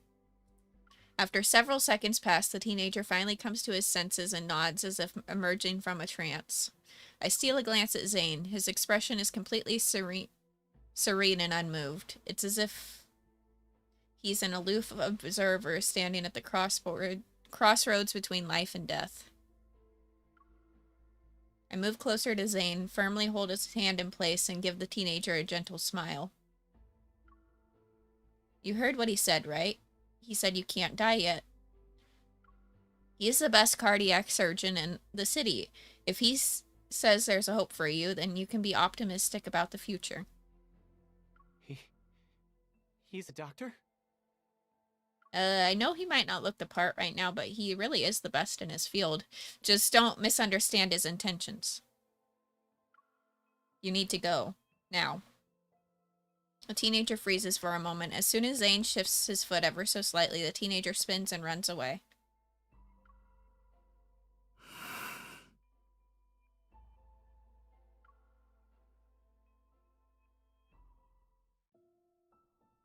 Late into the night, the streets gradually darken. The light reflected on the snow makes the streetlights appear soft and dim. After watching the teenager leave, I turn back to look at Zayne, who feels like a stranger. The small animal of an unknown breed stubbornly refuses to let go of his coat. It whimpers as he pushes it to the ground again. Now it's just the two of us and this dog. Anyways, you can tell me what's going on here, right? Did your business trip end early, or did AXO Hospital call you back for an emergency? While I'm still asking questions, Zayne bends down to pick up the snow-covered scarf. Then he stares at me as if trying to confirm something. Is this yours? If I remember correctly, this is the scarf you picked out 3 days ago. Oh, then it's mine. As soon as he says this, Zayne walks right past me. You don't know me? Why are you suddenly acting like you don't know me? Should I know you? If there's nothing else, I'll get going now. But your home isn't there. I know. He stops in the snow and gives me a cold glance over his shoulder. His voice is devoid of any emotion. Devoid of any emotion. The subway station is this way.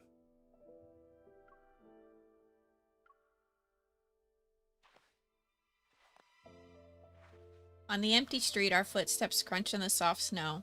With his tall stature and long legs, Zayne strides quickly and widens the distance between us. I have no idea where he's heading or why he's acting like he forgot who I am. All I can do is quicken my pace to catch up to him. Zayne, answer me. I step in front of him and block his path. A mix of frustration and disbelief makes my chest tighten. What's the matter? That's my line. Has your evil gone out of control again? The puppy, whose species I don't recognize, catches up to us. Its gaze flits between him and me. No, I'm perfectly fine.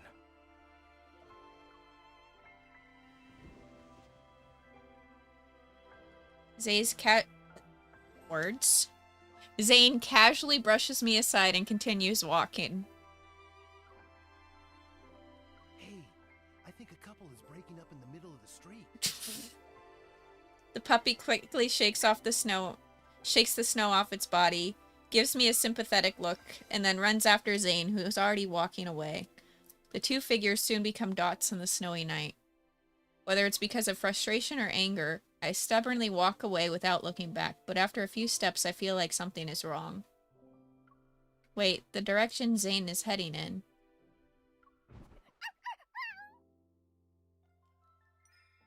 My heart races as I quickly follow the footprints in the snow. Zayne lies unconscious on the ground, his brows tightly knitted and as if darkness is dragging him down into the depths. Zayne? I crouch and shake his shoulders, but he doesn't respond no matter what I do. I can't just leave him like this. I try to help Zayne up. As my fingers brush against his neck, I feel a layer of frost. It's unnaturally black. Could this be related to his nightmares again? A heavy sense of foreboding weighs on my mind, but getting him out of here comes first. I struggle to support Zayne's weight as I drag him along one step at a time. Why was he talking about the subway? This path actually leads to my apartment complex.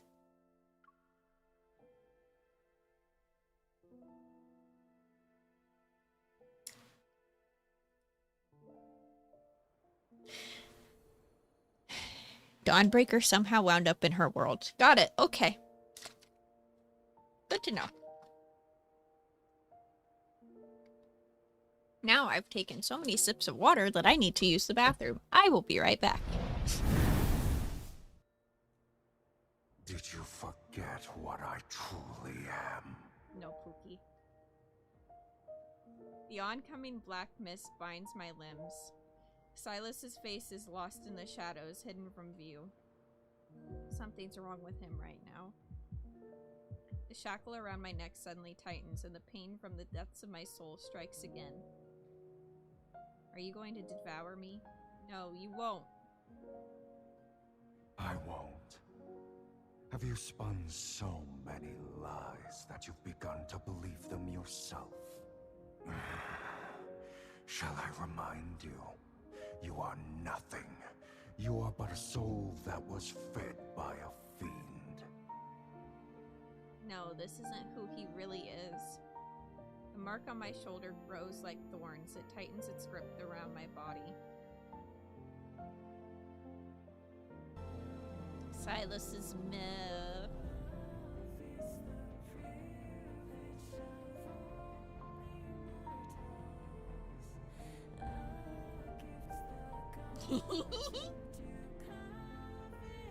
I'm normal about him, it's fine.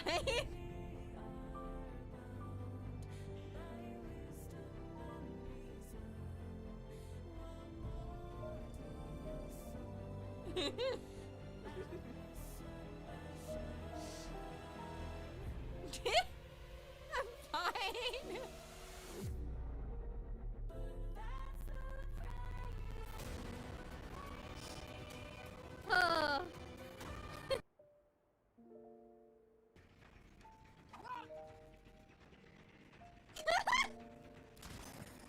I'm ashamed.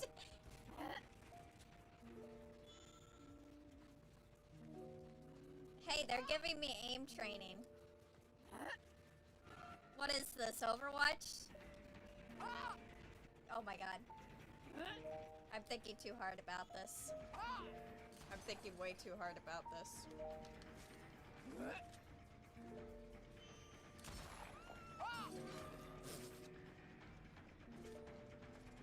Maddie, I hit one! I hit one all the way over by that the gen! Hell yeah.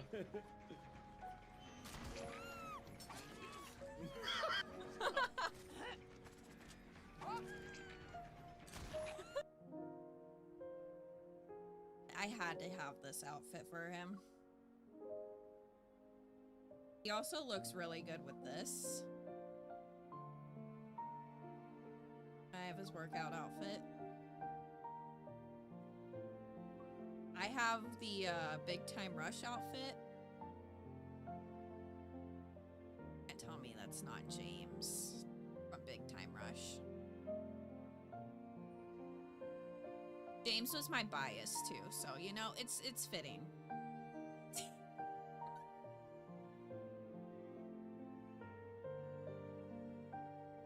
I'm saving my Luna for this. I have him at Affinity 60 now. A lot of people are way ahead of me, but I've been spending more time with Sylus and Zayne. Yeah, there's something right in here. There's an ice cube thing in there too. Oh shit. Here, hold on. I'll leave that just sitting right there. Leave that sitting there too. I want to see if we can get this into the cart.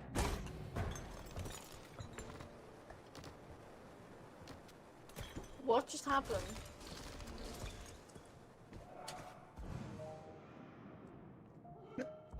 Oh my fucking god.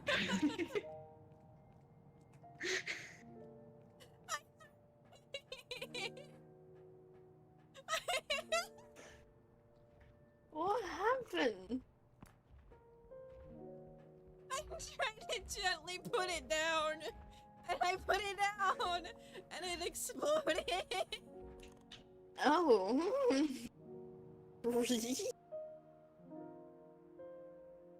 Hates me. I'm not spending my actual diamonds. I am saving those for the new cosmetics that are coming out. I'm very excited for those. Do you guys see them? The MC and the boys cosmetics. MC has like an outfit that I would wear.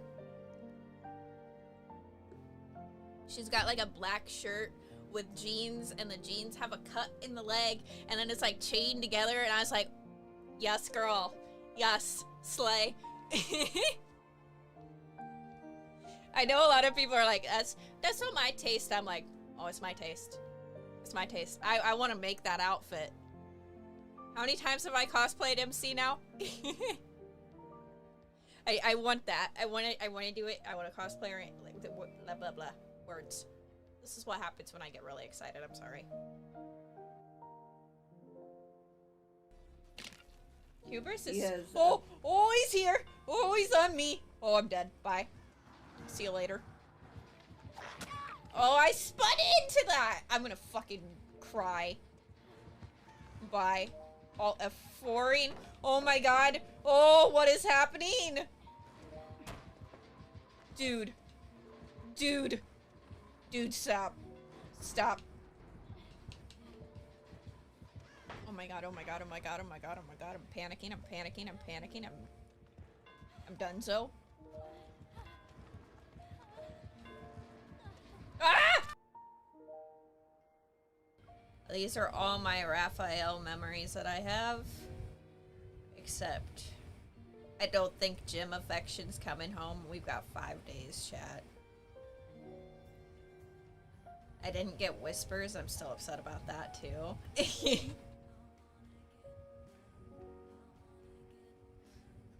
And then I have Forgotten Sea, that I have Sea of Golden Sand, but I only got one of the cards for that one, so I can't finish.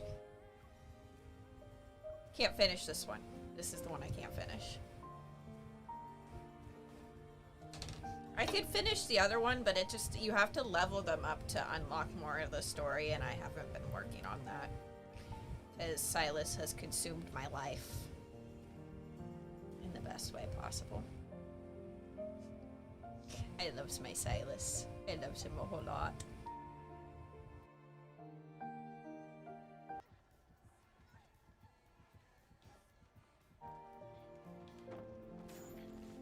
Alright, I'm back.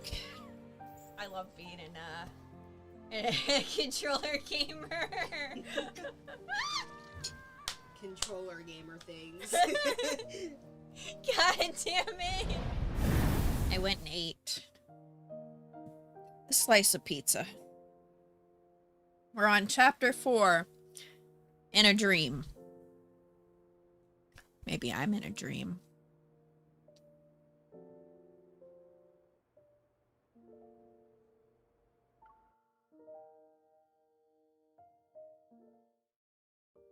With his weight pressing against my shoulder, even a usually short walk home felt endless. Zayne and I practically collapse onto the bed together. The snow from our coats scatter onto the floor. The little white animal anxiously bounces back and forth on the sofa. I pick it up and gently shake Zayne.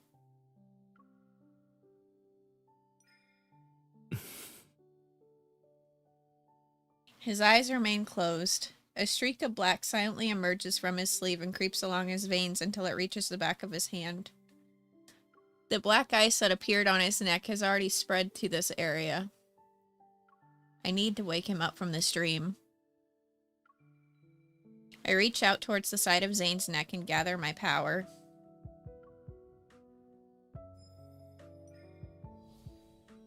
Almost instantly, I sense the chaotic surging power raging through Zayne's body.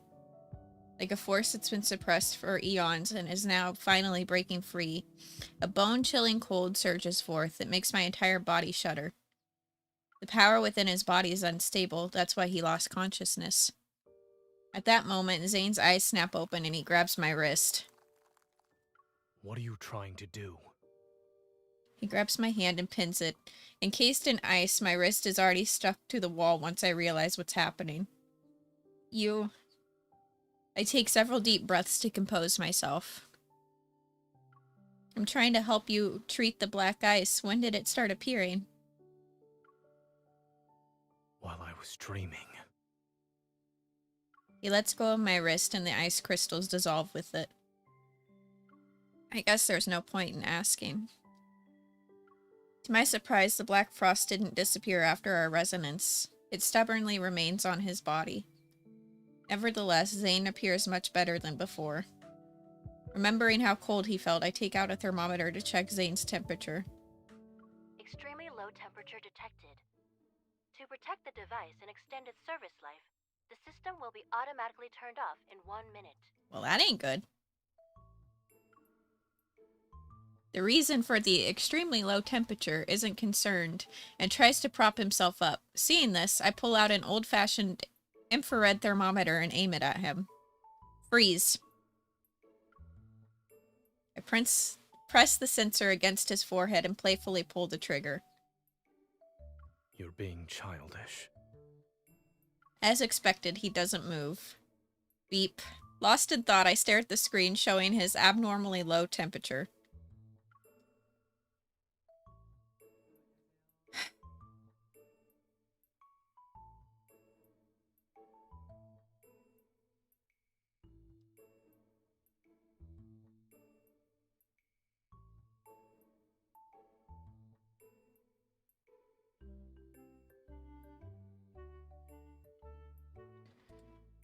Sorry, chat.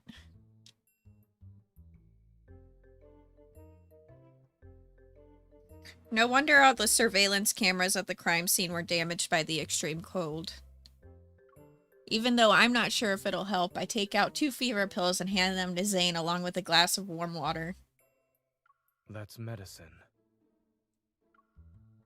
It's bitter. I'm not consuming it. Oh, you stubborn man. You're a doctor. You of all people can't complain about bitter medicine.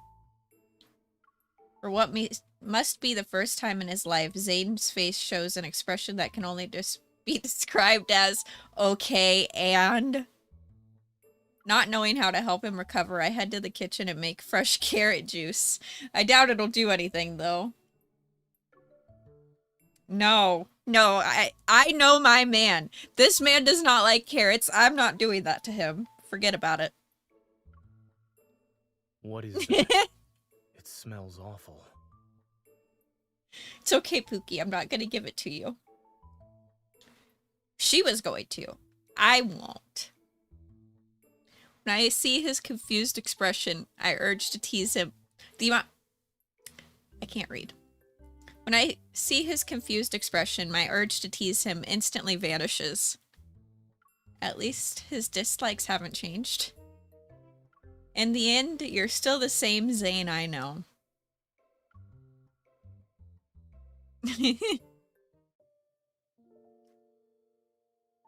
As the night deepens, the hustle and bustle outside my window gradually fades into silence.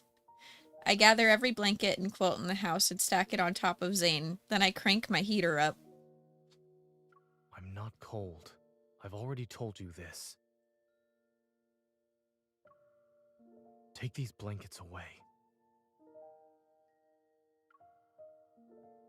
I don't have the strength. Then don't move. He purses his lips only to furrow his brow a moment later. You've been fussing over me for a while now. Is it for a particular reason? You're important to me.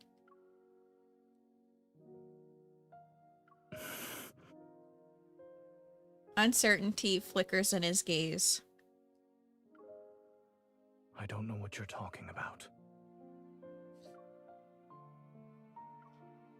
I don't want him to see my expression, so I turn away.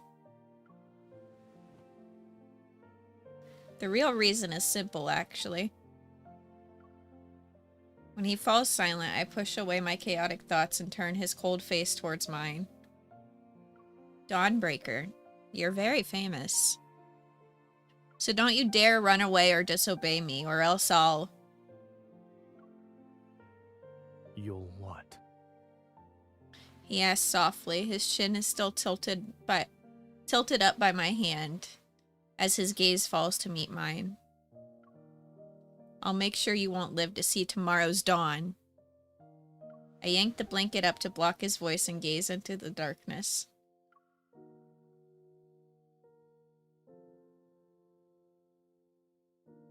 What you described is not the first time this happened to Zayne. Chat, give me just a second. I gotta do something about this ring light. It's been flickering and it's driving me nuts and it's all I can see out of the corner of my eye. I will be right back. Come on, Silas. Come on, Pookie. It ain't looking good. Did I just turn it off? Where is Yes. he? Where's my mans? Come home. I'll live. Please.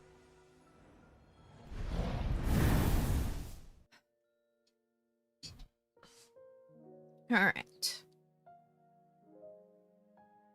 I witnessed it once when he was doing research with me at Mount Eternal. He became a complete stranger overnight, and no one knew what happened to him.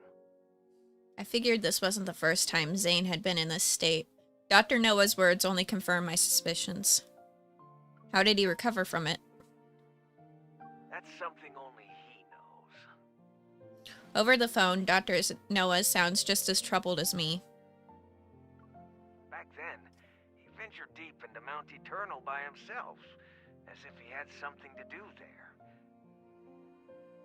When we saw him the next day, he had returned to his usual self, the one we all knew.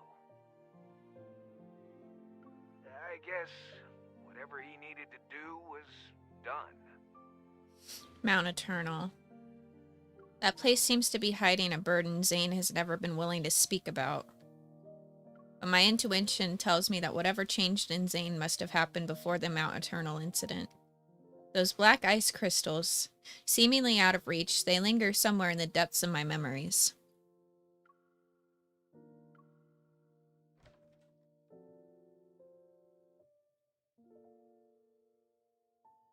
When I open the door again, I find a ball of white fur sitting on my bed.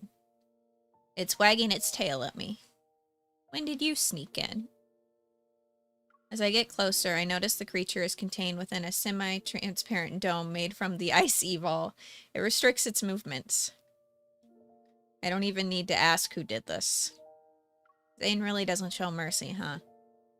The puppy-like animal lets out what sounds like a bark of agreement. I reach out and dispel the evil ice barrier, then I sit down with the creature in my arms. Now closer to Zayne, I can see his eyelashes trembling in his deep sleep. They're like wings of a weary bird that's finally resting at home. I don't know what you're dreaming about, but I hope they're sweet dreams. Good night, Zayne.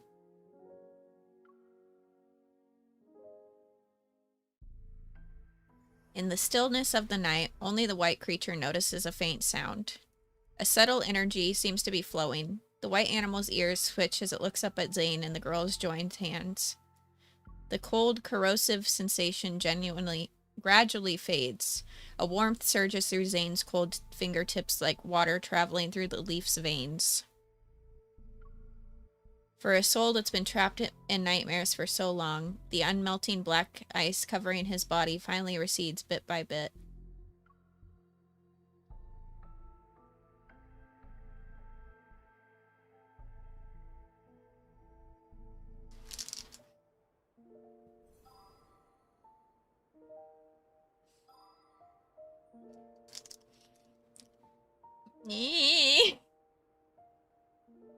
I'm worried about my Zayne.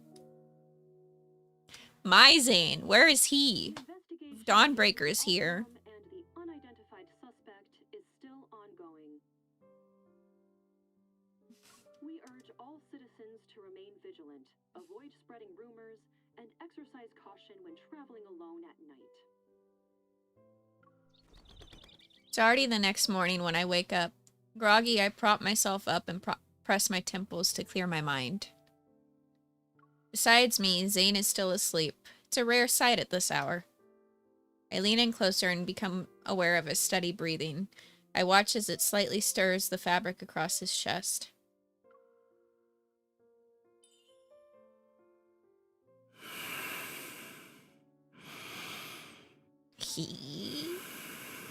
Oh, he's snoring. This is payback for making me haul you home through the heavy snow yesterday. And that's for freezing my hand to the wall.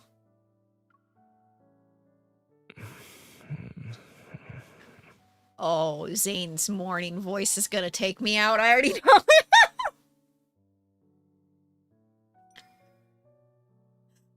Lord help me. Holding back my laughter, I gave Zayne's nose a gentle pinch.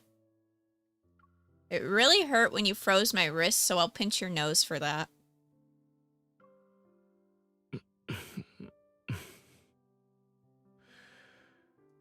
Is messing around with people while they sleep a habit of yours?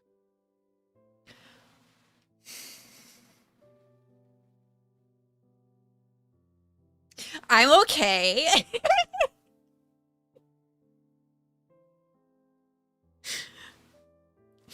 I feel his warm breath on top of my head. My breath hitches as I meet his slightly wary gaze. Zayne. The morning light filters through the curtains and falls onto his tousled hair. Looking into those eyes, I can tell that familiar Zayne has returned. Yes. Joy wells up inside me as I wave my hand in front of his face. Are you finally awake from your nightmare? He nods, and as he stretches his neck, I see the black ice on his body has completely disappeared. You're actually back to normal. Yay. You could phrase that differently.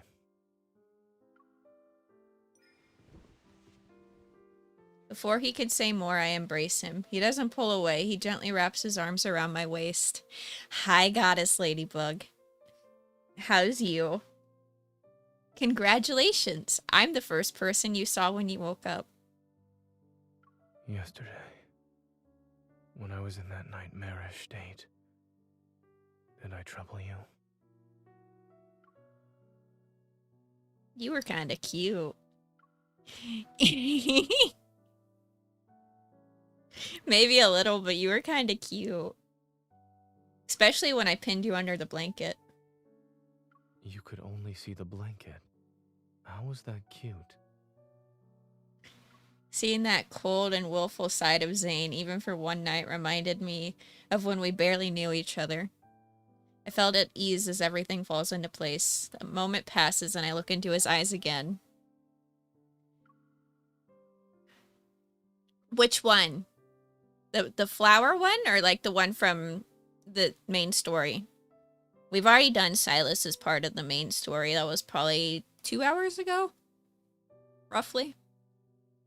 Now we're on Zayne's part, and I've just been loving every second of his morning voice. Yes.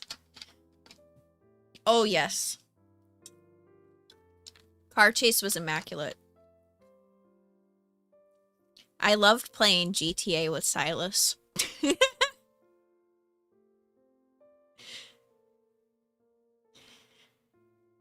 How much do you remember about yesterday? Zayne rubs his temples and sits up. It's a little hazy, but I remember most of it. Including how you froze my electronic devices and hand to the wall, and how you even told me not to be nosy. He glances away for a moment before his gaze calmly returns to me. I also remember how you stacked blankets on me and did a test with carrot juice. Your memory is impeccable, so when did these nightmares start? They became more frequent after I returned from Chansha City. And in those dreams, I always forget who I am and what I'm supposed to be doing. Between that scene and I'm still like not over the Valley Dream Bloom 5-star memory of his. I'm not. We are eating good. Silas girlies, we eating good. I feel like I'm eating good as a Zayne girly too, but I didn't get his flower card and I'm still very sad about it, and I'm probably not going to be able to bring Master of Fate home. Unless I get lucky with the 1,000 gems that I get from completing the other 2 thingies that are in the game that they released today, and I don't know what I'm doing with my hands. What was that called, chat? Does anybody know? I don't know why I'm having... I think I'm just so focused on Zayne right now, I'm sorry. Yeah. I'm glad, though, because I did get what I wanted out of the flower event. I wanted Silas's rank up outfit. I didn't care about anything else, really. I just wanted his memory and the rank up outfit, and I got it. So, if I only got 2 of the cards, I'll live. It's fine. I'll just hope for a rerun. I mean, I don't see myself stopping playing this game anytime soon. I love it that much, so. I'm just hoping we eventually get it on PC, because my iPad can't. My iPad's only 65 gigabytes, chat. And I get really nervous every time this game updates, because I'm like, is this gonna be the one? Because I couldn't update that last time. And then I finally was able to get in. I had to uninstall Love and Deepspace and then reinstall it. And that's how I've been able to play again off of my iPad. But I can't download any of my memories or anything. So if I want to like go back and replay a memory, I do it off my phone. It's been rough. I'm eventually gonna get a different iPad. I gotta move first before I want to like spend a whole lot of money. I don't even know how I'm gonna do that, but I'll figure it out eventually.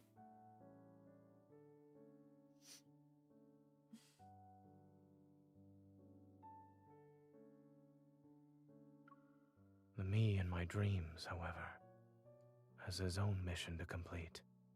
He presses his lips into a thin line and looks at me. The guilt he feels is clear. For some reason, the scene from last night flashes through my mind again. It stirs up emotions that I can't quite name. Well, there's no more black ice on your neck and hands. Your palms are warm too, so it's safe to say you passed the physical examination. Welcome back to reality, Zayne. I open my arms and wait for him to initiate the hug this time.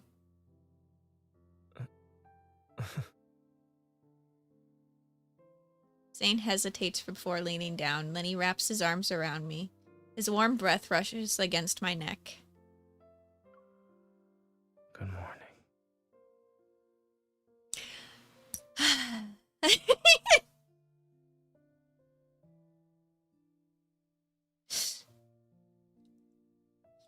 Before taking Zayne home, he accompanies me to the association. I'm going to update them on my progress in the Alturium investigation. Dawnbreaker vanishes overnight. Some people on the forums joked that he had been broken by the dawn. The police investigation has hit a dead end, and the relentless snowfall is still the biggest obstacle for gathering evidence at the crime scene. While waiting for Zayne to finish shopping, I sit in the car and look at today's news. Ever, which announced the Fountain of Atay initiative, has revealed the first phase of the project, the Val Sanatorium.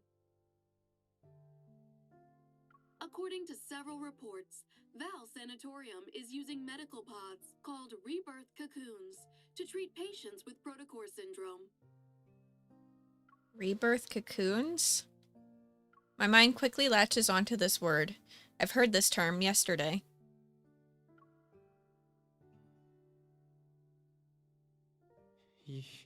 You're right. They all died like that, after emerging from their cocoons. Rather than let the cocoon turn me into a mindless monster, I'd rather die. The cocoons the Alturium mentioned must be these rebirth cocoons. Sensing my troubled thoughts, the white creature pushes his fluffy self from the back seat to settle on my lap. Are you trying to comfort me? Thank you. When Zayne woke up, I asked about the animal. He said it belonged to some distant relatives. As for why he got lost, stole my scarf, and refuses to leave Zayne's side, Zayne says he's not sure. So what kind of creature are you? I decide to take out my phone and use its image recognition feature. As the screen refreshes, it shows a majestic Bazi? The divine beast of Antiquity? Knows all beneath heaven and earth. With trembling hands, I cup his face. My gaze travels From his clear eyes to the tiny horns protruding like fresh sprouts near his ears. I need to see this little guy. As I struggle to find the right word, Zayne returns to the car. He has a bag of chocolates and dog food. Since you bought dog food, why don't you keep him? After all, your robot vacuum is the only other living thing in your house. Shouldn't it have a friend? That won't be necessary. My robot vacuum has its own social life.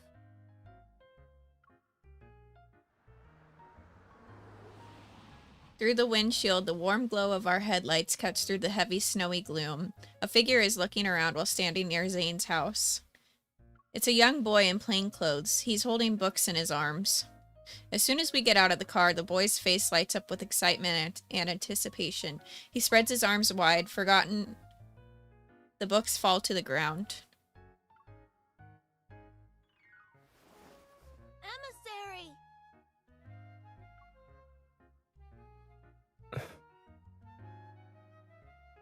Uh-oh. Zayne's the emissary.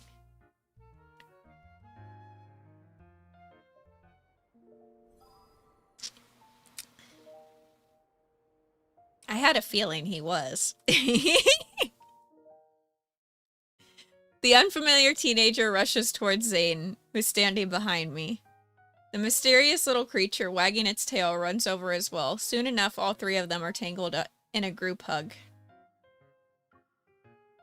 Let go of me. The teenager steps back, then he excitedly scoops up the small animal. So that's where you went, Shuchi. Why didn't you tell me? Watching this harmonious scene between human and animal, I'm touched, but then I quickly become confused. What did he just call you? What did he just call you? Is he role-playing as your servant or your son in a fantasy setting? Don't jump to conclusions. He's the son of a distant relative, and he loves sci-fi movies and cartoons. I suppose his latest hobby is running away from home. But now that I'm looking at him, this kid reminds me of... I study the boy's round face, his straight posture, and those mature eyes sparkling with excitement. Come to think of it, there really is a teeny tiny resemblance. Hey! Before I can finish my sentence, Zayne swiftly taps his knuckle against the top of my head. You should channel your brain power into writing a research paper instead. I'm just teasing you. I know you didn't look like this when you were young. I lean down to get a better look at the boy. He has delicate features and appears to be around 11 or 12 years old. Do you live in Lincoln too? Well, you could say that. I live in the Fractal Library. Excuse me? In a nearby residential area. The Fractal Library? I've never heard of it before. Is it a new building? Knowing he's related to Zayne, I find myself adopting a gentler, friendlier tone. Is this little guy your pet? What breed? Actually, what kind of animal is it? He's just a regular pet dog. He's not special. Go on, Shuchi. Bark.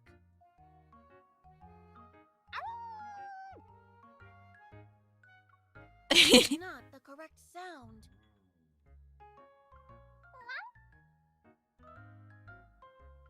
Okay, now shake. I need this part of the story animated. It'd be making me laugh. The small creature glances at me, then at Zayne. He swallows his pride and places his paw on the boy's palm.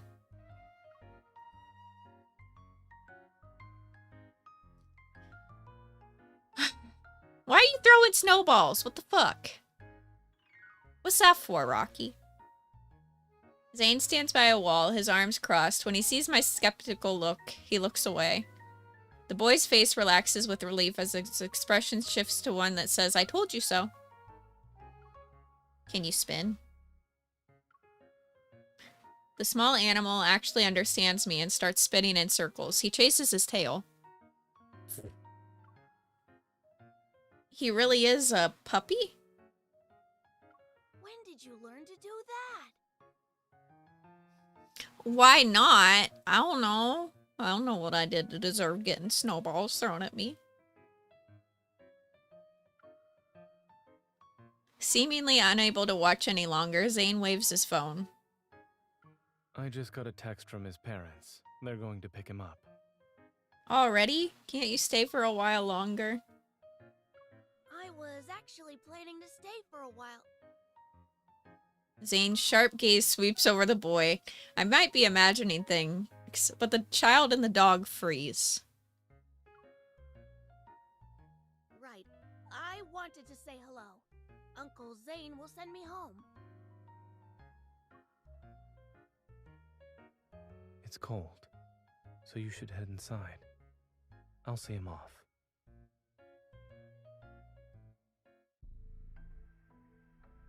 In the dim daylight, Zayne watches the girl wave goodbye. She's out of sight once she closes the door behind her. The boy catches the snowflake in his palm and then silently watches it melt. Why did you come here? Hearing the scrutiny in Zayne's voice, the boy's expression shifts to match its severity.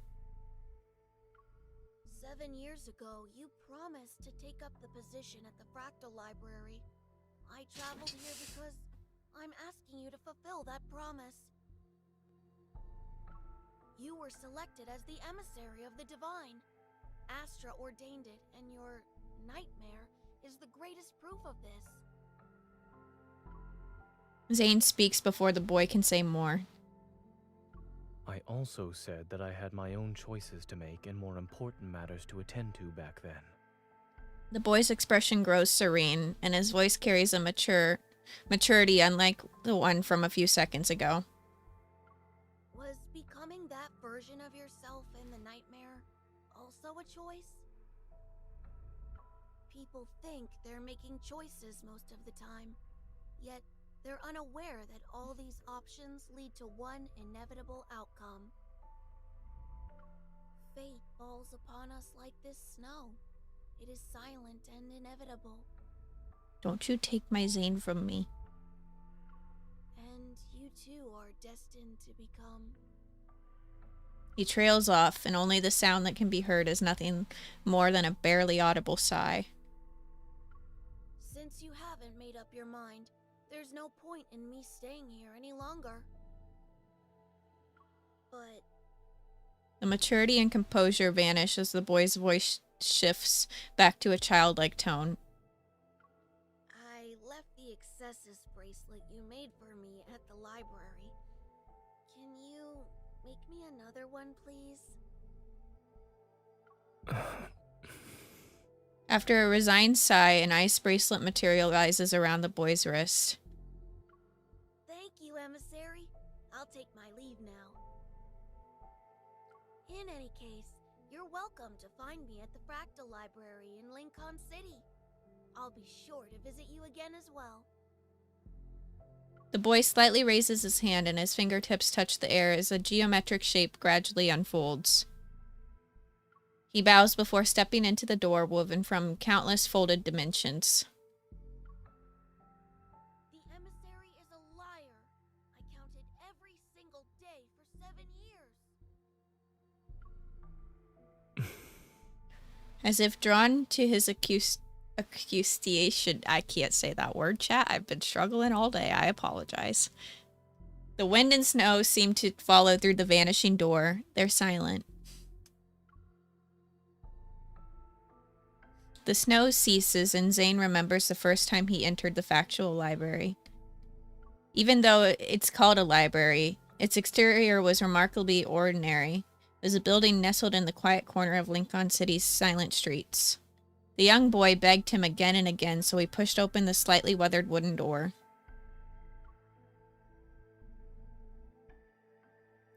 There were neither bookshelves nor defined boundaries. Instead, an endless garden with intertwining paths appeared before him. And the library that seemed to belong to another world stood at the point where the paths converged. As soon as Zayne stepped into the backlight, He raised his head and saw countless bookshelves. They reached towards the tower's summit where the sunlight poured in. The library's shelves were endless. They were like stairs that led to another dimension. Then a young person approached them and claimed that Zayne and the young boy were the administrators of this place. In addition, Zayne was destined to become the factual library's owner. The young person told him that the factual library, which stood at the intersection of dimensions, didn't really exist in any galaxy. It didn't belong to any civilization either. And each book in the library contains the fate of the world. Zayne wondered if his own fate was among them. Perhaps his nightmares were hidden within a page of these large volumes from the moment he pushed open the door. On the night he returned home from the library, Zayne had a different dream. In that unfamiliar world, he wore robes as he walked around a very tall tower. He was leafing through an ancient tome. Between its pages lay a jasmine petal from a spring day, and that spring day belonged to a timeline he had erased with his own hands. It would forever remain unknown to anyone.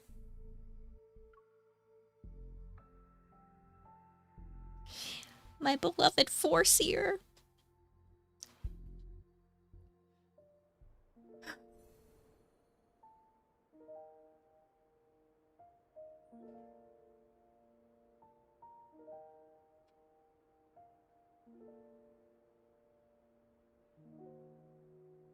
Shoulder to shoulder. I did not see what number this was.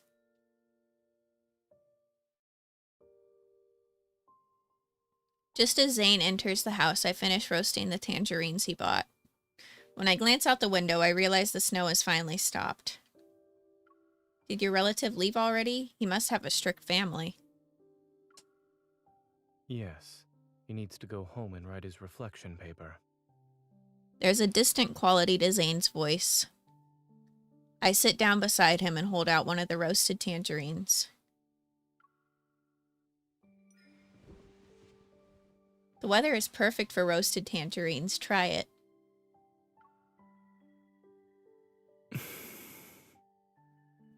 He stares at me for a long time before finally eating a piece of tangerine. You don't want to know what happened during the past few days when I disappeared? If the explanation is going to be filled with medical jargon, then no. As for the rest, Zayne will tell me when he wants to. And if he doesn't want to, that's his choice. He can't help but smile at my deliberate emphasis on those last words. He takes a half-peeled tangerine from my hands. Soon after, a warm orange slice is brought to my lips. I said goodbye 3 days ago because I had accepted Carter's invitation. You did what? Zayne, why?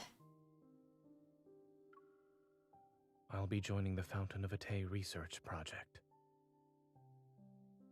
Why? We don't like Carter. Zayne. Huh? Seeing me choke and cough several times, Zayne raises his hand to pat my back. It's ultimately an excuse. Something unexpected happened, and the nightmare arrived before I could carry out my plans. Lately, Oxo Hospital has received a large influx of unusual cases involving protocore syndrome patients. Some died shortly after hospitalization. Others transformed within a month and became an Alterium.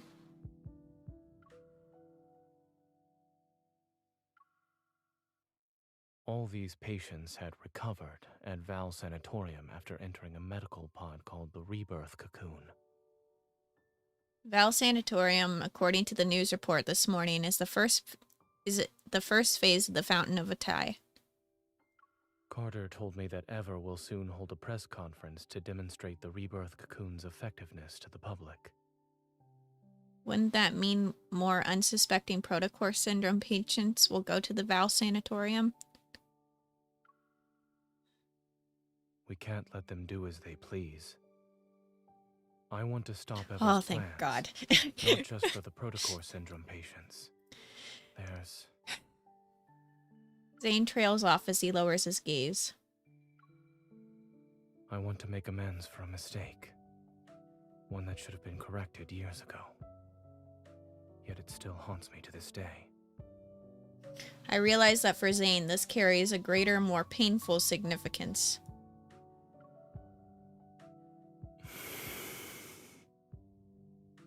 I know I disappeared without a word before. Lady. But... will you come with me this time?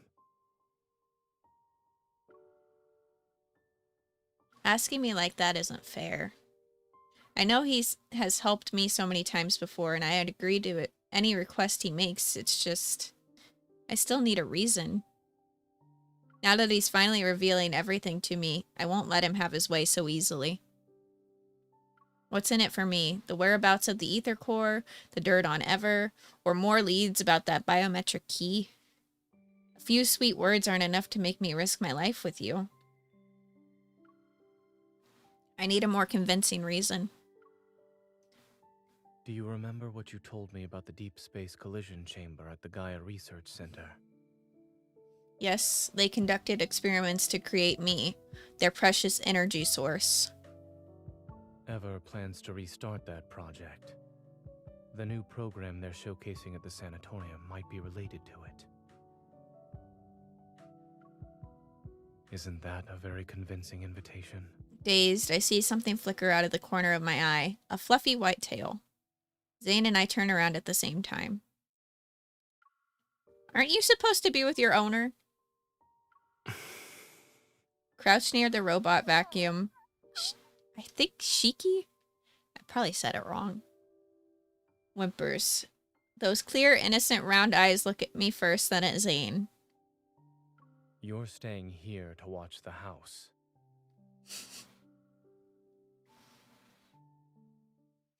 In the white testing facility, a row of circular medical pods lines the room. Surrounded by soft silvery light, they float in the air. Their translucent walls gleam with tranquility. Exquisite and graceful like meticulously crafted chrysalises, they pulse and contract with the rhythm of beating hearts. At any moment, it seems their contents might break free and soar towards the sky.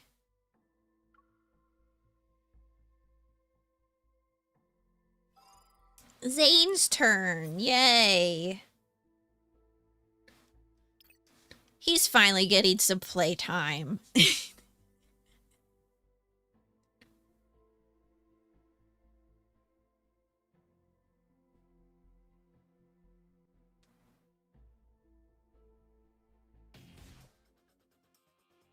Concentrate. We're lagging.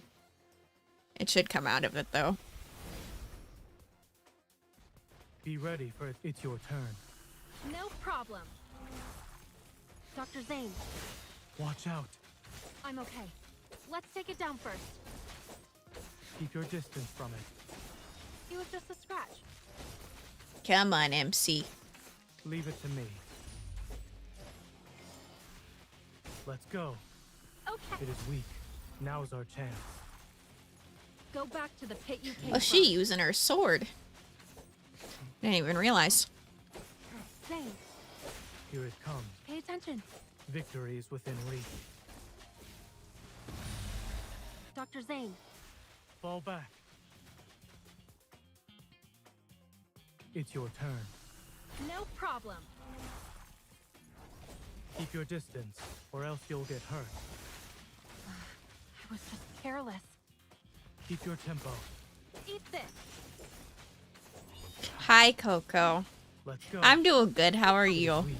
Now's our chance. Sorry, I was like focus mode watching the fight. I'll give it a taste of our strength. It is from the snow has stopped. That's good. Let's head back. That's good, that's good. I like zoned in on that. What?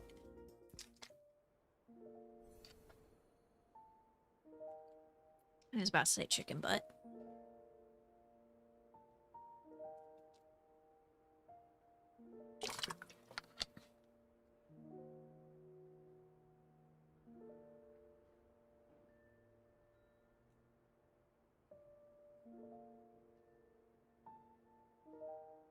Oh, hell yeah. Happy birthday. Or is it, well, is it still your birthday or is it like after?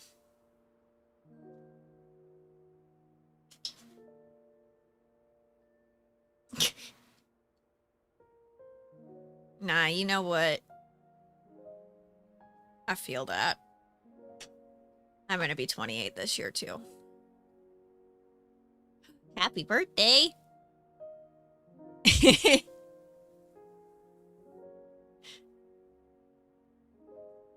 You're welcome.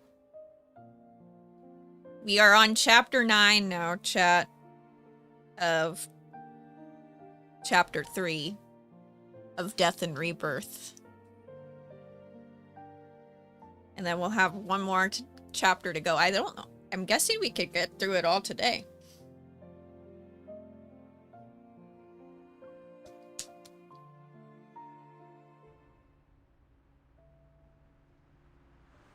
After driving west on the highway for 2 hours, patches of green vegetation finally appeared amidst the desolate landscape. Looking through the window, I can see the distant dome of Vow Sanatorium looming in the morning mist. After yesterday's events, we decided to tour the sanatorium as visitors to investigate. The Fountain of Atai, the Rebirth Cocoon, and the press conference. None of these can be tackled in a single move. However, we can assess the situation first before planning our next move. Are we almost there? I feed the last cookie to Zayne as he drives. He nods and takes a moment to gather his thoughts before speaking. There are things I need to tell you. The technology used in the Rebirth Cocoon is from a research project Carter and I worked on when we were in medical school. Back then, I began researching the application of protocors in implantable devices under Dr. Noah's guidance. It was also something I was interested in personally. At first, the research progressed smoothly. Yet when we started doing experiments... We need to stop researching this. Oh my god, younger Zayne. The protocore energy has completely corroded the heart. Our experiment failed. But the heart started beating again. It just grew some black crystals, that's all. Did you know? The lab mouse we performed a protocore implant surgery on transformed into a wanderer and devoured its fellow test subjects. Zayne, our experiment wasn't a failure. We succeeded! We've discovered humanity's next evolutionary form! Carter's a fucking psychopath. We definitely need to visit that barbecue place near the campus tonight to celebrate.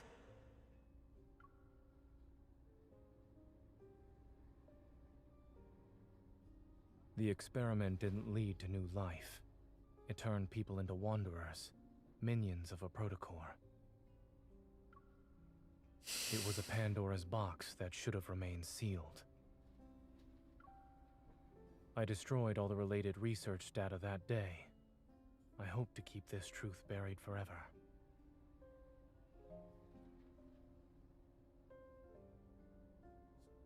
I think we're locked in.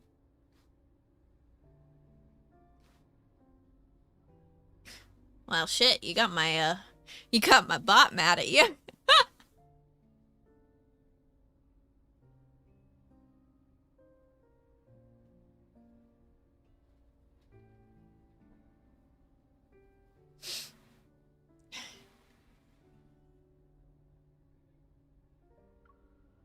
But Carter didn't see it that way, huh? No. He named it X-Heart and took it to Xander Sciences. Of course he did. It was later implemented in the Rebirth Cocoon, which is the first step in the Fountain of Atai. After finishing his story, Zayne falls silent. However, his grip on the steering wheel indicates he's still caught in his memories. This is the mistake he wanted to make amends for? Not wanting him to dwell on the past, I clear my throat and lighten the mood. I used to think about how if we had gone to the same university, I would have dragged you out to have fun every single day. We'd watch the flowers bloom in the spring, enjoy the summer rain, collect autumn leaves, have snowball fights in the winter. But based on what I heard, you must have been too busy to do any of that with me. Not at all. In our lab, we always said it's best to take a 4-hour break while data is being collected. Then we can see the results after. So during those times, I would have been available at least. Come on. I was joking. If you were there, I would have always made time for you. The car turns onto the newly paved road, passes a sign that reads Val Sanatorium, and comes to a stop in the parking lot. I'm not familiar with the sanatorium's interior layout. If you encounter any danger during this visit, remember not to go in alone. Don't worry, I'm a professional. While I speak, I catch a glimpse of White approaching us. Words. Carter, who's here to receive us, wears a casual white business suit. Only a navy butterfly pin adorns his collar. I don't want to be near Carter. Have you been waiting long, Zayne? No, we just got here. Carter leans down towards the car window. Upon seeing me, his eyes crinkle and his smile widens. When Zayne called about needing 2 visitor passes, I had a feeling you'd be accompanying him. I compose myself. Smiling politely, I step out of the car, but just as I'm about to speak. Let's skip the pleasantries and head inside.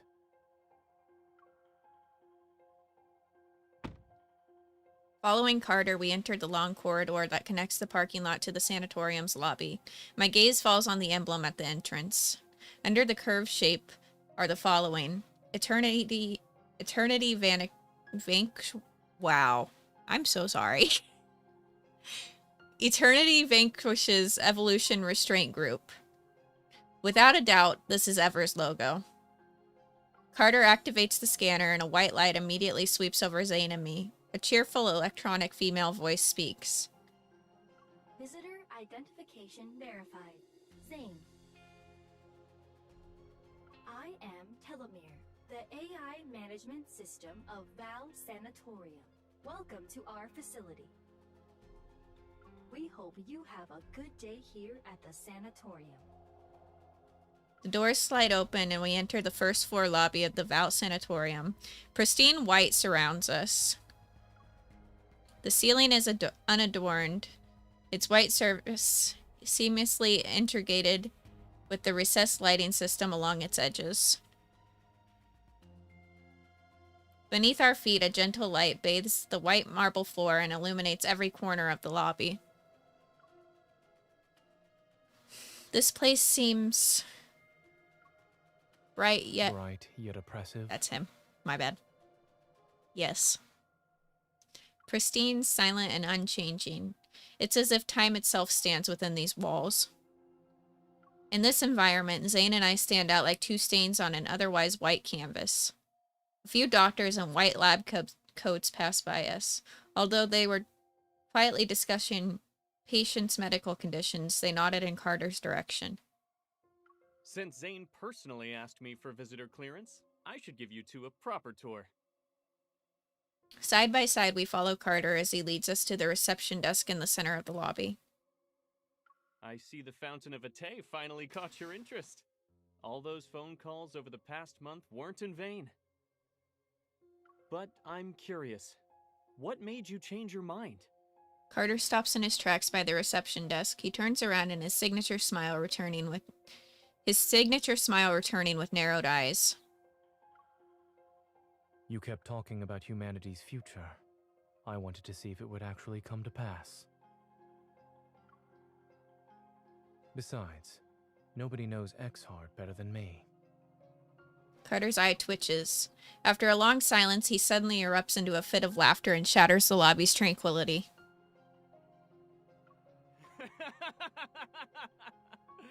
Good, good. You've convinced me. Everyone deserves a second chance at redemption. Remember, Zayne, I gave you this chance. And what about you, Miss Hunter? When I receive this question, I deliver my carefully prepared response. Since Zayne is joining the research project, I wanted to see what it's all about. Carter tilts his head. His gaze fits between Zayne and me before settling on Zayne. The amusement in his eyes is obvious. I see. Even the strongest relationships need a solid foundation. I'll make sure you get a good position here. He turns around and shakes the brochure stand next to him. The neatly arranged brochures scatter in disarray, and he pulls out 2 copies with a smile and gives them to us. The only downside to this place is that it's too by the book. But I guess that doesn't really affect you, Zayne. It's about complicated medical cases. A thin booklet methodically categorizes various diseases that conventional medicine has yet to cure. It's unlike the university department, and the facility's patients are eager students with a thirst for knowledge. A commotion breaks out in the distance, and I look up. It's a group of elegantly dressed visitors being led into the lobby by a receptionist. They are being guided upstairs for a tour. On the staircase leading to the 2nd floor, several patients in white hospital gowns are walking down the steps. I expected to see many high-profile figures in this place, but even then I never thought I'd see her. Karen, who's 43 years old, is a war correspondent. She's won numerous prestigious journalism awards. She spent years reporting from the front lines, faced countless life-threatening situations, and has earned a large amount of respect in society. A year ago, she was attacked by a wanderer, got protocore syndrome, and rarely appeared in public since then. I've met her a few times at Axo Hospital. I heard she was also one of Zayne's patients.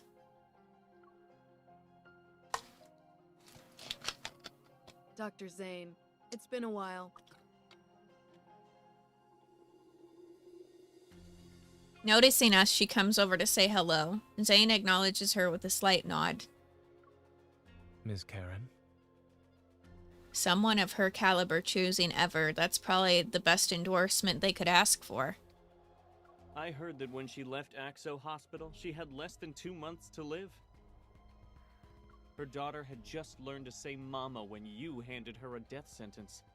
How cruel. Dr. Carter, the patient in room A504. Carter gestures for us to wait a moment, then he takes a few steps to discuss something with the man at the front desk. Noticing my silence, Zayne stops in his tracks. What are you thinking about? It's nothing. I just realized that Ever seems to have a knack for exploiting human vulnerabilities by any means necessary. How else could they gather people from different backgrounds and beliefs and make them devoted into a single cause? The key to obedience isn't promising heaven, it's using hell as a threat. After all, everyone fears illness and death. Words. Footsteps accompanied by a familiar voice approach from behind. I turn. We meet again, Miss Hunter. Allow me to introduce myself. I'm Benedict, the director of Val Sanatorium.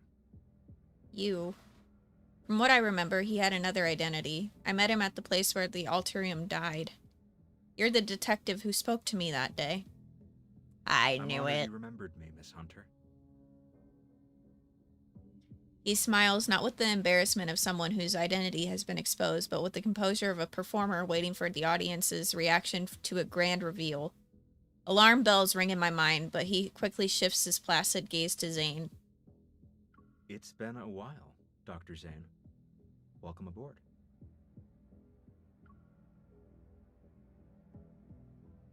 Yeah, my alarm bells are going off too. I don't like that.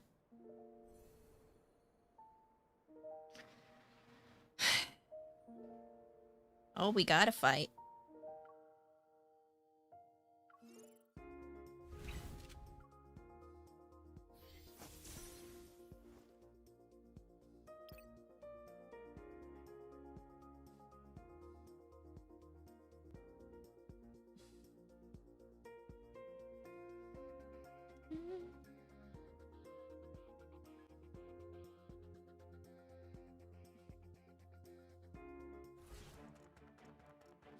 Are you prepared? It will come at me. Together. This should be easy peasy too, I would think. Victory is within reach. Make sure to dodge the attacks. You aren't so bad. Come at me. Together. I probably could have done this with Silas too, but Here it comes. I want to show Leave Zayne it to some me. love. Is this what you wanted? Perfect. I'll show you. It's over. It can't even be considered. Come at me. Together. Threats are only temporary. Melting like snowflakes. Easy peasy lemon squeezy. I don't know if I'm gonna have another one to do or not here, chat. Yep.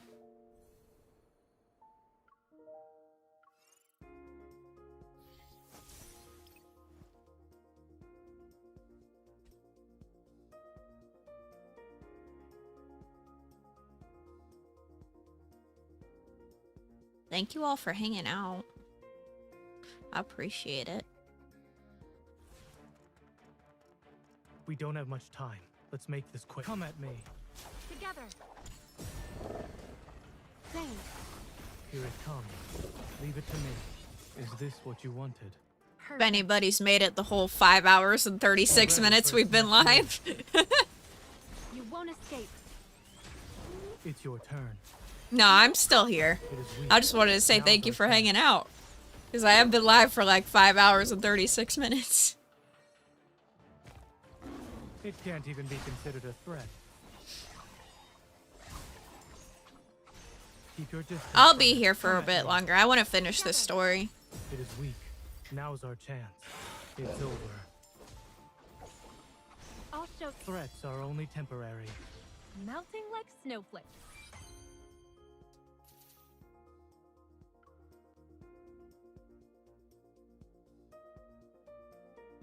Might have another fight to do, I don't know.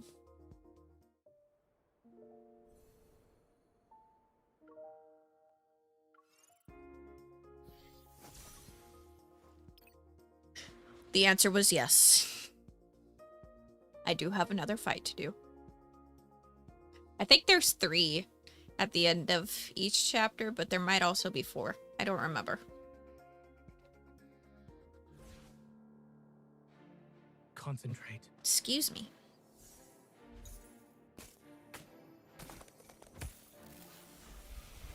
Observe. Come at me.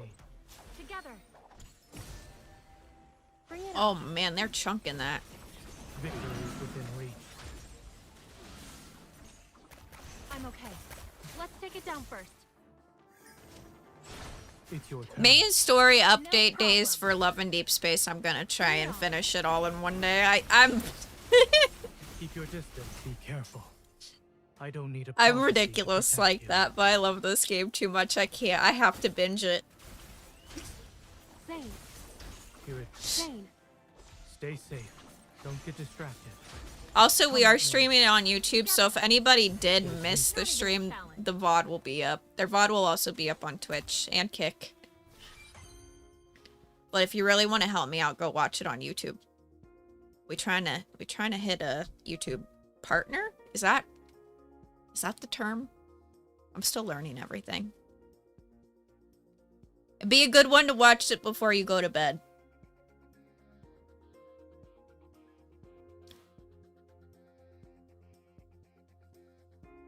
And I'll make sure I leave it up.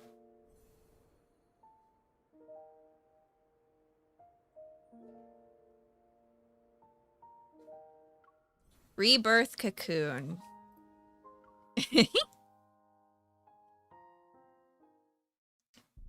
Benedict extends his hand as a friendly gesture. Zayne barely returns the handshake before quickly withdrawing.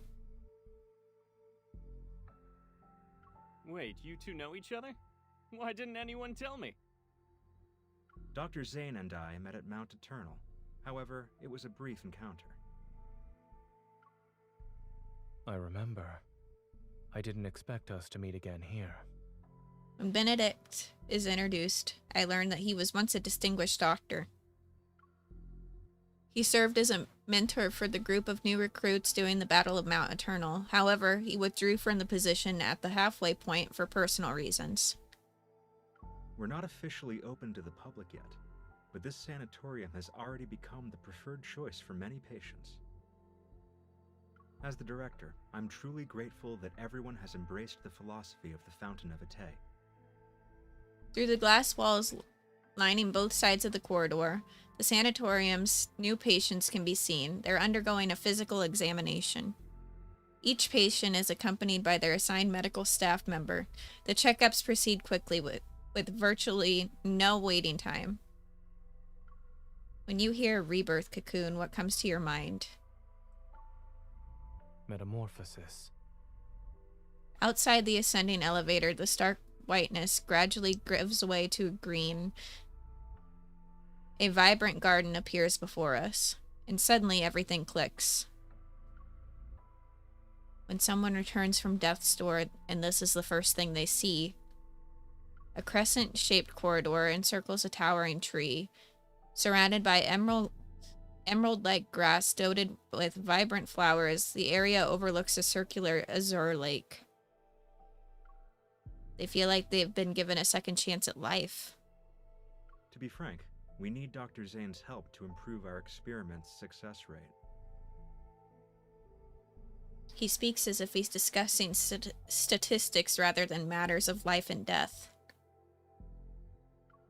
If there's still room for improvement, shouldn't you inform your patients about this so-called success rate? They're aware. The patients who've been given terminal diagnoses voluntarily agreed to participate in the experiment. It's a deal with mutual consent. Besides, who would choose to wait for death's certainty when given the chance to roll the dice of fate?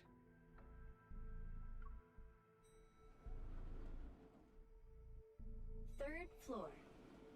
As the elevator door opens, an unexpected guest makes me squint. Before me is an unfamiliar white corridor. It's empty and clean. The corridor is lined with separate rooms on both sides, and through their semi-transparent glass I can see egg-shaped experimental pods. Here are the Here are the rebirth cocoons. Their mysterious nature has been revealed. Mounted on bases lined with energy circuits, they emit a gentle glow. Contrary to what we expected, Carter and Benedict seem quite willing to show us everything. Yet, what we see feels like a meticulously crafted exhibition for the visitors. The light bathes everything in a soft, warm tones to create a sort of cocoon effect. Even the air filtration system can be adjusted to simulate different scents based on mood. Every detail was made to spark a desire for life and create the illusion of truly being alive. Eee. What was that?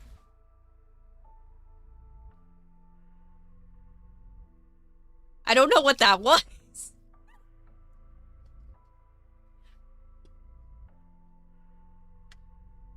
Thank you. Oh, it was subs on YouTube. Thank you, thank you. My bad. I was like, what is that noise? I don't even think it was the noise. I think it was the story. Thank you, thank you. Thank you so much. A soft hum fills the air as fluorescent blue energy glows through the tubes and rapidly enters the chamber. The connected monitor displays the rebirth cocoon's interior in real time. Inside, a young girl receiving treatment clutches her chest. She takes deep, labored breaths. I'm really nervous about this. You subbed to me on YouTube? Well, thank you. Thank you, thank you. I don't know what's happening. There was like 5 there now. Thank you so much for all the subbies on YouTube. Thank you. Pain covers her already pale face as she breaks into a cold sweat. Her hands tremble and she soon starts convulsing. I don't like this. Seconds after the device activates, her breathing steadies at a remarkable rate. Her convulsions stop. As time passes, her breathing finally becomes regular. Exhausted, she closes her eyes and seemingly drifts into a deep, dreamless slumber. The video's feed sparkles with light as text appears to indicate the treatment is complete. Benedict presses a button on the wall and the treatment room's smart glass returns to its opaque, milky white state. Give me my Pookie. Give him to me. You the most. I'm not interested in anything. The treatment consists of 7 sessions. Patients show significant. I don't like what these people are doing. After each one. He hands over a document that contains experimental data from several test subjects. Zayne's gaze lingers on the first page for the second half, before turning to Carter, who's standing to the side with a self-satisfied look. I won't be sugarcoating anything. Your experiment has failed to meet its objectives. You've lost control of the cellular mutation process. Has anybody said You could have used a little bit of sugar. Has anybody said anything on YouTube? Because we did just get quite a few follows there. Subs, I should say. I'm like wondering if the chat's not working. So thank you for the subbies. Thank you, thank you. I'm glad you're enjoying the stream.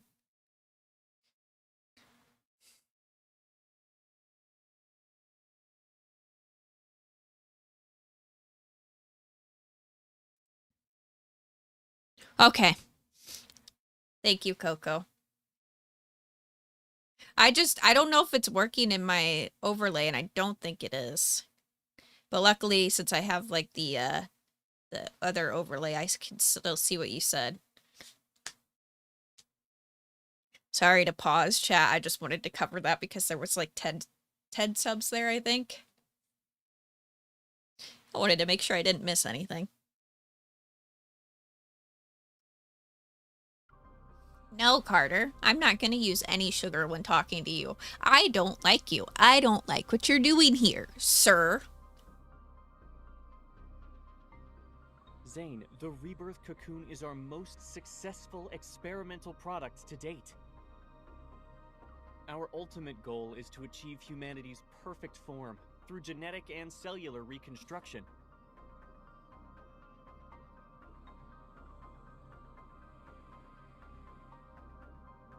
Without a hint of emotion, Zayne glances at him, then he taps the data success rate column with his knuckle.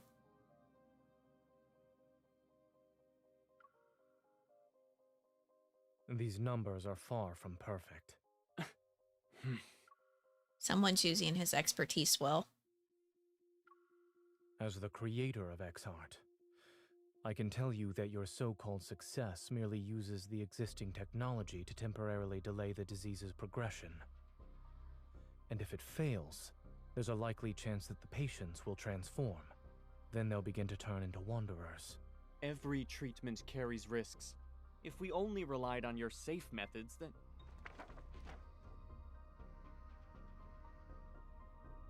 That's right. That's why Zayne's my mans. Of course.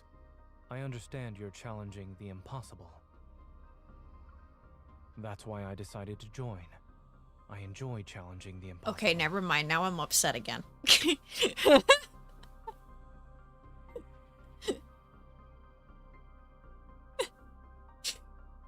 Oh.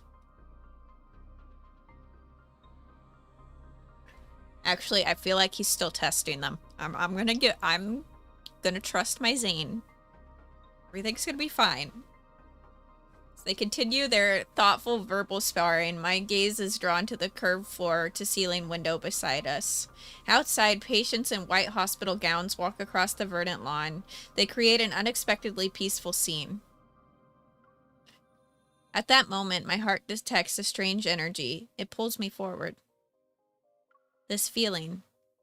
It's just like before when I was in the ruins of the Gaia Research Center. I gently nudge Zayne, and he understands and takes a step to converse with Benedict and Carter. Then he successfully leads them away.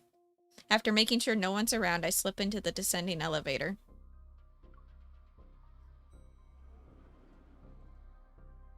You're not allowed in there, miss. My emotion is a roller coaster, especially when playing this game. I see. You can't go there either.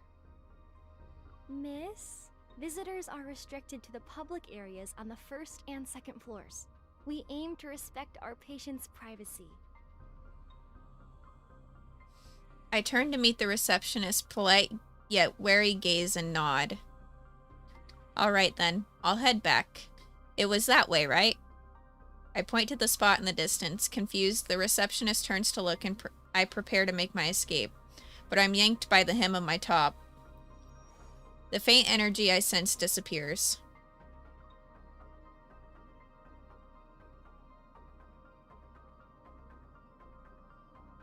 I'm really worried about MC right now again.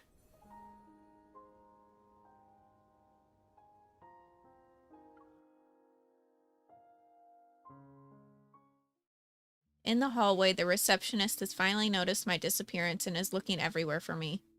The sliding door closes and I turn around, cautious only to find myself face to face with someone familiar. You're the young lady who accompanied Dr. Zayne. Miss Karen?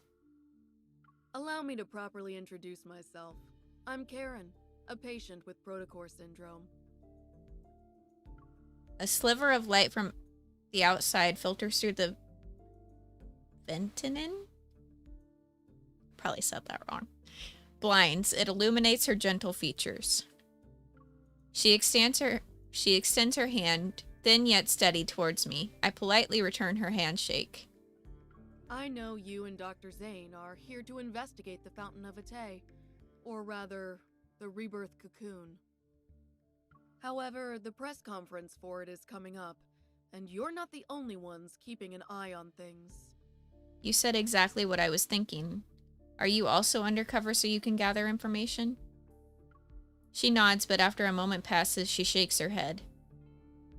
Sort of. My original reason for coming here was simple. I wanted to live. Isn't it strange? After all, I was a war correspondent who once risked everything on the battlefield. Yet, after returning to civilian life, I'm afraid of death.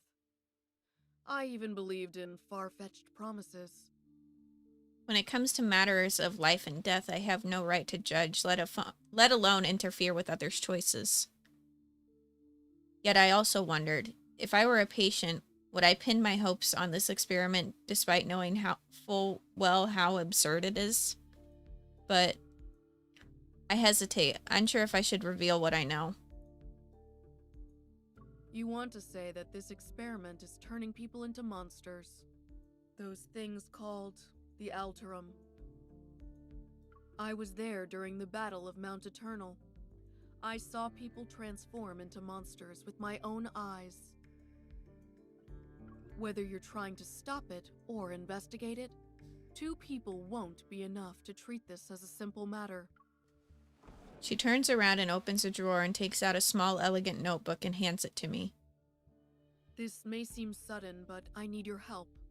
And I believe you might need mine as well. It'll be necessary to prevent this press conference from taking place.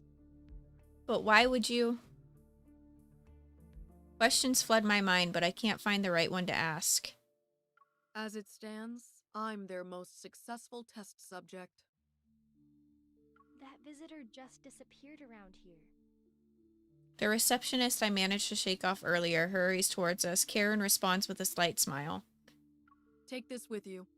When you get out, tell them you saw the patient in room A107 faint. You were just escorting me back to my room. I understand. Thank you.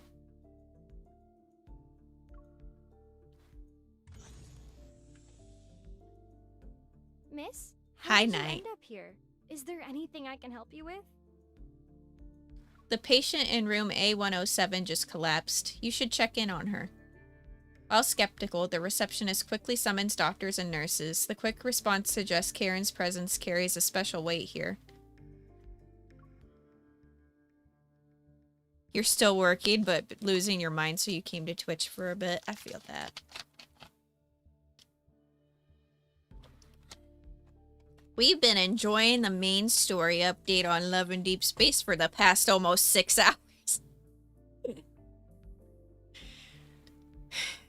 And yapping and having a wonderful time. I need to stretch again. Yeah.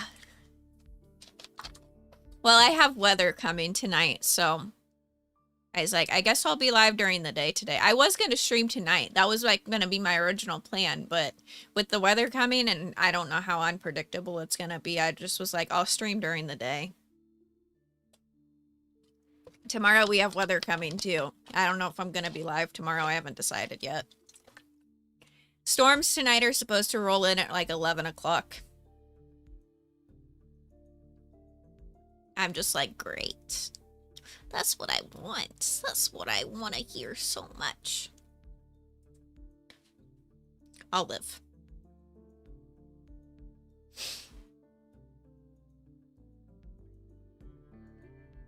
Is it a bad one?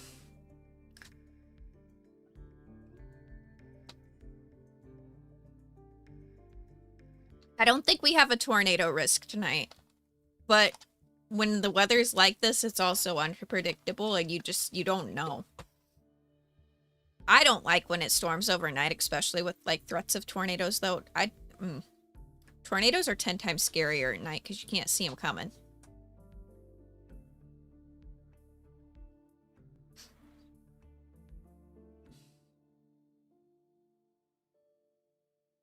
Rain and thunder, heavy rain. Sunny out for me right now. It did rain earlier, though. It rained until like 11 a.m. this morning. And then it's kind of stopped. And then we have the thunderstorms rolling in tonight.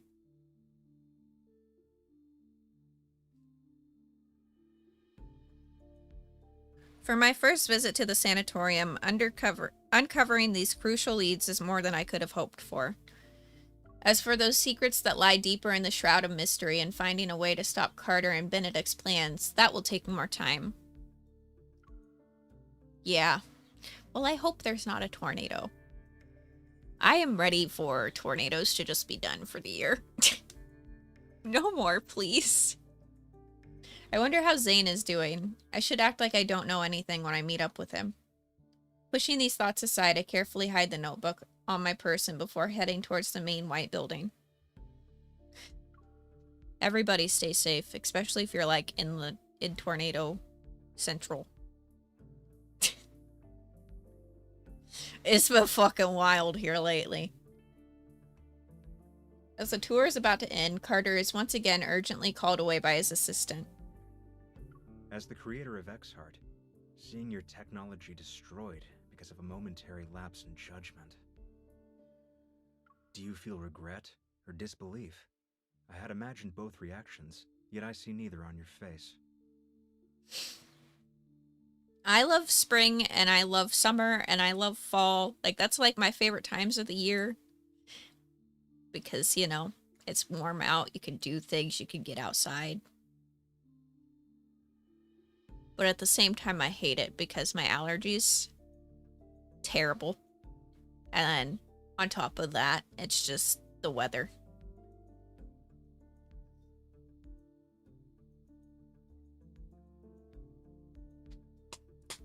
But I'll be fine.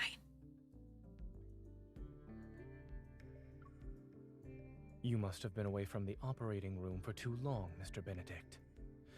You seem to have forgotten that showing emotions on one's face is the most ill-advisable thing a doctor can do. Benedict smiles and chooses to ignore the sarcasm. I'll be honest.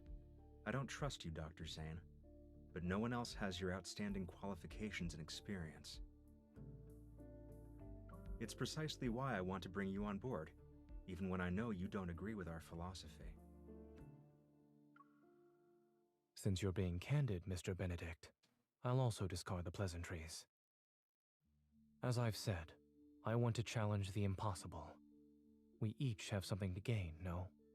This collaboration could work. Is challenging the impossible your only reason? I do too. I got an inhaler. I feel that on the terrible allergy and asthma.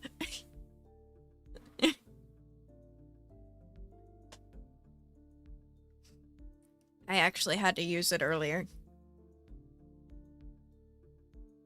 Will you really let others handle your life's work? Don't you want to find out who created those Alterum? You certainly enjoy speculating about others' feelings. I just can't help but wonder. If your bold experiment back then was completed, would the results have been different? In any case, Miss Hunter will tell you about her impressions of the tour after she's done with her disappearing act. The clamor from downstairs seeps through the window and causes subtle vibrations in the air. Calm as always, Zayne meets his gaze. I look forward to our cooperation in the future. I don't like Benedict either. Fuck him. Sorry. Chapter 3, Thawing Snow.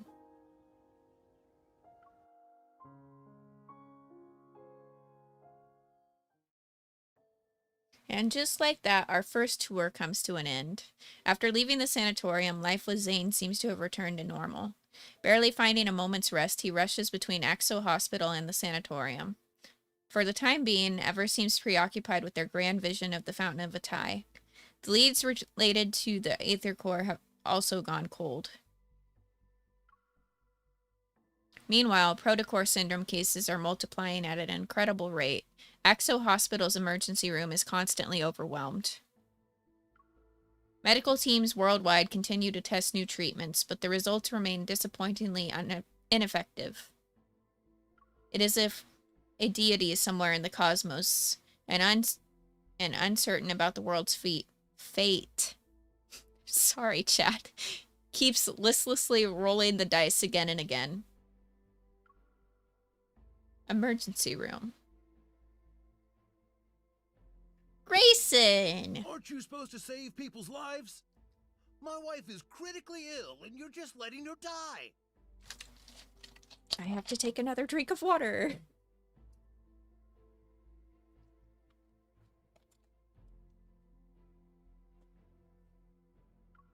Where's Dr. Zayne? Isn't he the leading expert on Protocore syndrome? Why can't he see us first? Doctor, my child was perfectly fine yesterday. Why did the condition worsen? In the break room for the Division Center of Cardiac Surgery, the doctors and nurses can finally get a few minutes of rest. Exhausted, they slump into their chairs. We're humans, not gods. We want to take care of everyone too. In 3 days, Ever will officially unveil the Rebirth cocoon at their press conference. It is designed to treat Protocore syndrome. We interviewed Ms. Karen, one of the first patients who underwent this treatment. She will appear at the press conference. We might be witnessing a medical revolution. Only time will tell. Everyone remains silent as they watch through the transparent partition in the door from the corridor. They observe Zayne's focused expression. Isn't Dr. Zayne supposed to be on leave? Officially, maybe. I bet he's just busy with other projects. Things just aren't the same without Dr. Zayne here. Seeing him around makes me feel at ease. It doesn't matter how exhausted I am. Yvonne lets out a deep sigh and turns to open the storage cabinet. With practice ease, she breaks 2 dietary glucose sticks and hand out to her colleagues behind her. Let's eat these and give it our all.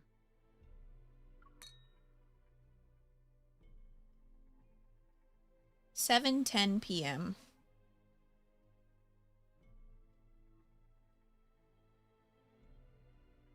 Doctor, if I get sick, will I turn into a monster? No. Really?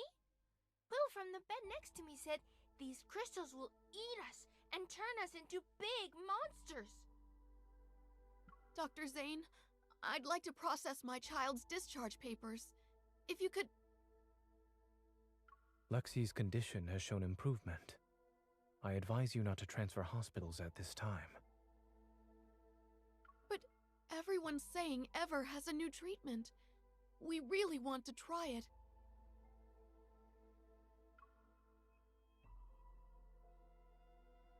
(2:20 a.m.)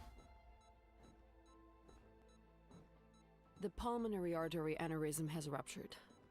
There is insufficient blood volume for circulation. Dr. Zayne, we can pronounce the time of death.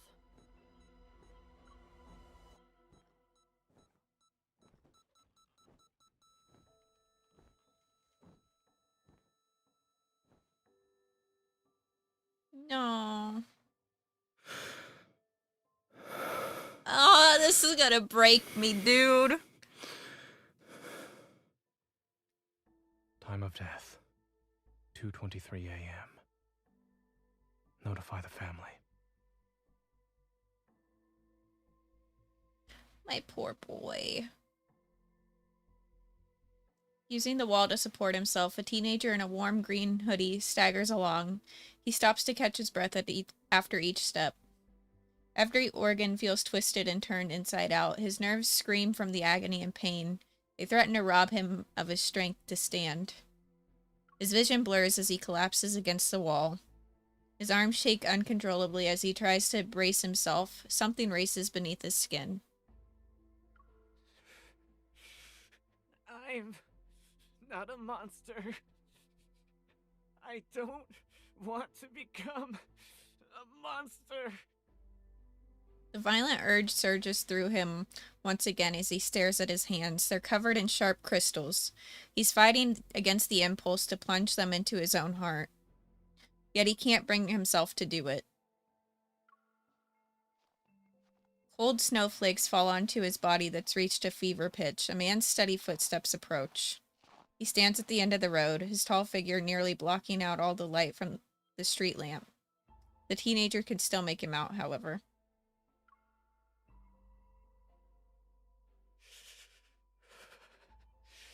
You're the killer, or the doctor. We meet again. This isn't a coincidence. I'm here specifically because of you.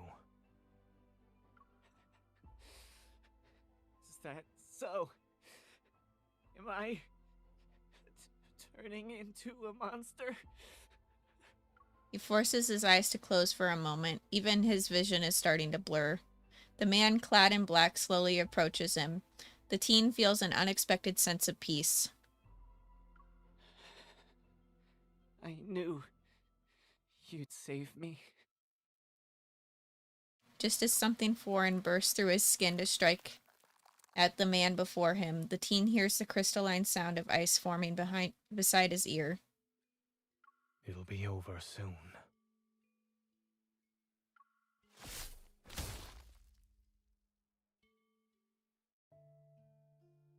The patient in room A103 is experiencing memory loss, continual emotional detachment, and exhibiting behavioral patterns that differ from usual.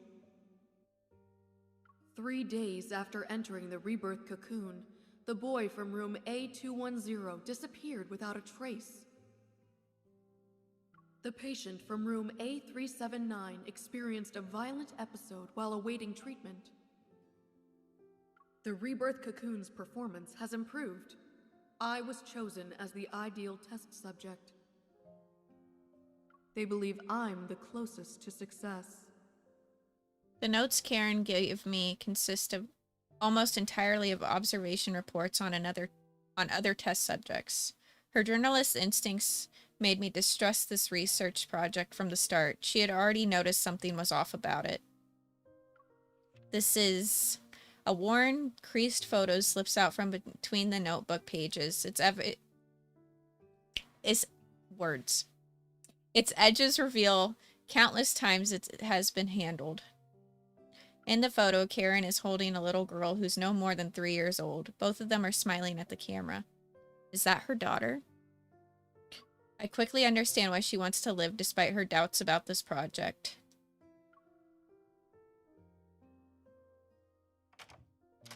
When did you get back? The breaking dawn appears outside the window as the sky grows brighter. Perhaps it's just my imagination, but I think I see those black ice crystals on his arm again. But when I move closer to check, it seems I'm imagining things. Zayne watches me without saying a word. I realize that I only came over last night to help feed Shiki, but I got so caught up in analyzing the clues that I accidentally fell asleep on the couch. Sorry, I went a little overboard when I made myself at home. A moment passes and a faint smile tugs at the corner of his lips. Is there a passcode in this house that you don't know? I clear my throat and hand him the notebook. I try to prevent us from getting sidetracked. In any case, I believe Karen is our best lead right now. Recently, Ever has made a public announcement about their best test subject who will make an appearance at the press conference. Unlike those big spenders and socialites, Karen has a positive, approachable image. She also has a good reputation in the eyes of the general public. They're trying to use her to build public support and convince more people to believe in their cause. By giving me these notes, she probably hopes I'll help her stop by the press conference, or even put an end to the project altogether. So I thought... For a while I've been talking to myself, and then he hugs me from behind. Zayne? Yes, I'm listening. His embrace is gentle, as if the slightest touch might shatter something fragile. Did something happen? It's cold. To think someone who's like snow could feel chilly, I pause before turning around to embrace him. I'll stop talking about Ever. But if you're really tired, please make sure you rest properly. Will you do that for me?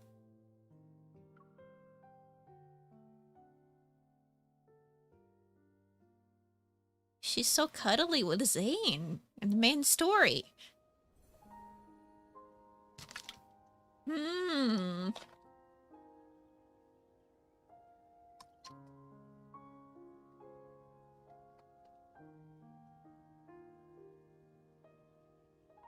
I love them. Chapter 4 Countdown.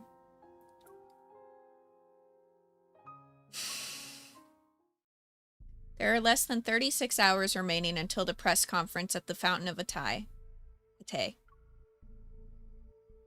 Before returning to the sanatorium to stop it, Zayne and I quickly come up with a plan. I need to approach Miss Karen again to figure out a surefire way. Meanwhile, Zayne, who's already connected with the core researchers, will cover for me. Whether it's diseases, wanderers, or the Altarium, they all stem from humanity's instinctive fear of things beyond their control. The deeper this fear takes root, the more likely people are to mistake absurdity for its miracles. And whenever appears as a savior, they will gain a congregation of devoted followers. Zayne, the energy source I detected wasn't my imagination. I'm still not confident in utilizing the spatium core, but another visit might help us discover something new.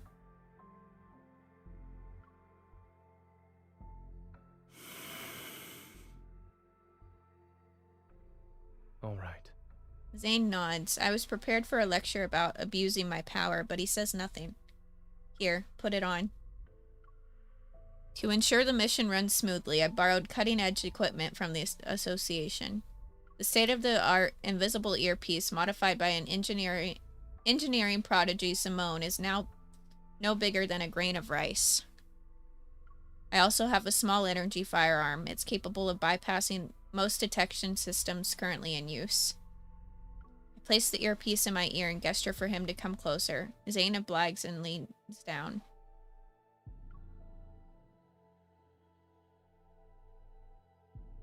One cough to turn the mic on, 2 coughs to turn it off, and tap to just adjust the volume. Thank you. I'm not sure why you're being so polite, but as soon as the comm channels open, deafening audio blasts my eardrums. I clutch my ears in pain. I stagger back, and just before Shiki's mischievous attempt to trip me succeeds, Zayne catches me by the waist. He can't help but laugh. This is the first time in days that I've seen genuine joy in Zayne's expression.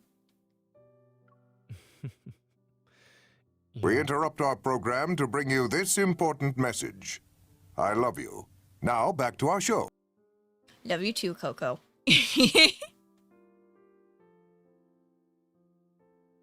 I frantically clamp my hand over his mouth. Wait until I adjust the volume before you speak. You can feel his smile widening. I can feel his smile widening beneath my fingers as I use my other hand to adjust the earpiece. Sound check, Zayne. Say something. You've never asked about the reason for why I picked that as my research topic back in medical school. I know why. He remains close to me, his breath warm against my ear. It's almost like I can hear his heartbeat. The path of medicine is a noble pursuit, Dr. Zayne. If you strive for academic excellence, you'll also want to find a meaningful purpose in life.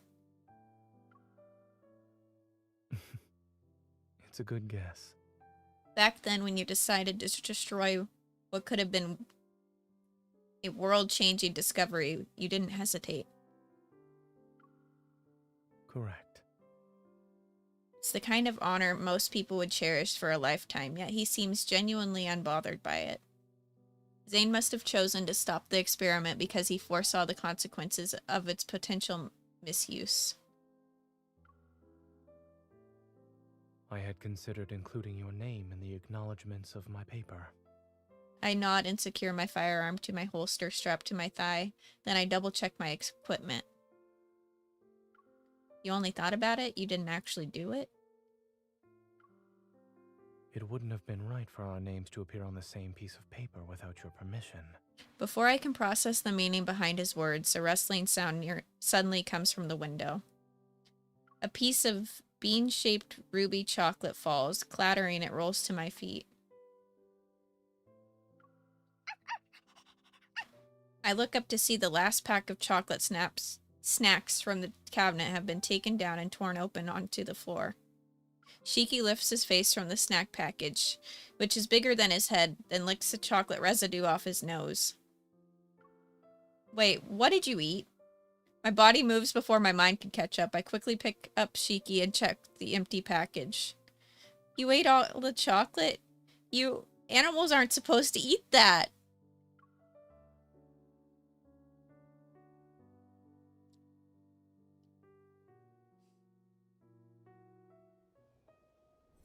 Chapter 5, Butterfly in a Bottle.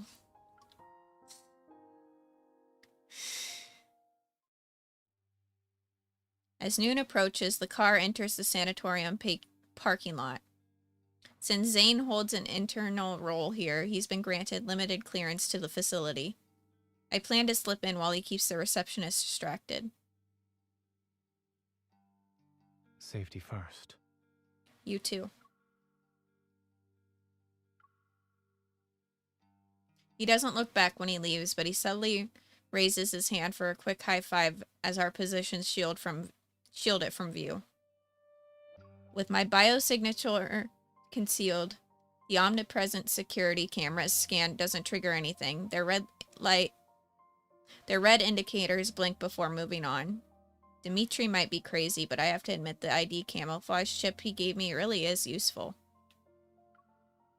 The lush trees and flower beds scattered throughout the sanatorium provide the perfect cover.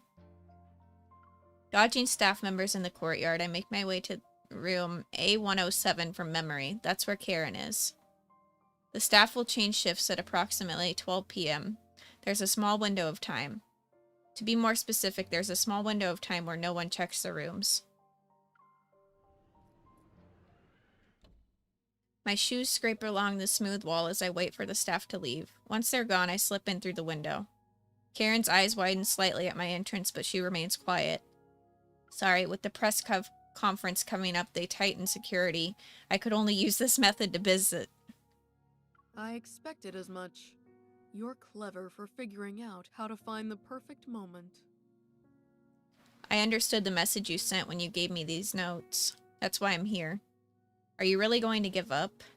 If we take this chance, you might actually have a shot at making a full recovery. Karen shakes her head. After surviving so many close calls on the battlefield, I'd say death has already been more than generous. She reveals a peaceful smile and looks at the sunlight streaming through the window.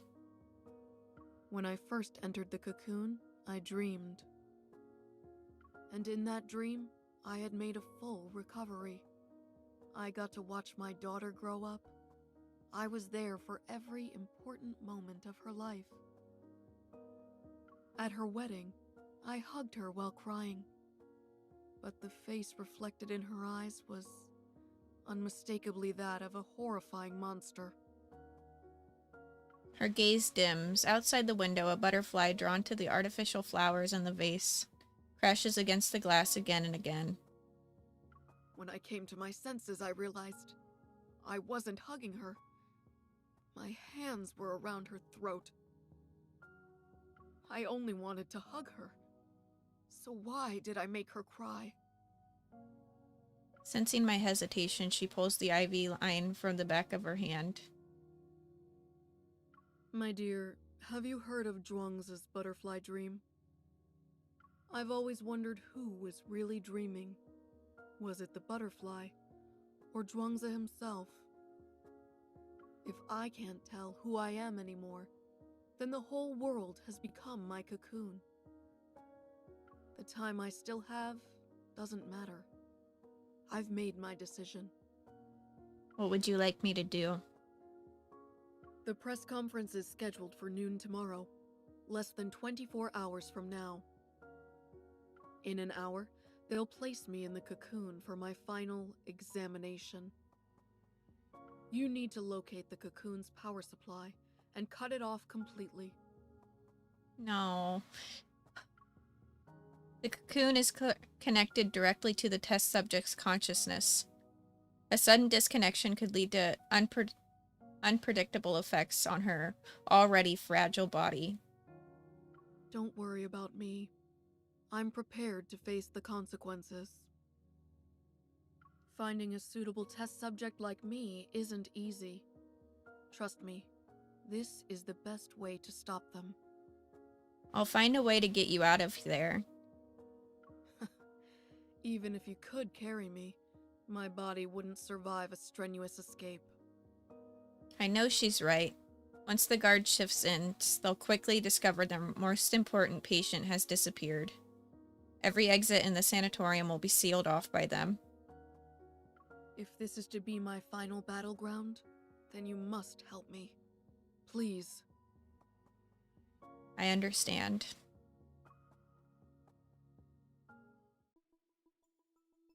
After leaving room A107, I move quickly without any hesitation and stay out of sight. Did you hear? Patient AIDS379 suddenly lost control and became violent just now. It's fine. Dr. Carter said that was normal. Along the way, I quietly took down several orderlies and receptionists who spotted me. The sanatorium is massive and many areas are restricted. A blind search could last until nightfall and still be a failure. What I sensed that day, it must have been the cocoon's energy core.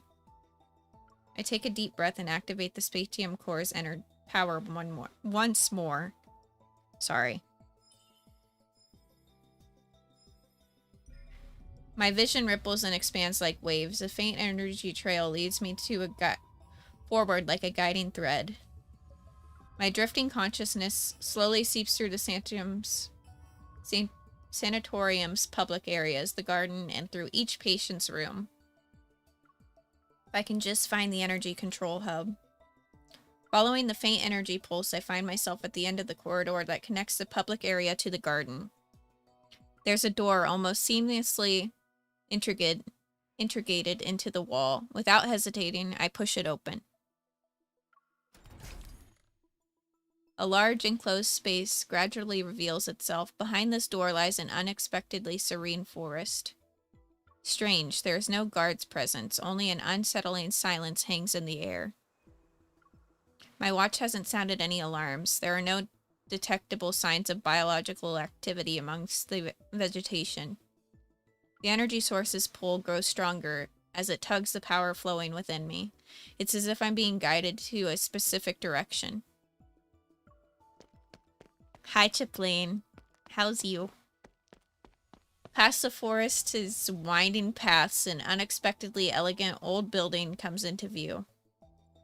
That must be it. The energy readings are at their strongest there.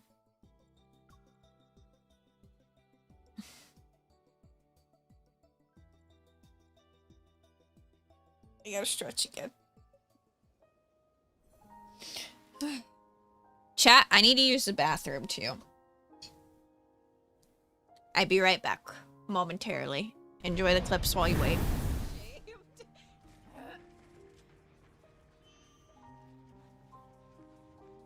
Hey, they're giving me aim training. What is this, Overwatch? Oh my god. I'm thinking too hard about this. I'm thinking way too hard about this.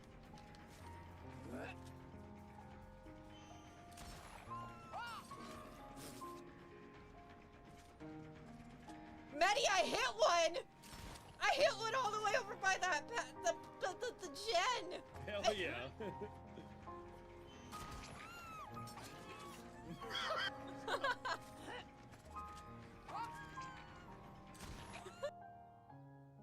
Trailer, I haven't watched it yet. I've watched like maybe 30 seconds of it and I was like, oh, I gotta wait. I gotta save this for stream.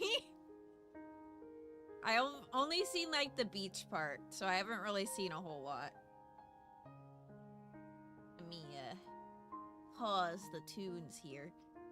You ready? You ready to see my awesome hotkey skills chat? Let me go to... Okay. Alright. And this... Voila! Look at me!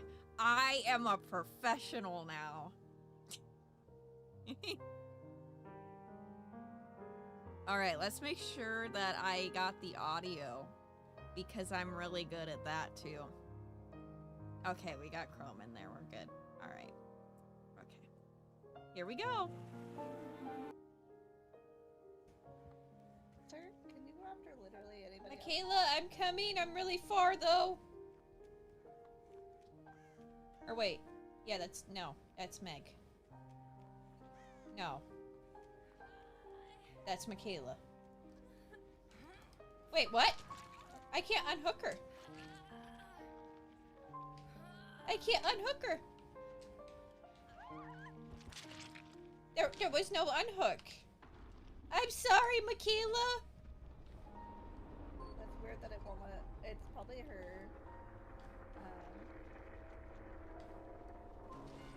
I literally, like, I walked around the whole hook. It didn't give me the prompt or anything. This guy's gonna fucking kill me. Did you forget what I truly am? No, Pookie. The oncoming black mist binds my limbs. Silas's face is lost in the shadows, hidden from view. Something's wrong with him right now. The shackle around my neck suddenly tightens, and the pain from the depths of my soul strikes again. Are you going to devour me? No, you won't. I won't. Have you spun so many lies that you've begun to believe them yourself? Shall I remind you? You are nothing. You You are but a soul that was fed by a fiend. No, this isn't who he really is. The mark on my shoulder grows like thorns. It tightens its grip around my body.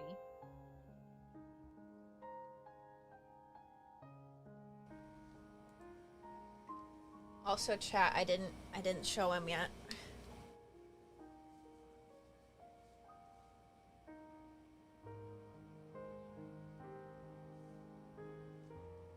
I love him. I love him so much. I can't wait. I have Sylus coming too, and he's this size.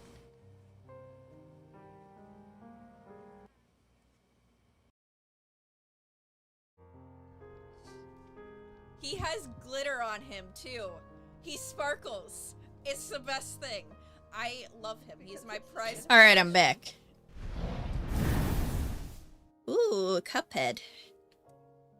I used to watch people play that all the time.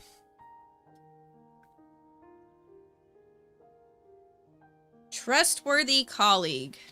Chapter 6. My chair said, I don't want to sit that way.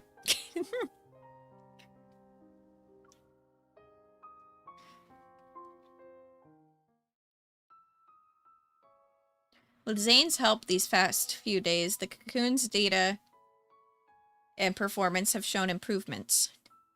Carter is in high spirits. He genuinely believes his junior has switched to the dark side. No, has finally seen the light. I remember you were sitting right next to me when we talked for the first time. Do you want to join my research team? Before that, we all thought you were just some stuck-up child prodigy. You still think that? Dr. Noah used to say that one person can go fast, but a group can go far. Sorry, chat. I really don't like Carter. Your theoretical research was undeniably superior. You can see right through this man's bullshit.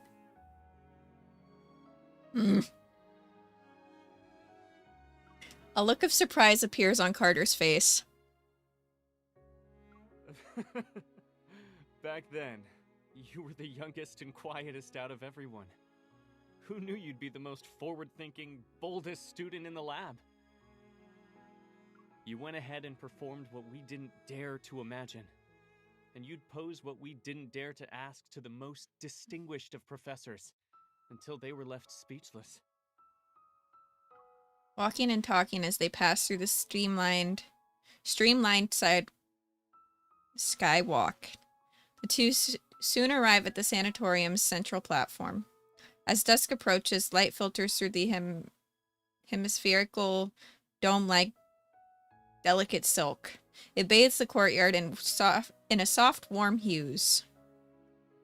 I understand that Ever wants to use tomorrow's press conference to improve the Fountain of Atay's credibility.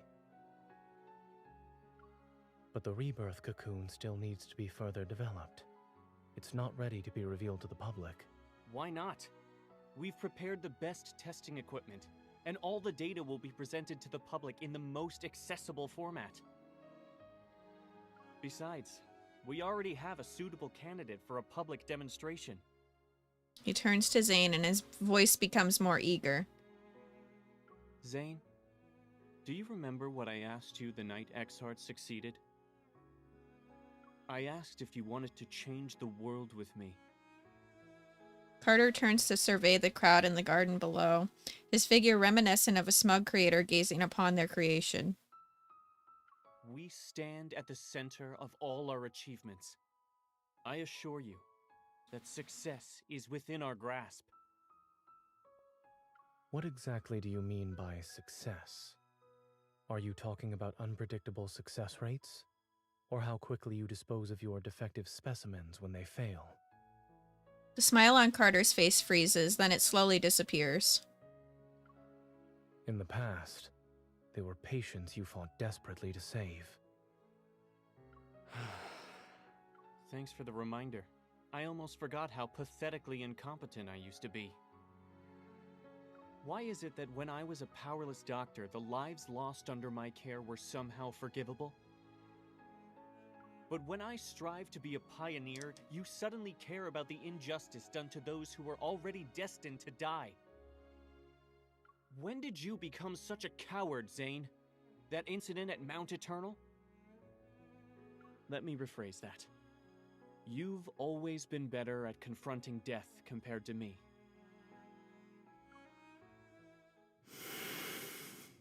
An uncontrollable impulse surges within him. Fortunately, a voice comes through his earpiece and pulls him back to reality. Zayne, I found the location with the strongest energy signatures. Just in case, if you get clearance from either Carter or Benedict. Zayne composes himself, discreetly tapping the area near his ear as acknowledgement. He looks at Carter. Pressing a finger against his chest, Carter's icy stare lands on Zayne. His mocking tone from earlier vanishes. The heart beating in my chest belongs to someone else. I can't live an insignificant life. Zayne, I understand the meaning of death far better than you do. If these sacrifices are necessary, then so be it. We're about to solve humanity's greatest dilemma, and you're still too young. Ugh! His limbs are forcefully frozen to a wall. The surveillance cameras freeze as they turn, and their red indicators go dark. You? Zayne, you dare to freeze me? The statute of limitations hasn't expired yet for your academic plagiarism.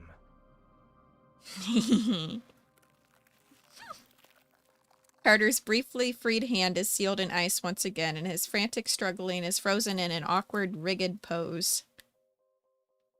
You can't be serious. You're bringing this up now? The end justifies the means. Let me go! It was a joke. But I need you to stay still for a while, Carter.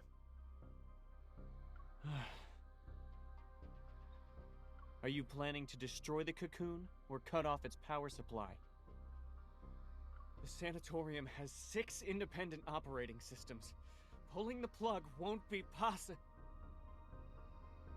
If this place allows someone with malicious intent like me to freely come and go, then that just shows how confident all of you are.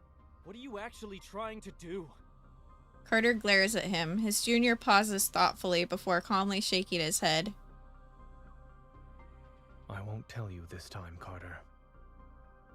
I have a more trustworthy colleague to work with now. You didn't come here alone this time. What's that girl up to? This is murder! You're taking away these patients' only chance at survival! Zayne, you ungrateful traitor! You might be smart, but you're weak and short-sighted. Security! Another layer of ice appears to seal his mouth shut. Yay, Carter's getting his karma. You said this place was perfect for heart-to-heart conversations, since no one would disturb us. I'm afraid you'll have to stay frozen for a while. Carter, you're not doing this to save lives, nor are you doing it to save humanity. Everything you've done is to merely fill the emptiness and soothe the fear you have when confronting death. Zayne takes out a palm-sized access card from Carter's pocket. Zayne's gaze doesn't meet his. It lands on Carter's heart instead. I doubt the heart's donor wants it beating in the chest of an executioner.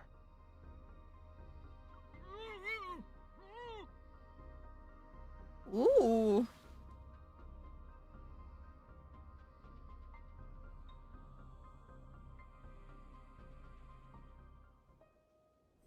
Chapter 7, Perfect Specimen.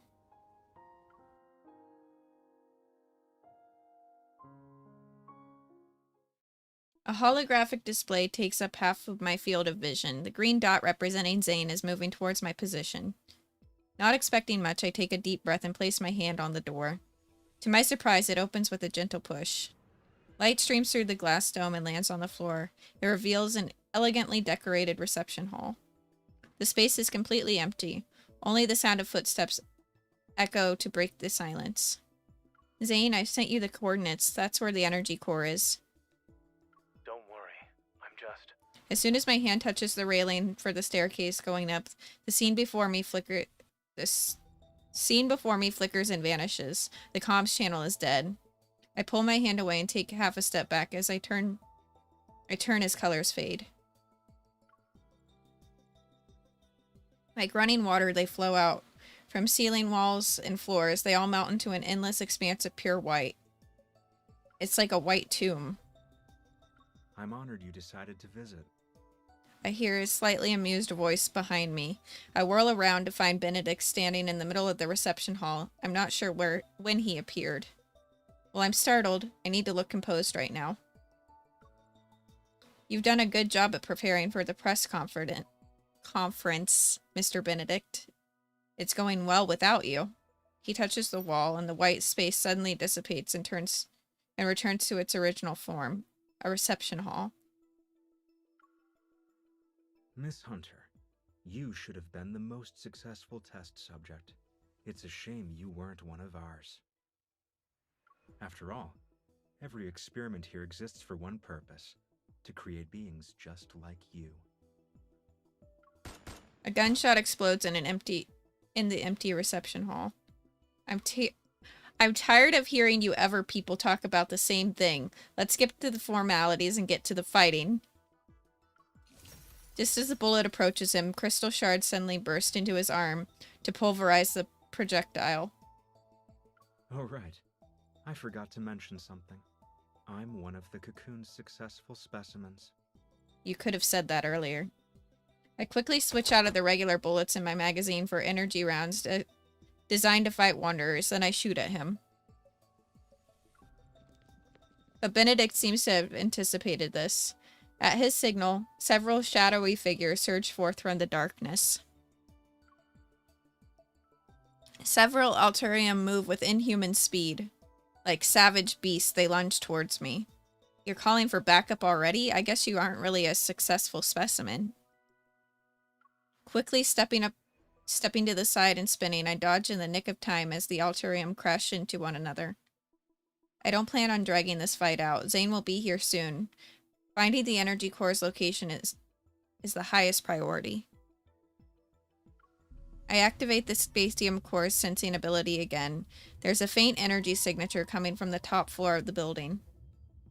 And then, everything before my eyes becomes indistinguishable once again. I am struggling to read. As the light shifts and wavers, thick fog appears from out of nowhere. It rolls in and blurs even the faces of the Altarium. Play with them for a while. My senses stop working, and my vision is plunged into an endless void. Overwhelming dizziness washes over me. Desperate, I try to stay conscious in spite of the vertigo, but my legs give out and I collapse onto the cold floor. I know I've reached my limit. Just before I lose consciousness, the sounds around me fade. In the void, I feel someone firmly grab my wrist. The turning sensation of instability vanishes when I open my eyes. Are you okay? Where does it hurt? Under the flickering light, I can barely make out Zayne's worried expression. Before I can say I'm fine, a searing pain erupts from my chest and flows through my entire body. I press my hand against my chest, but the physical pressure does nothing to ease the pain. Stop trying to sense it. You look pale. I grab his hand. Gritting my teeth, I tell Zayne everything that just happened. After them! Where did they go? Don't speak. Keep your breathing steady. Zayne quickly surveys our surroundings. He pulls my arm over his shoulder and helps me walk. It's not there. Go straight past that barrier. Cutscene? No. I got excited. We pass through the wall. The Altarium are right behind us, but it seems they were fooled by the elusive hologram. Thankfully, this space hasn't been warped. Zayne pulls me into an empty room and slams the door. Ice covers it, but the Altarium have us cornered. They claw at the door and the frost and create this sharp grating sound. Everything in front of me blurs into patches of color. I try to grab Zayne's hand again, but my strength fails me. My hand weakly slides down his sleeve.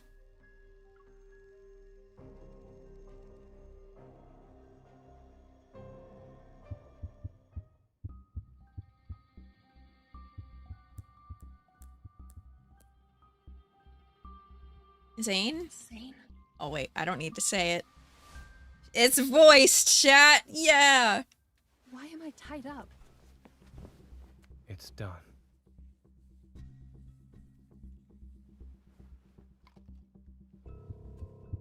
What did you inject me with? A suppressant. The energy in your heart has surpassed your tolerance threshold. This will ease the strain. Better now? Ooh. Zayne. The suppressant won't last long. We need to leave now. Fluctuations. It's metaflux.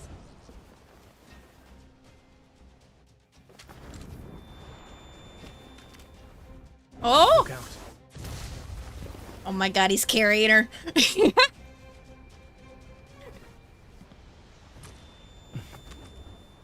Fire.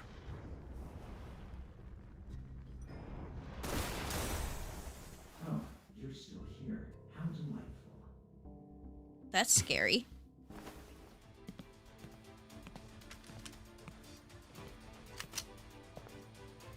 Give me my badass Zayne!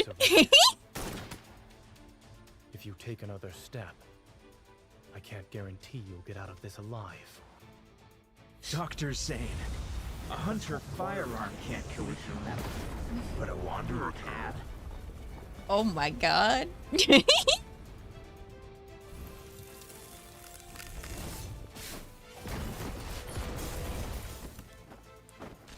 I love this so much.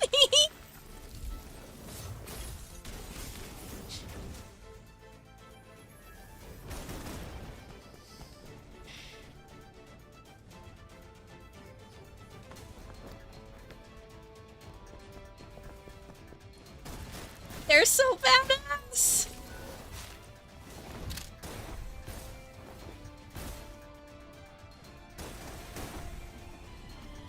If that's it, then he underestimated us. Watch your heart. 30% of your evil should do.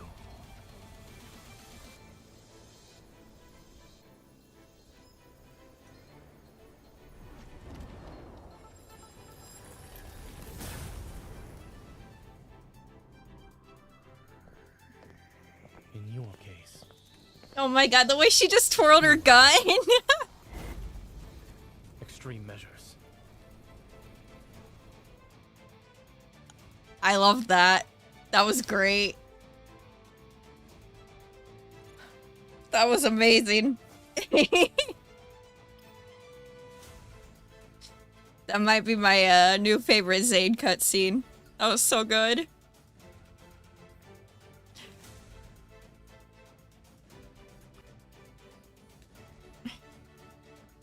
Ooh, new pretty battle background. Let's see who's the successful specimen. With our combined strength. Here I go.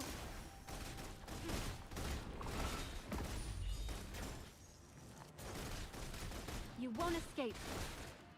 Things are getting more challenging now. Insults should stay in their rightful place. I'm okay. Let's take it down first. This is a I believe they get this. Successful specimen. We should be fine. It is weak. Now's our chance. Zayne just went flying off screen. Or else you'll get hurt. Zayne, Here it comes. Leave it to it recovered. Be careful. go back to the pit you came from. No. Watch where it's going. Victory is within reach. It's your turn. No. Try to find the truth within these endless illusions. Oh, he can make illusions? Bring it on. You're only delaying the inevitable. Now you can't escape. That was fast. So were you. I'll send it on a journey. It's final journey. Go back to the pit you came from. Zayne, Here it comes. Leave it to me. Is this what you wanted? perfect. It's your turn. It is weak. Now's our chance. My turn. It is falling apart. And we win. Let's Finished go. it in one attempt. And it wasn't messy. Do we have another one? Is it?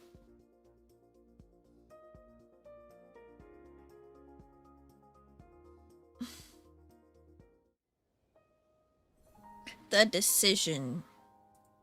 I'm gonna take a drink of my water before we read this chapter.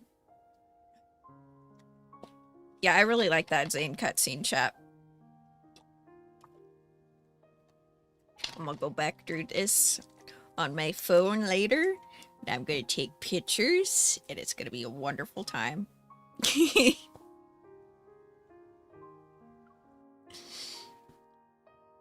I'll probably post the pictures on my threads and my X.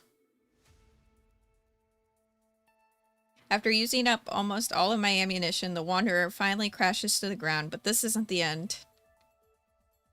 The sound of regenerating flesh echoes throughout the building as the crystals on its body rapidly retract. It's as if they're being devoured. In just a few seconds, the Wanderer has completely regenerated and takes on Benedict's appearance. Wait for an opening first, then we'll retreat. There's no point in continuing this fight. Zayne is right. Benedict isn't our primary target right now. Just now, something about Zayne seemed off. The flash of black crystal... Blah, blah, blah, blah, blah, blah. Hello?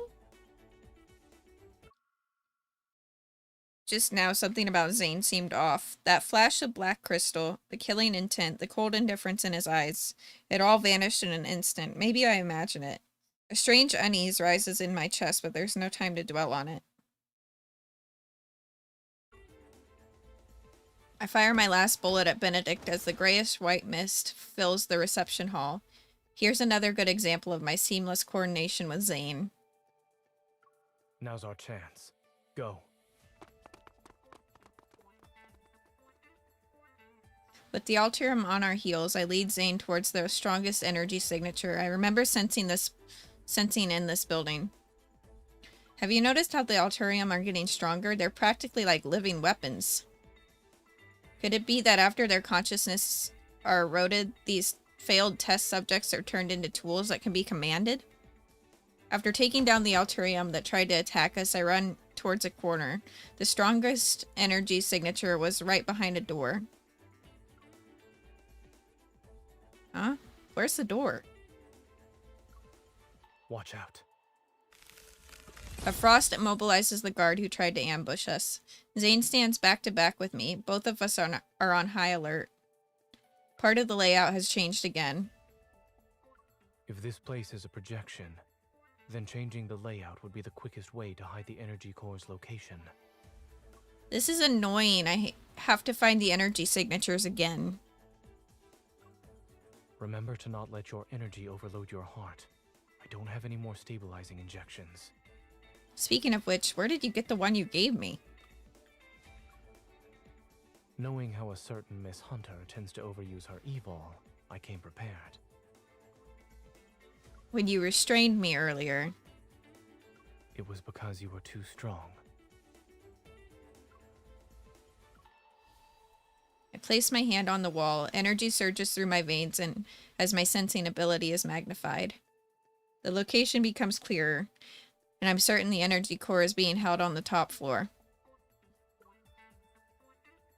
I found it. Follow me.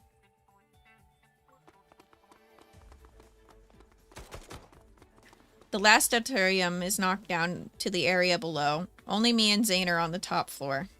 At the end of the cold white corridor stands a single door. It's as if our only option is to move forward. This is it. Zayne and I exchange a quick glance before swiping Carter's ID card against the scanner. Welcome to the Energy Core Control Room, Dr. Carter.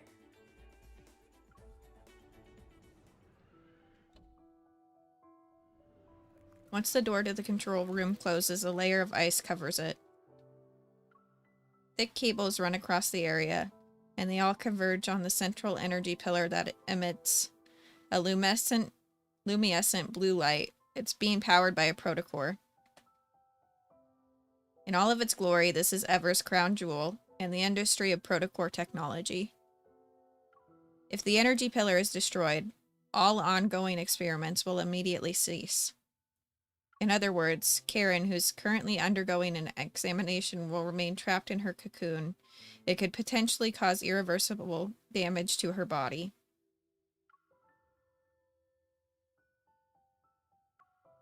Are you worried she might regret her decision? Maybe. But we know what we have to do. I can't betray her trust in me, or rather, I believe in her choice. I remember the first time I held Karen's hand. It was thin, delicate, yet surprisingly strong. Zayne raises his hand and hurls a shard of ice towards the luminescent energy pillar at the center. Zayne, wait! Carter's voice rings out from the overheard speakers as the surrounding glass walls instantly become transparent. I can see Carter has arrived. Catching his breath, he's standing at the reception hall we were in earlier. Zayne, leave this place, and don't you dare destroy that energy core! Do you remember how much time and effort we put into this? Without a hint of emotion in his eyes, Zayne gives Carter a slight nod. Amidst the chaos, Benedict calmly stands behind the crowd.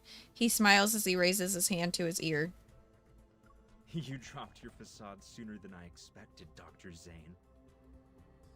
Is it because of your sense of duty as a doctor, or a resolve driven by guilt?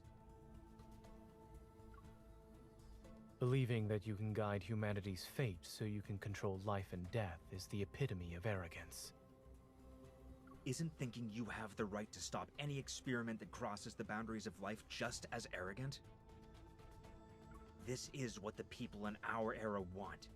And in just a few centuries, or maybe even a few decades, history will remember this moment. You have no right to speak of such things. Why don't we watch and see how the future unfolds? Even if you've stopped Ms. Karen's experiment and prevented the press conference today, you can't stop the tide of progress. It's more or less the same rhetoric. Did everyone ever attend the same corporate seminar or something? Ah, yes. I have one more question I'd like to ask you, Dr. Zayne. The static in the comms channel suddenly falls silent and cuts off Carter's angry shouts. All I can hear is Benedict's steady voice tinged with amusement alongside his breaths. Back then, why did you choose to destroy something that could have shaken or even changed the world? He asked the exact same question that I did. A sense of unease stirs as I glance at Zayne, who's maintaining his usual composure. It couldn't be controlled. Any action beyond our control leads to unpredictable consequences. Maybe it's because he used his evol too many times in quick succession. Delicate ice crystals are steadily creeping up Zayne's forearm. Uncontrollable. I see. Your rationality is an absolute, the very thing that drives you to eliminate any possibility of losing control. It affects the smallest things about yourself to the greatest matters of this world. That's why you killed William at Mount Eternal back then, yes?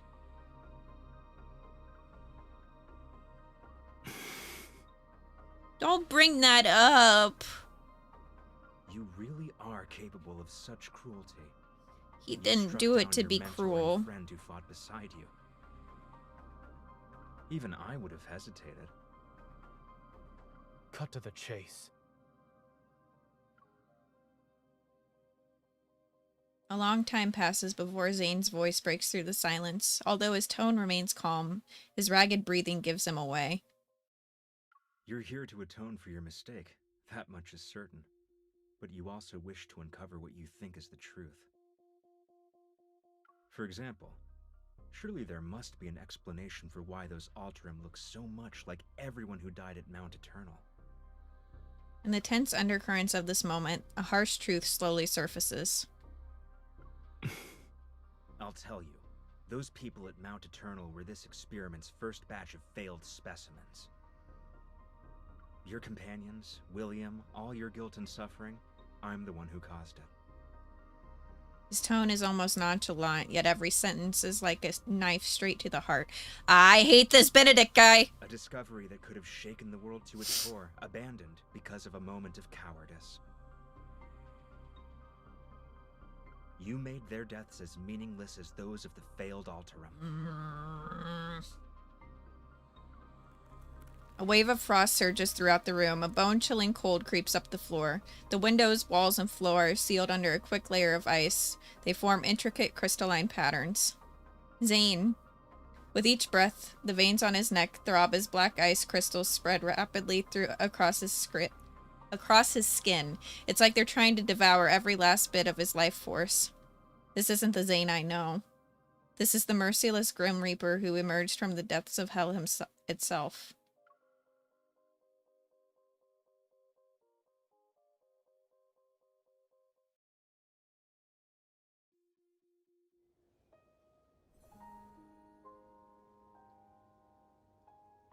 But he's not bad. He's not bad. William was dying. William begged him. He's not bad. The OG Ninja, Superman, thank you for the 5 gifted subbies. Thank you so much. I don't know why my alert was so quiet. That was weird. Thank you, thank you. My bad. Thank you so very, very much. If you guys got gifted a subby, be sure to thank him. Curse of Memory, Chapter 10.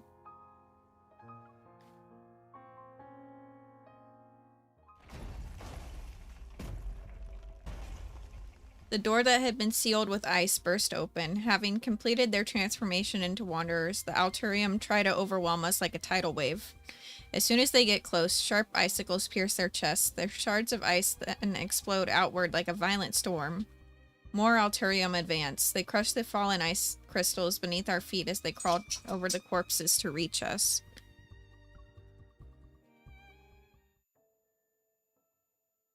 All of the Altarium open and close their mouths in unison. They stutter and produce those unsettling sounds.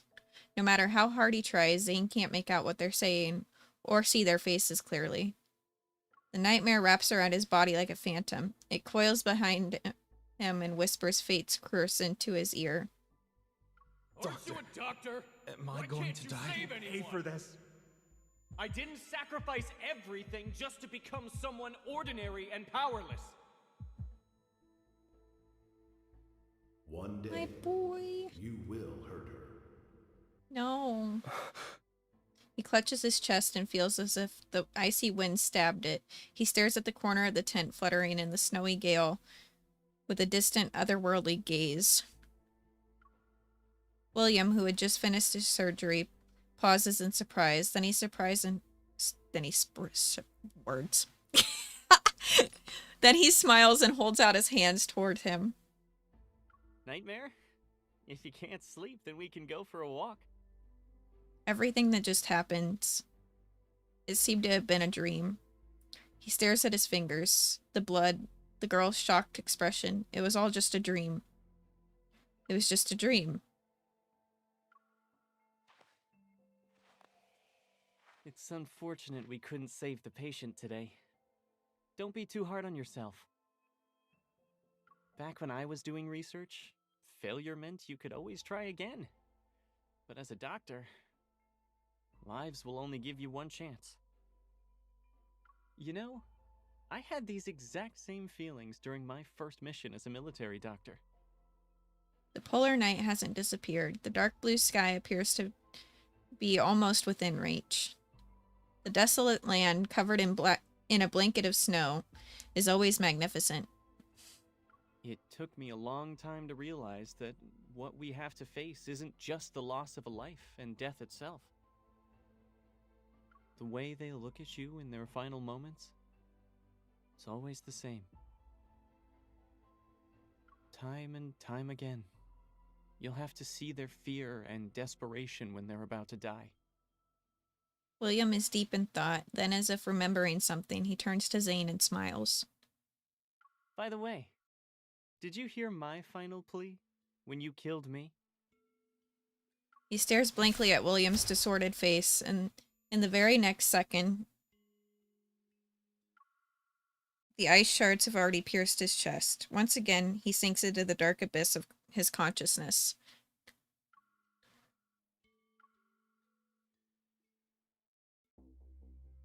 There are more of them. They're actually using the Alterium as weapons.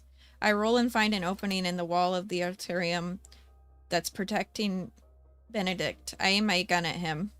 But before I can pull the trigger, brilliant ice flies towards the Benedict.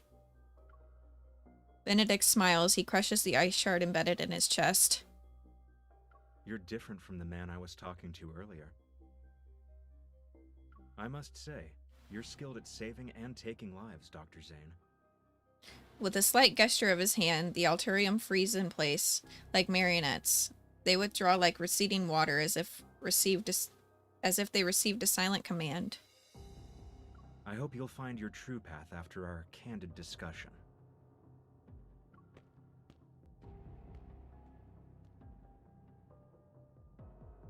Soon enough, there's only 2 of us that remain in the vast, cold control room. Wait, how did it hit level 2? Oh, never mind. Never mind. It completed. I read it wrong. I'm sorry, chat. I was like, wait, what? What's going on with my activity feed? Thank you. Thank you, thank you.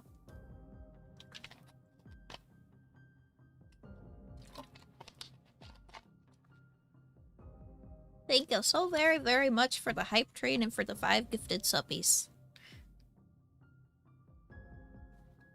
Soon enough, only 2 of us remain in the vast, cold control room. Ignoring everything else, I rush past the dissipating ice crystals to Zayne and cradle his face in my hands. Zayne? Zayne, look at me. Listen to me. No matter who Benedict is, I'll always keep a bullet just for him, starting today. Zayne's labored breathing shows how intense the pain is. The black ice crystals emerge from his neck and continue to spread out. His ice-cold fingers are slowly slipping away from my palm. You need to wake up from this nightmare right now. These hands that save countless lives should never be stained with the pain and guilt that don't belong to them, especially not because of scum like Benedict. Zayne, you have to. These few seconds feel like centuries, and then he finally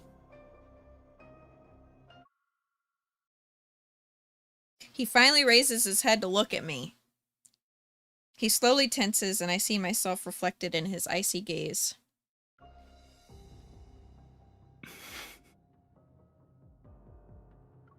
Zayne? Pain answers me instead. My consciousness shatters as I drift into the warm embrace of unconsciousness. Before everything fades, distant memories regroup and flood my mind. Did he just hurt us? The ground is littered with the remains of wanderers. They're slowly dissipating. Meanwhile, searing pain burns my chest. Struggling to push myself up, I see my blood-stained hands are small and thin. Did this happen when I was little? I look up. There's a young man with a familiar face, but his expression is frighteningly cold and foreign. While I'm dazed, his face merges with Zayne's present-day appearance. They, from my memories and reality, approach me step by step. Your existence is a mistake. You must be eliminated. It's as if black frost has covered his eyes. Having materialized in his raised hand, sharp ice crystals hurl themselves at me.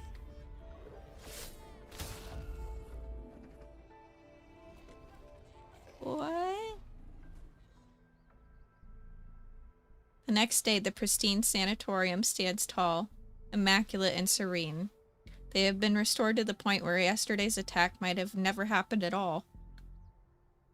Wherever and whenever you need us, we will provide you with healthcare services of the highest quality.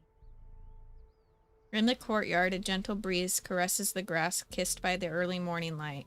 A cocoon hangs on a delicate swaying flower stem. The faint sounds of a struggle can be heard from within. Light reveals the outline of the tightly folded wings behind its translucent walls. Moist and tender, it breaks free from its cocoon, and in the refreshing air of rebirth, those wings slowly take to the skies.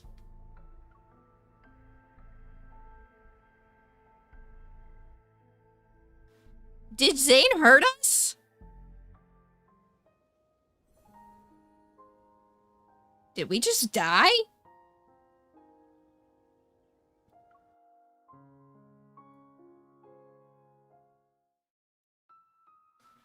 My heart constricts as sharp pain courses through every fiber of my being. My consciousness sinks into a blurry darkness. Footsteps that are close by sound distant, as if they're muffled under a glacier. Zayne? Is that you? Hi, princess. How's you? He stops in his tracks as if he heard me. He doesn't take the candy or freeze the melting popsicle I offer him. Stay away from me! I'm sorry. A box sits on the doorstep. Whiffs of cold air drift inside it. Inside the box lie 3 misshapen snowballs, remnants from when Zayne was still learning how to use his evol as a kid. I'm doing pretty good. How's you? Oh wait, you already answered that. I'm so sorry. Okay, I might be losing it a little bit, but yeah.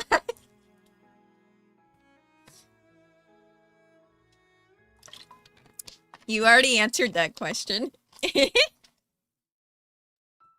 Okay.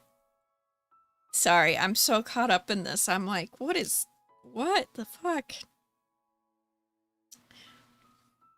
Main story update is very good, chat. Very connected with lore. So if you guys haven't read the boys' lore, you might want to do that before diving into this main story chapter. Just a little suggestion.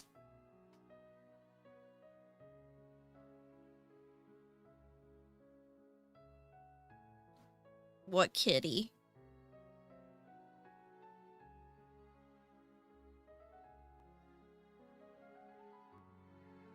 Chico? Chico passed away last year.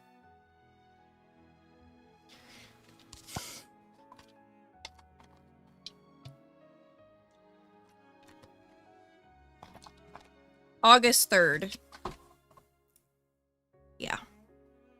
Sorry.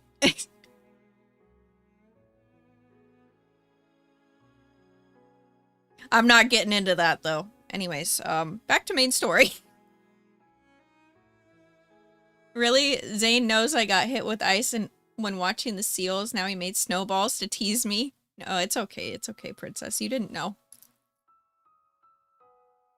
I heard footsteps. Did he already leave? I don't see anyone nearby. As I hold the box close, an inexplicable sense of loss washes over me.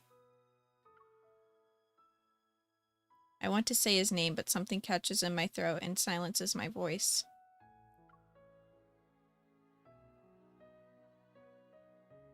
Zayne? Zayne!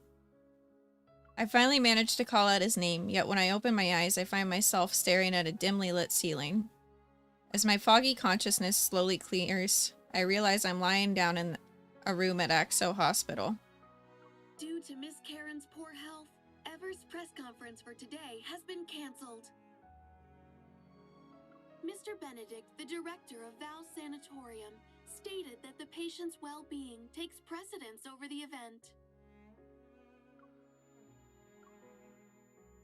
A hand waves before me. Its owner's lips move as they say something I can't make out. How many fingers am I holding up? Looking down, I see my wounds have been bandaged, and the pain has mostly subsided. I sit up and take Yvonne's hand. Where's Zayne? Oh, you're awake. I do Goodness, you're too. okay. It's my favorite game. You had cardiac energy overload and some minor injuries when Dr. Zayne brought you in. Oh, thank goodness he We didn't asked hurt him her. what happened, but he wouldn't say anything.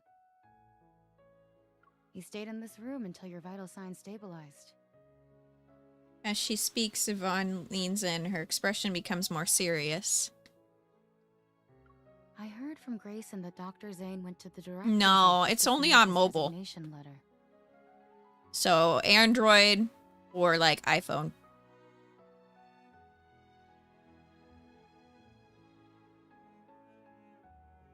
I know. I'm hoping that eventually we will get it on PC. I just keep my fingers crossed.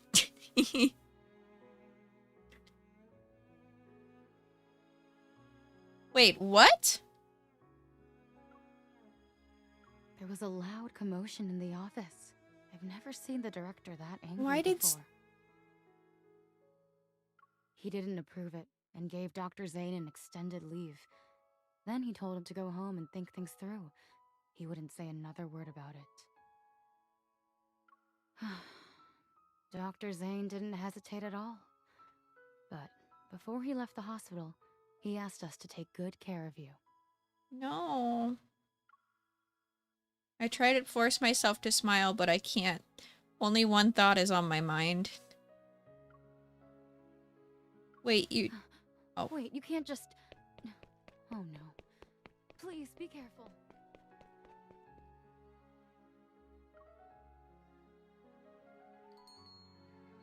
I'm sorry.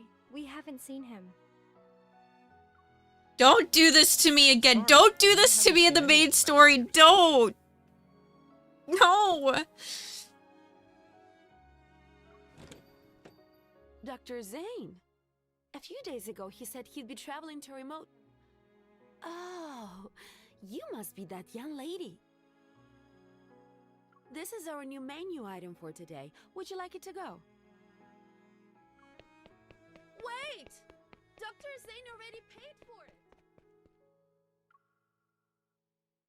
Zayne's home, his favorite dessert place, the cafe owner near Axo Hospital. I visited every place I could think of, but there was no trace of him anywhere. Late into the night, I entered the passcode to his house again. I'm clinging on to one final hope. Don't you fucking do this to me, Zayne. I swear. I swear. The room is shrouded in darkness. Snowflakes drift in through the gaps of the floor-to-ceiling windows.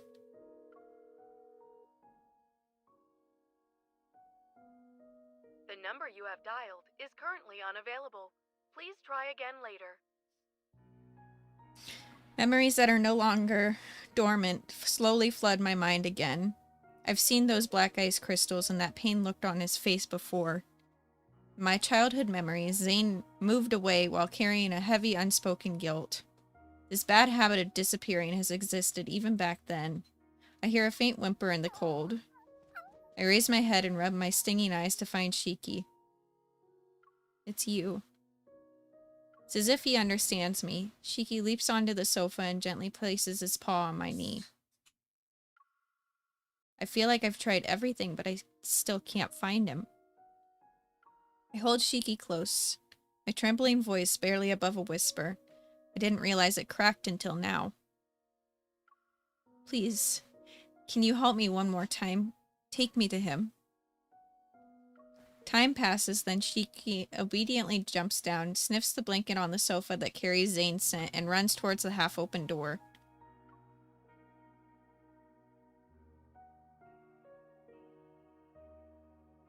No. I don't like this, chat. I don't like it. In the darkest hours of the night, it's snowing again. Large snowflakes dance around the glowing street lights. They settle on rooftops, streets, passing cars, and the shoulders of pedestrians. After running for a long time, Shiki stops in front of the pitch-black fence. He circles a few times before signaling me to follow him. Where am I? The streetlights illuminate the faded writing on a sign. This is the public cemetery in Lincoln City. It's also the final resting place for those who have no place to call home. Shiki quickly vanishes into the darkness. I steel myself before running after him.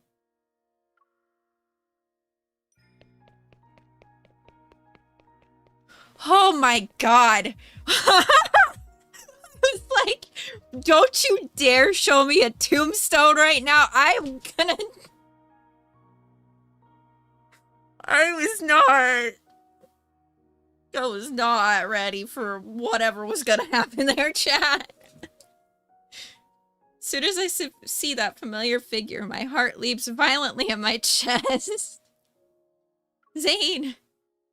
He stands in the snowy night, his coat billowing between black tombstones. He's like a ghost that has nowhere to go.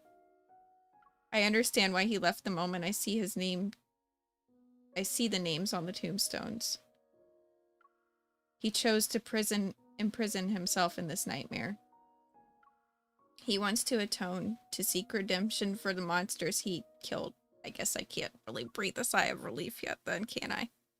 I hurry to his side, but when I call out his name, it gets stuck in my throat.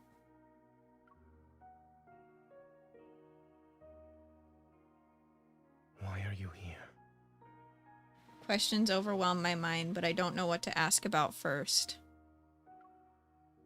You chose to disappear without a word. You didn't even give me an explanation. These graves belong to the people who died by my hand. I don't believe their deaths were unjustified. Do you think I'm here because of guilt? I'm not standing in front of them for repentance, let alone the atonement you're imagining. When you almost raised your hand against me based on your judgment, did that mean I was also someone who needed to be killed? He doesn't evade the question. He nods without any hesitation. So this is why you submitted your resignation letter to the hospital. You haven't even healed my heart yet, and you're going to just leave like that? You told me not to change doctors on a whim, but can doctors abandon their patients whenever they want? A complex feeling crawls up from my throat to my tongue as emotions bubble up like boiling water. I first met you when I came to Oxo Hospital. I was 12 at the time.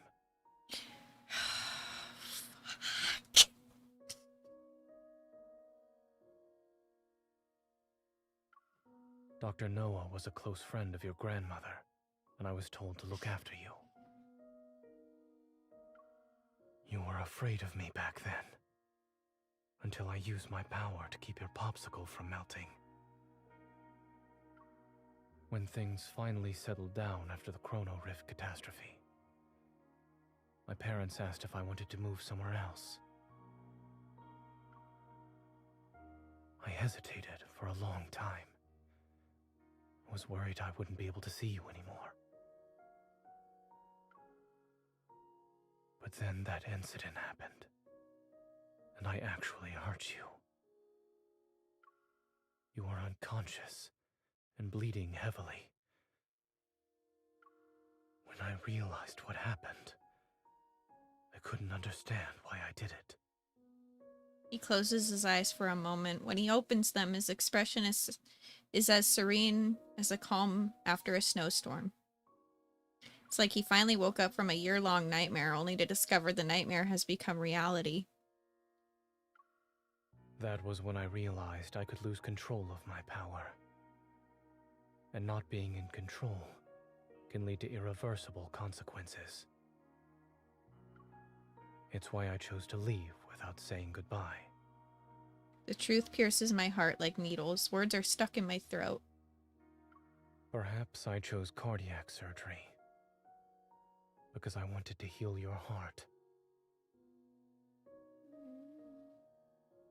Or maybe I wanted to make amends for what I did back then. Even I don't know.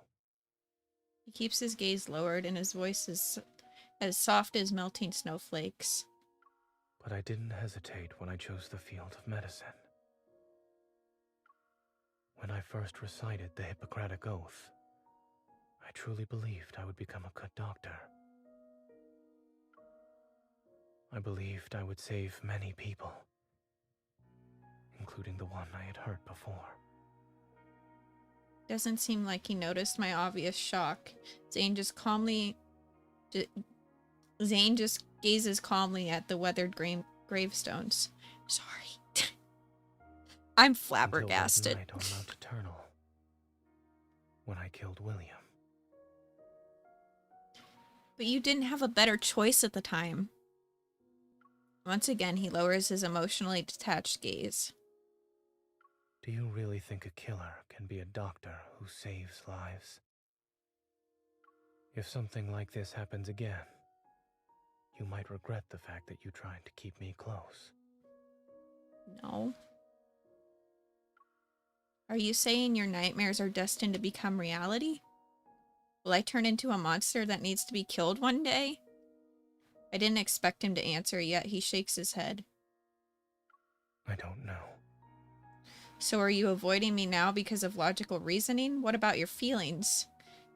If we're going by pure logic, then now is the time. Do it, Zayne. Or are you afraid? Or is this something you don't want to do? Looking at his calm, aloof expression, I find myself beyond the point of rationality. Whatever you do today, I won't have any regrets. But I would. Snowflakes land on my eyelashes. They turn his figure into prismatic fragments that are like ripples in the darkness. I'm certain that if I were to truly hurt you one day, it would be the greatest regret of my life. The snowflakes fall as if they're floating through the cosmos. They land on us and the gravestones. We stand in silence. Neither of us exchanges a single word.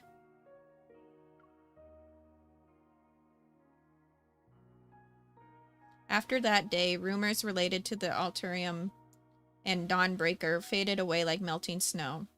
These pure white specks were but fleeting visitors. The city awakens in daylight, and once again, it's immersed in a bizarre flood of information. The Spectium Core's energy remains concentrated in my chest. It's like a seed that's merged with my flesh. It faintly echoes within my heartbeat. I'm fine. I know these ether cores connect my past and my future.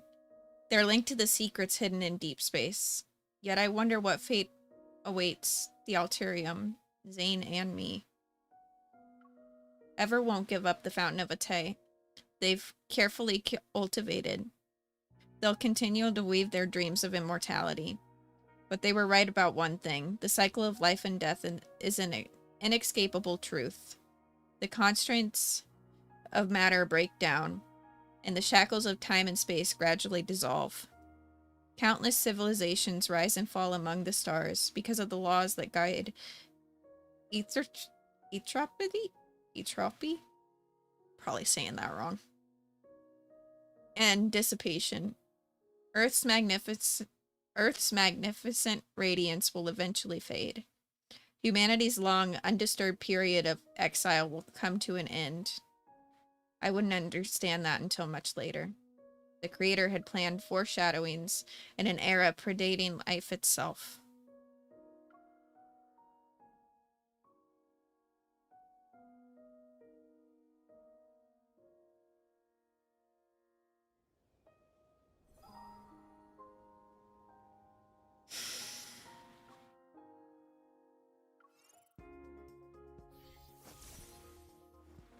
I'm trying really hard right now, chat, to not lose it, because that, I didn't like that. I feel like Zayne's leaving.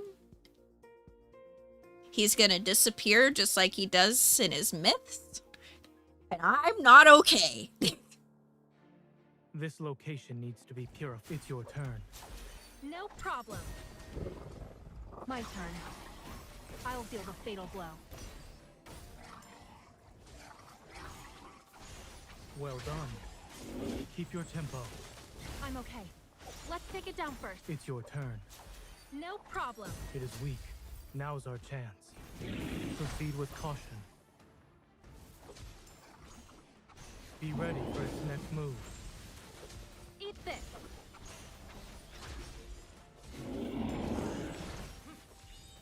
safety I'm just is- sitting here pouting.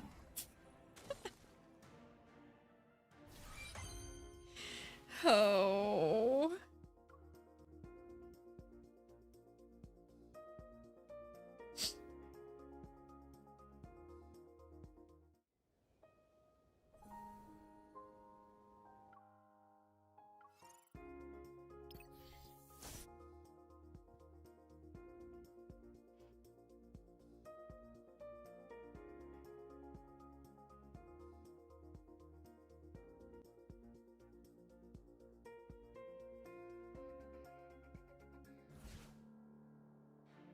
We'll depart when you're ready. Come at me. Together. Bring it on. Well done. Make sure to dodge the attack. It's a great day to be a snow crow, girly. It's a great day. Come at me. Together. These threats are only temporary. Melting like snowflakes.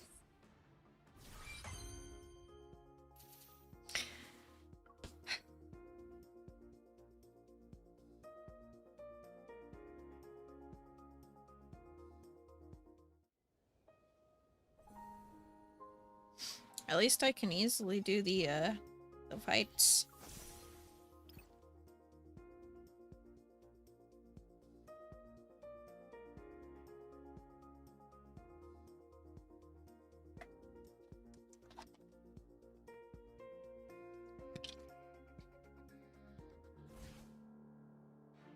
Are you prepared?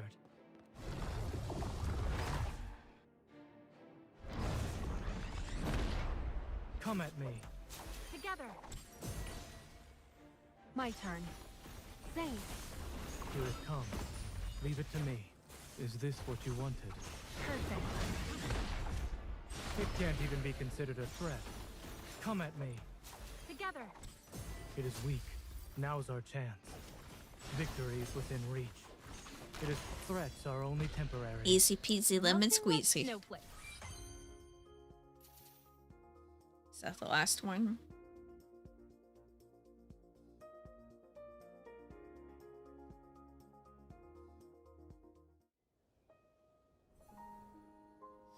We finished the main story update. Yay!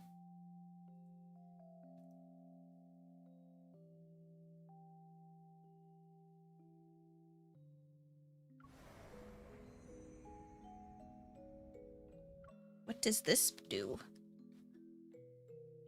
I like the music. A reborn prosperity soothes the old dreams of yesterday. At the boundary between light and shadow, Fate's spindle is a weaving brand new emblem. Above the realm of chaos, the deep space tunnel lies like an inverted pocket, silently devouring both past and future within its depths. Deep in the black box of memory, the secret hidden in plain sight is quietly unveiled. The beginning of all events in Lincoln City's traces back to the fateful year of 2034.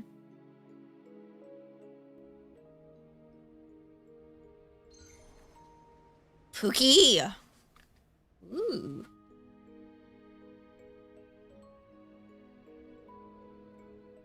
I don't understand. Oh, there we go. Runes groan in the wind and screams tear through the silence. A long journey reaches a new destination. He arrives at the most inopportune moment. Buildings collapse and order crumbles, yet this brings him to a newfound pleasure.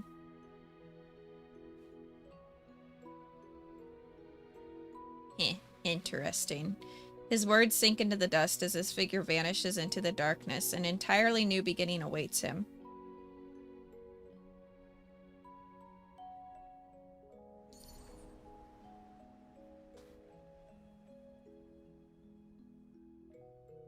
I'm guessing this is like a hidden thing, though, too. Am I wrong? I didn't really see how you're supposed to do this.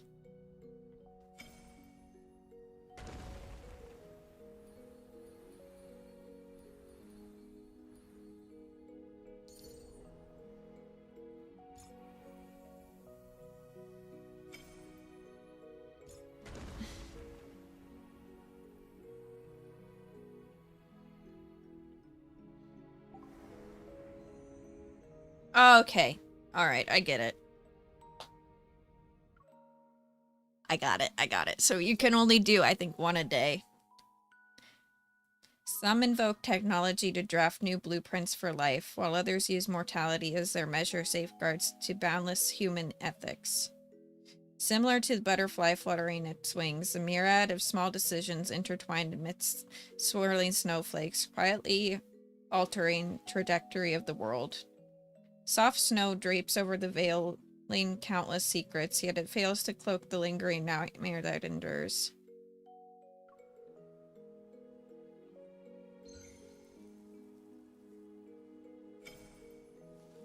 Sunlight intertwines with shadows falling from above. Everything seems to sway between reality and oblivion. The scene before him collapses into a vortex deep within its gaze as gods look down upon the mortal world, upon weaving the connection with that youth. Icy thorns pierce his palm. The girl's figure shatters, the blood crystallizes into amber. Like raging waves finally breaking through fragile ice. Ever since then, all his dreams were enshrouded in darkness. Each dawn was judgment upon him.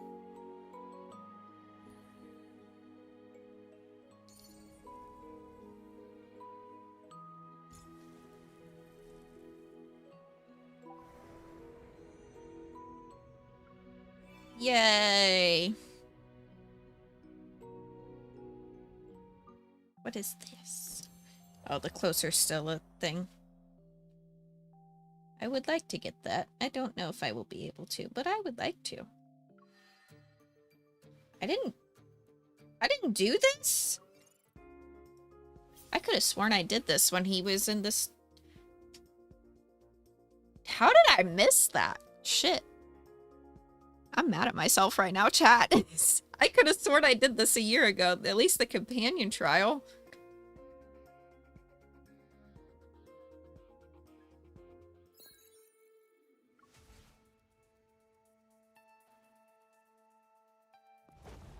My turn. Don't. Here comes the gust. It is weak. Now's our chance. Is it too challenging for you? Not at all. Victory is within reach. It is falling apart. I really want to bring Master of Fate home, but I don't know if I'm going to be able to. We'll use the gale to our advantage. You'll falter if you aren't careful. A blizzard is approaching, but it won't harm us. If I do, chat, there'll be a YouTube video. If I don't, there won't be a YouTube video. I'm sorry. I'm okay. Let's take it down first. It's over. You won't escape. Here comes the gust. You use the gale to our advantage. I don't think I'm gonna pull for him unless I can manage to get the 1,000 diamonds before he goes away. Is it too challenging for you? Not at all. Proceed with caution. So I'm gonna stack them up before I do it. Why don't you take it? Oh, we could ult. Let's destroy them. I'll take them out with one strike.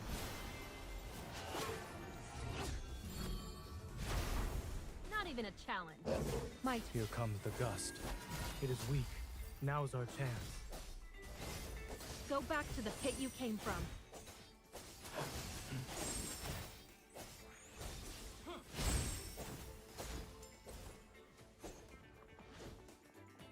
Here comes the gust. It is weak. Now's our chance. Keep your distance, or else you'll get hurt. Bring it on. Make sure to dodge the attack. We did it!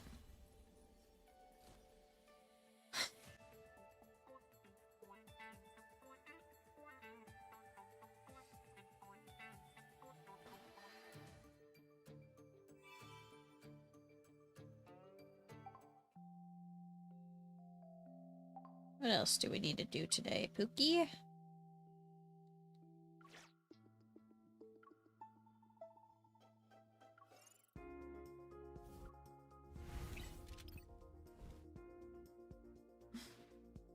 That's what we need to do.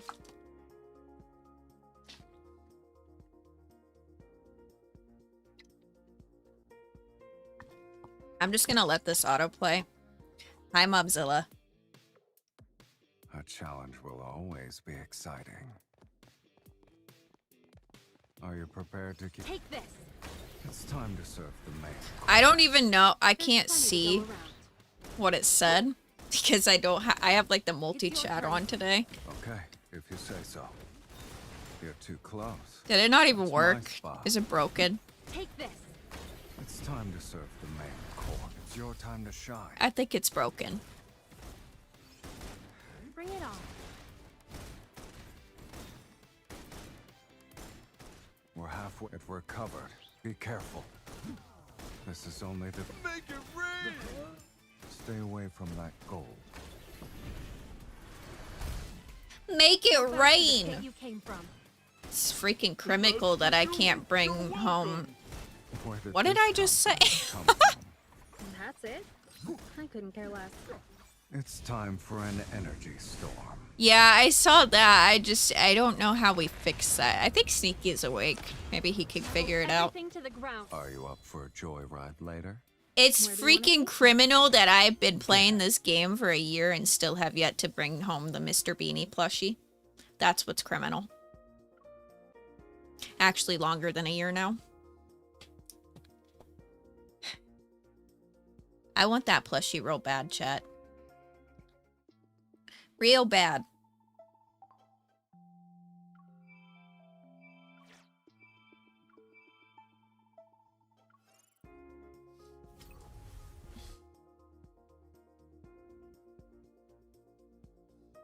Yes.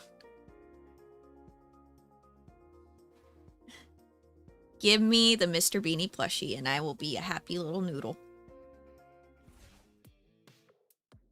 An appetizer? Here comes the big guy. Good. Doomsday? Descends. Was it Silas? This power, is that it? Zayne made me cry. So, It can't. again, it's now the third time Zayne's made me cry. I'm You won't be fine. getting that love letter anytime soon. I'll live. Decide. That's exactly how you should use this invincible body. I'll let them see what a true fiend is. We're halfway there. Don't worry. I'm okay. I guess it's gonna fight dirty. It's time. You don't know nothing of this game? It is an Atomi game, which means dating game. But it's also like got an amazing free-to-play main story. That's what we were doing today, actually. We just finished it. It took me 7 hours The abyss. to get through 4 chapters today. Crushed everything. Now I'm just doing my dailies. Are you up for a joyride later? Where do you want to take me? Guess.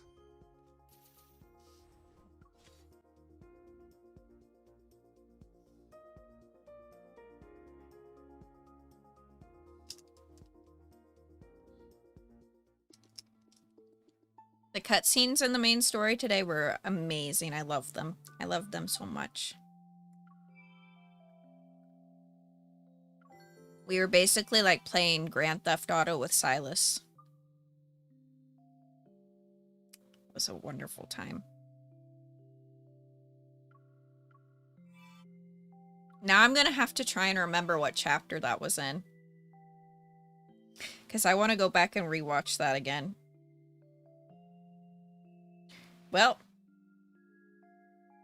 I have to have those. Don't even have him, but I'm gonna try and bring him home.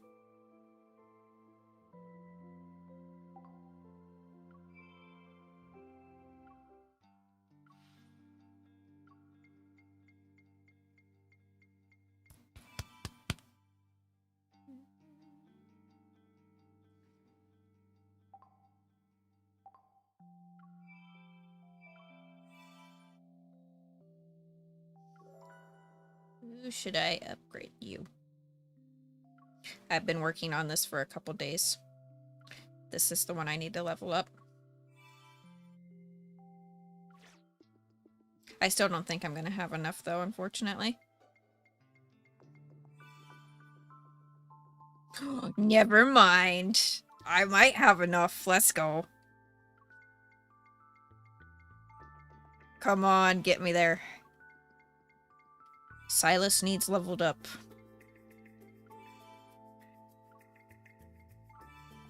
I still don't have enough, do I? Oh, I do. Why didn't it tell me? Usually it tells me.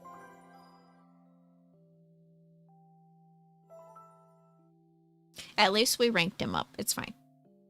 No, we didn't rank him up. We ascended him and then leveled him up to 71. I'll take it. Is that more diamonds? Chat, I might get to 1,000 diamonds today at this rate.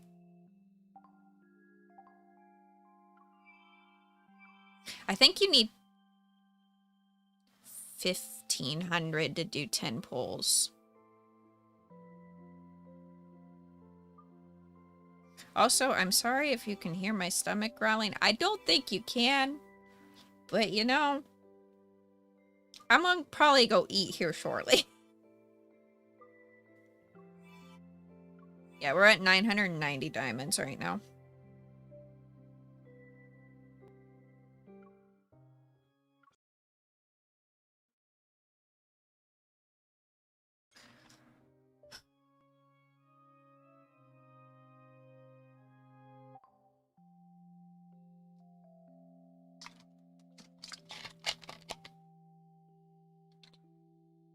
All right.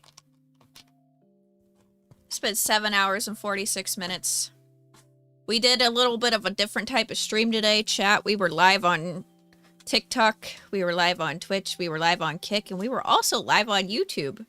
You guys can expect probably more YouTube streams whenever there's like updates to Love and Deepspace.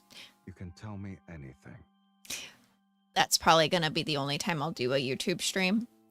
So, if you guys liked today's stream, be sure to like, comment, and subscribe. And maybe follow for more as well. Thank you all for hanging out with me and for chilling. And thank you for the hype train on Twitch. Thank you for all the subbies on YouTube. Thank you for any follows today on Twitch. Thank you for any follows today on Kick. Thank you for any follows today on TikTok. I will probably be back again. I'm hoping I could be back again by tomorrow. Silas, can you stop interrupting me, please, sir? I'm hoping I could be live again tomorrow, but we have possibly chances for severe weather. That's why I stream during the day today. I usually don't do this. I usually stream during the night, but yeah, I didn't really have much of a choice today because I didn't know what the weather was going to do. Unfortunately. I'm going to close out of my game and find somebody to raid here.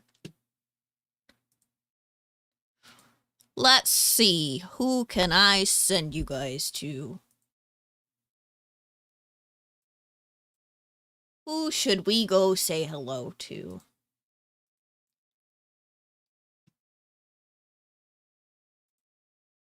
I do want to play some more Stranova or maybe some more Marvel Rivals this week. I also want to try and get through more 2v8 challenges on Dead by Daylight as well. But that's kind of up in the air right now too because my controller's been having issues, so I'm really gonna only be able to do like my keyboard and mouse games. And you guys know I can't play DBD on keyboard and mouse. I've tried. I don't know what it is. It makes me feel sick. Maybe I need to try and figure out the sensitivity issue. That'd probably be a good idea. I really want to see if there's another Love and Deepspace person we can say hi to. I mean, it's update day. There's gotta be somebody.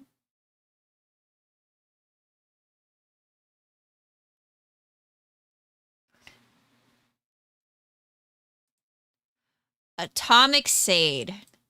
I believe she's also on TikTok. I think.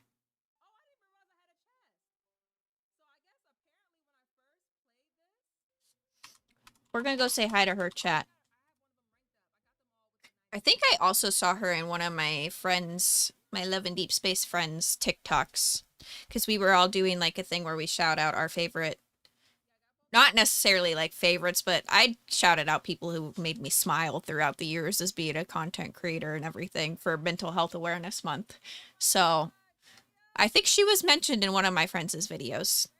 Go tell her hello, show her some love. I will see you all hopefully tomorrow. I'll keep you updated in Discord and on Threads and on Twitter. Have a good night, everybody. Thank you for hanging out again. Peace out. Bye-bye.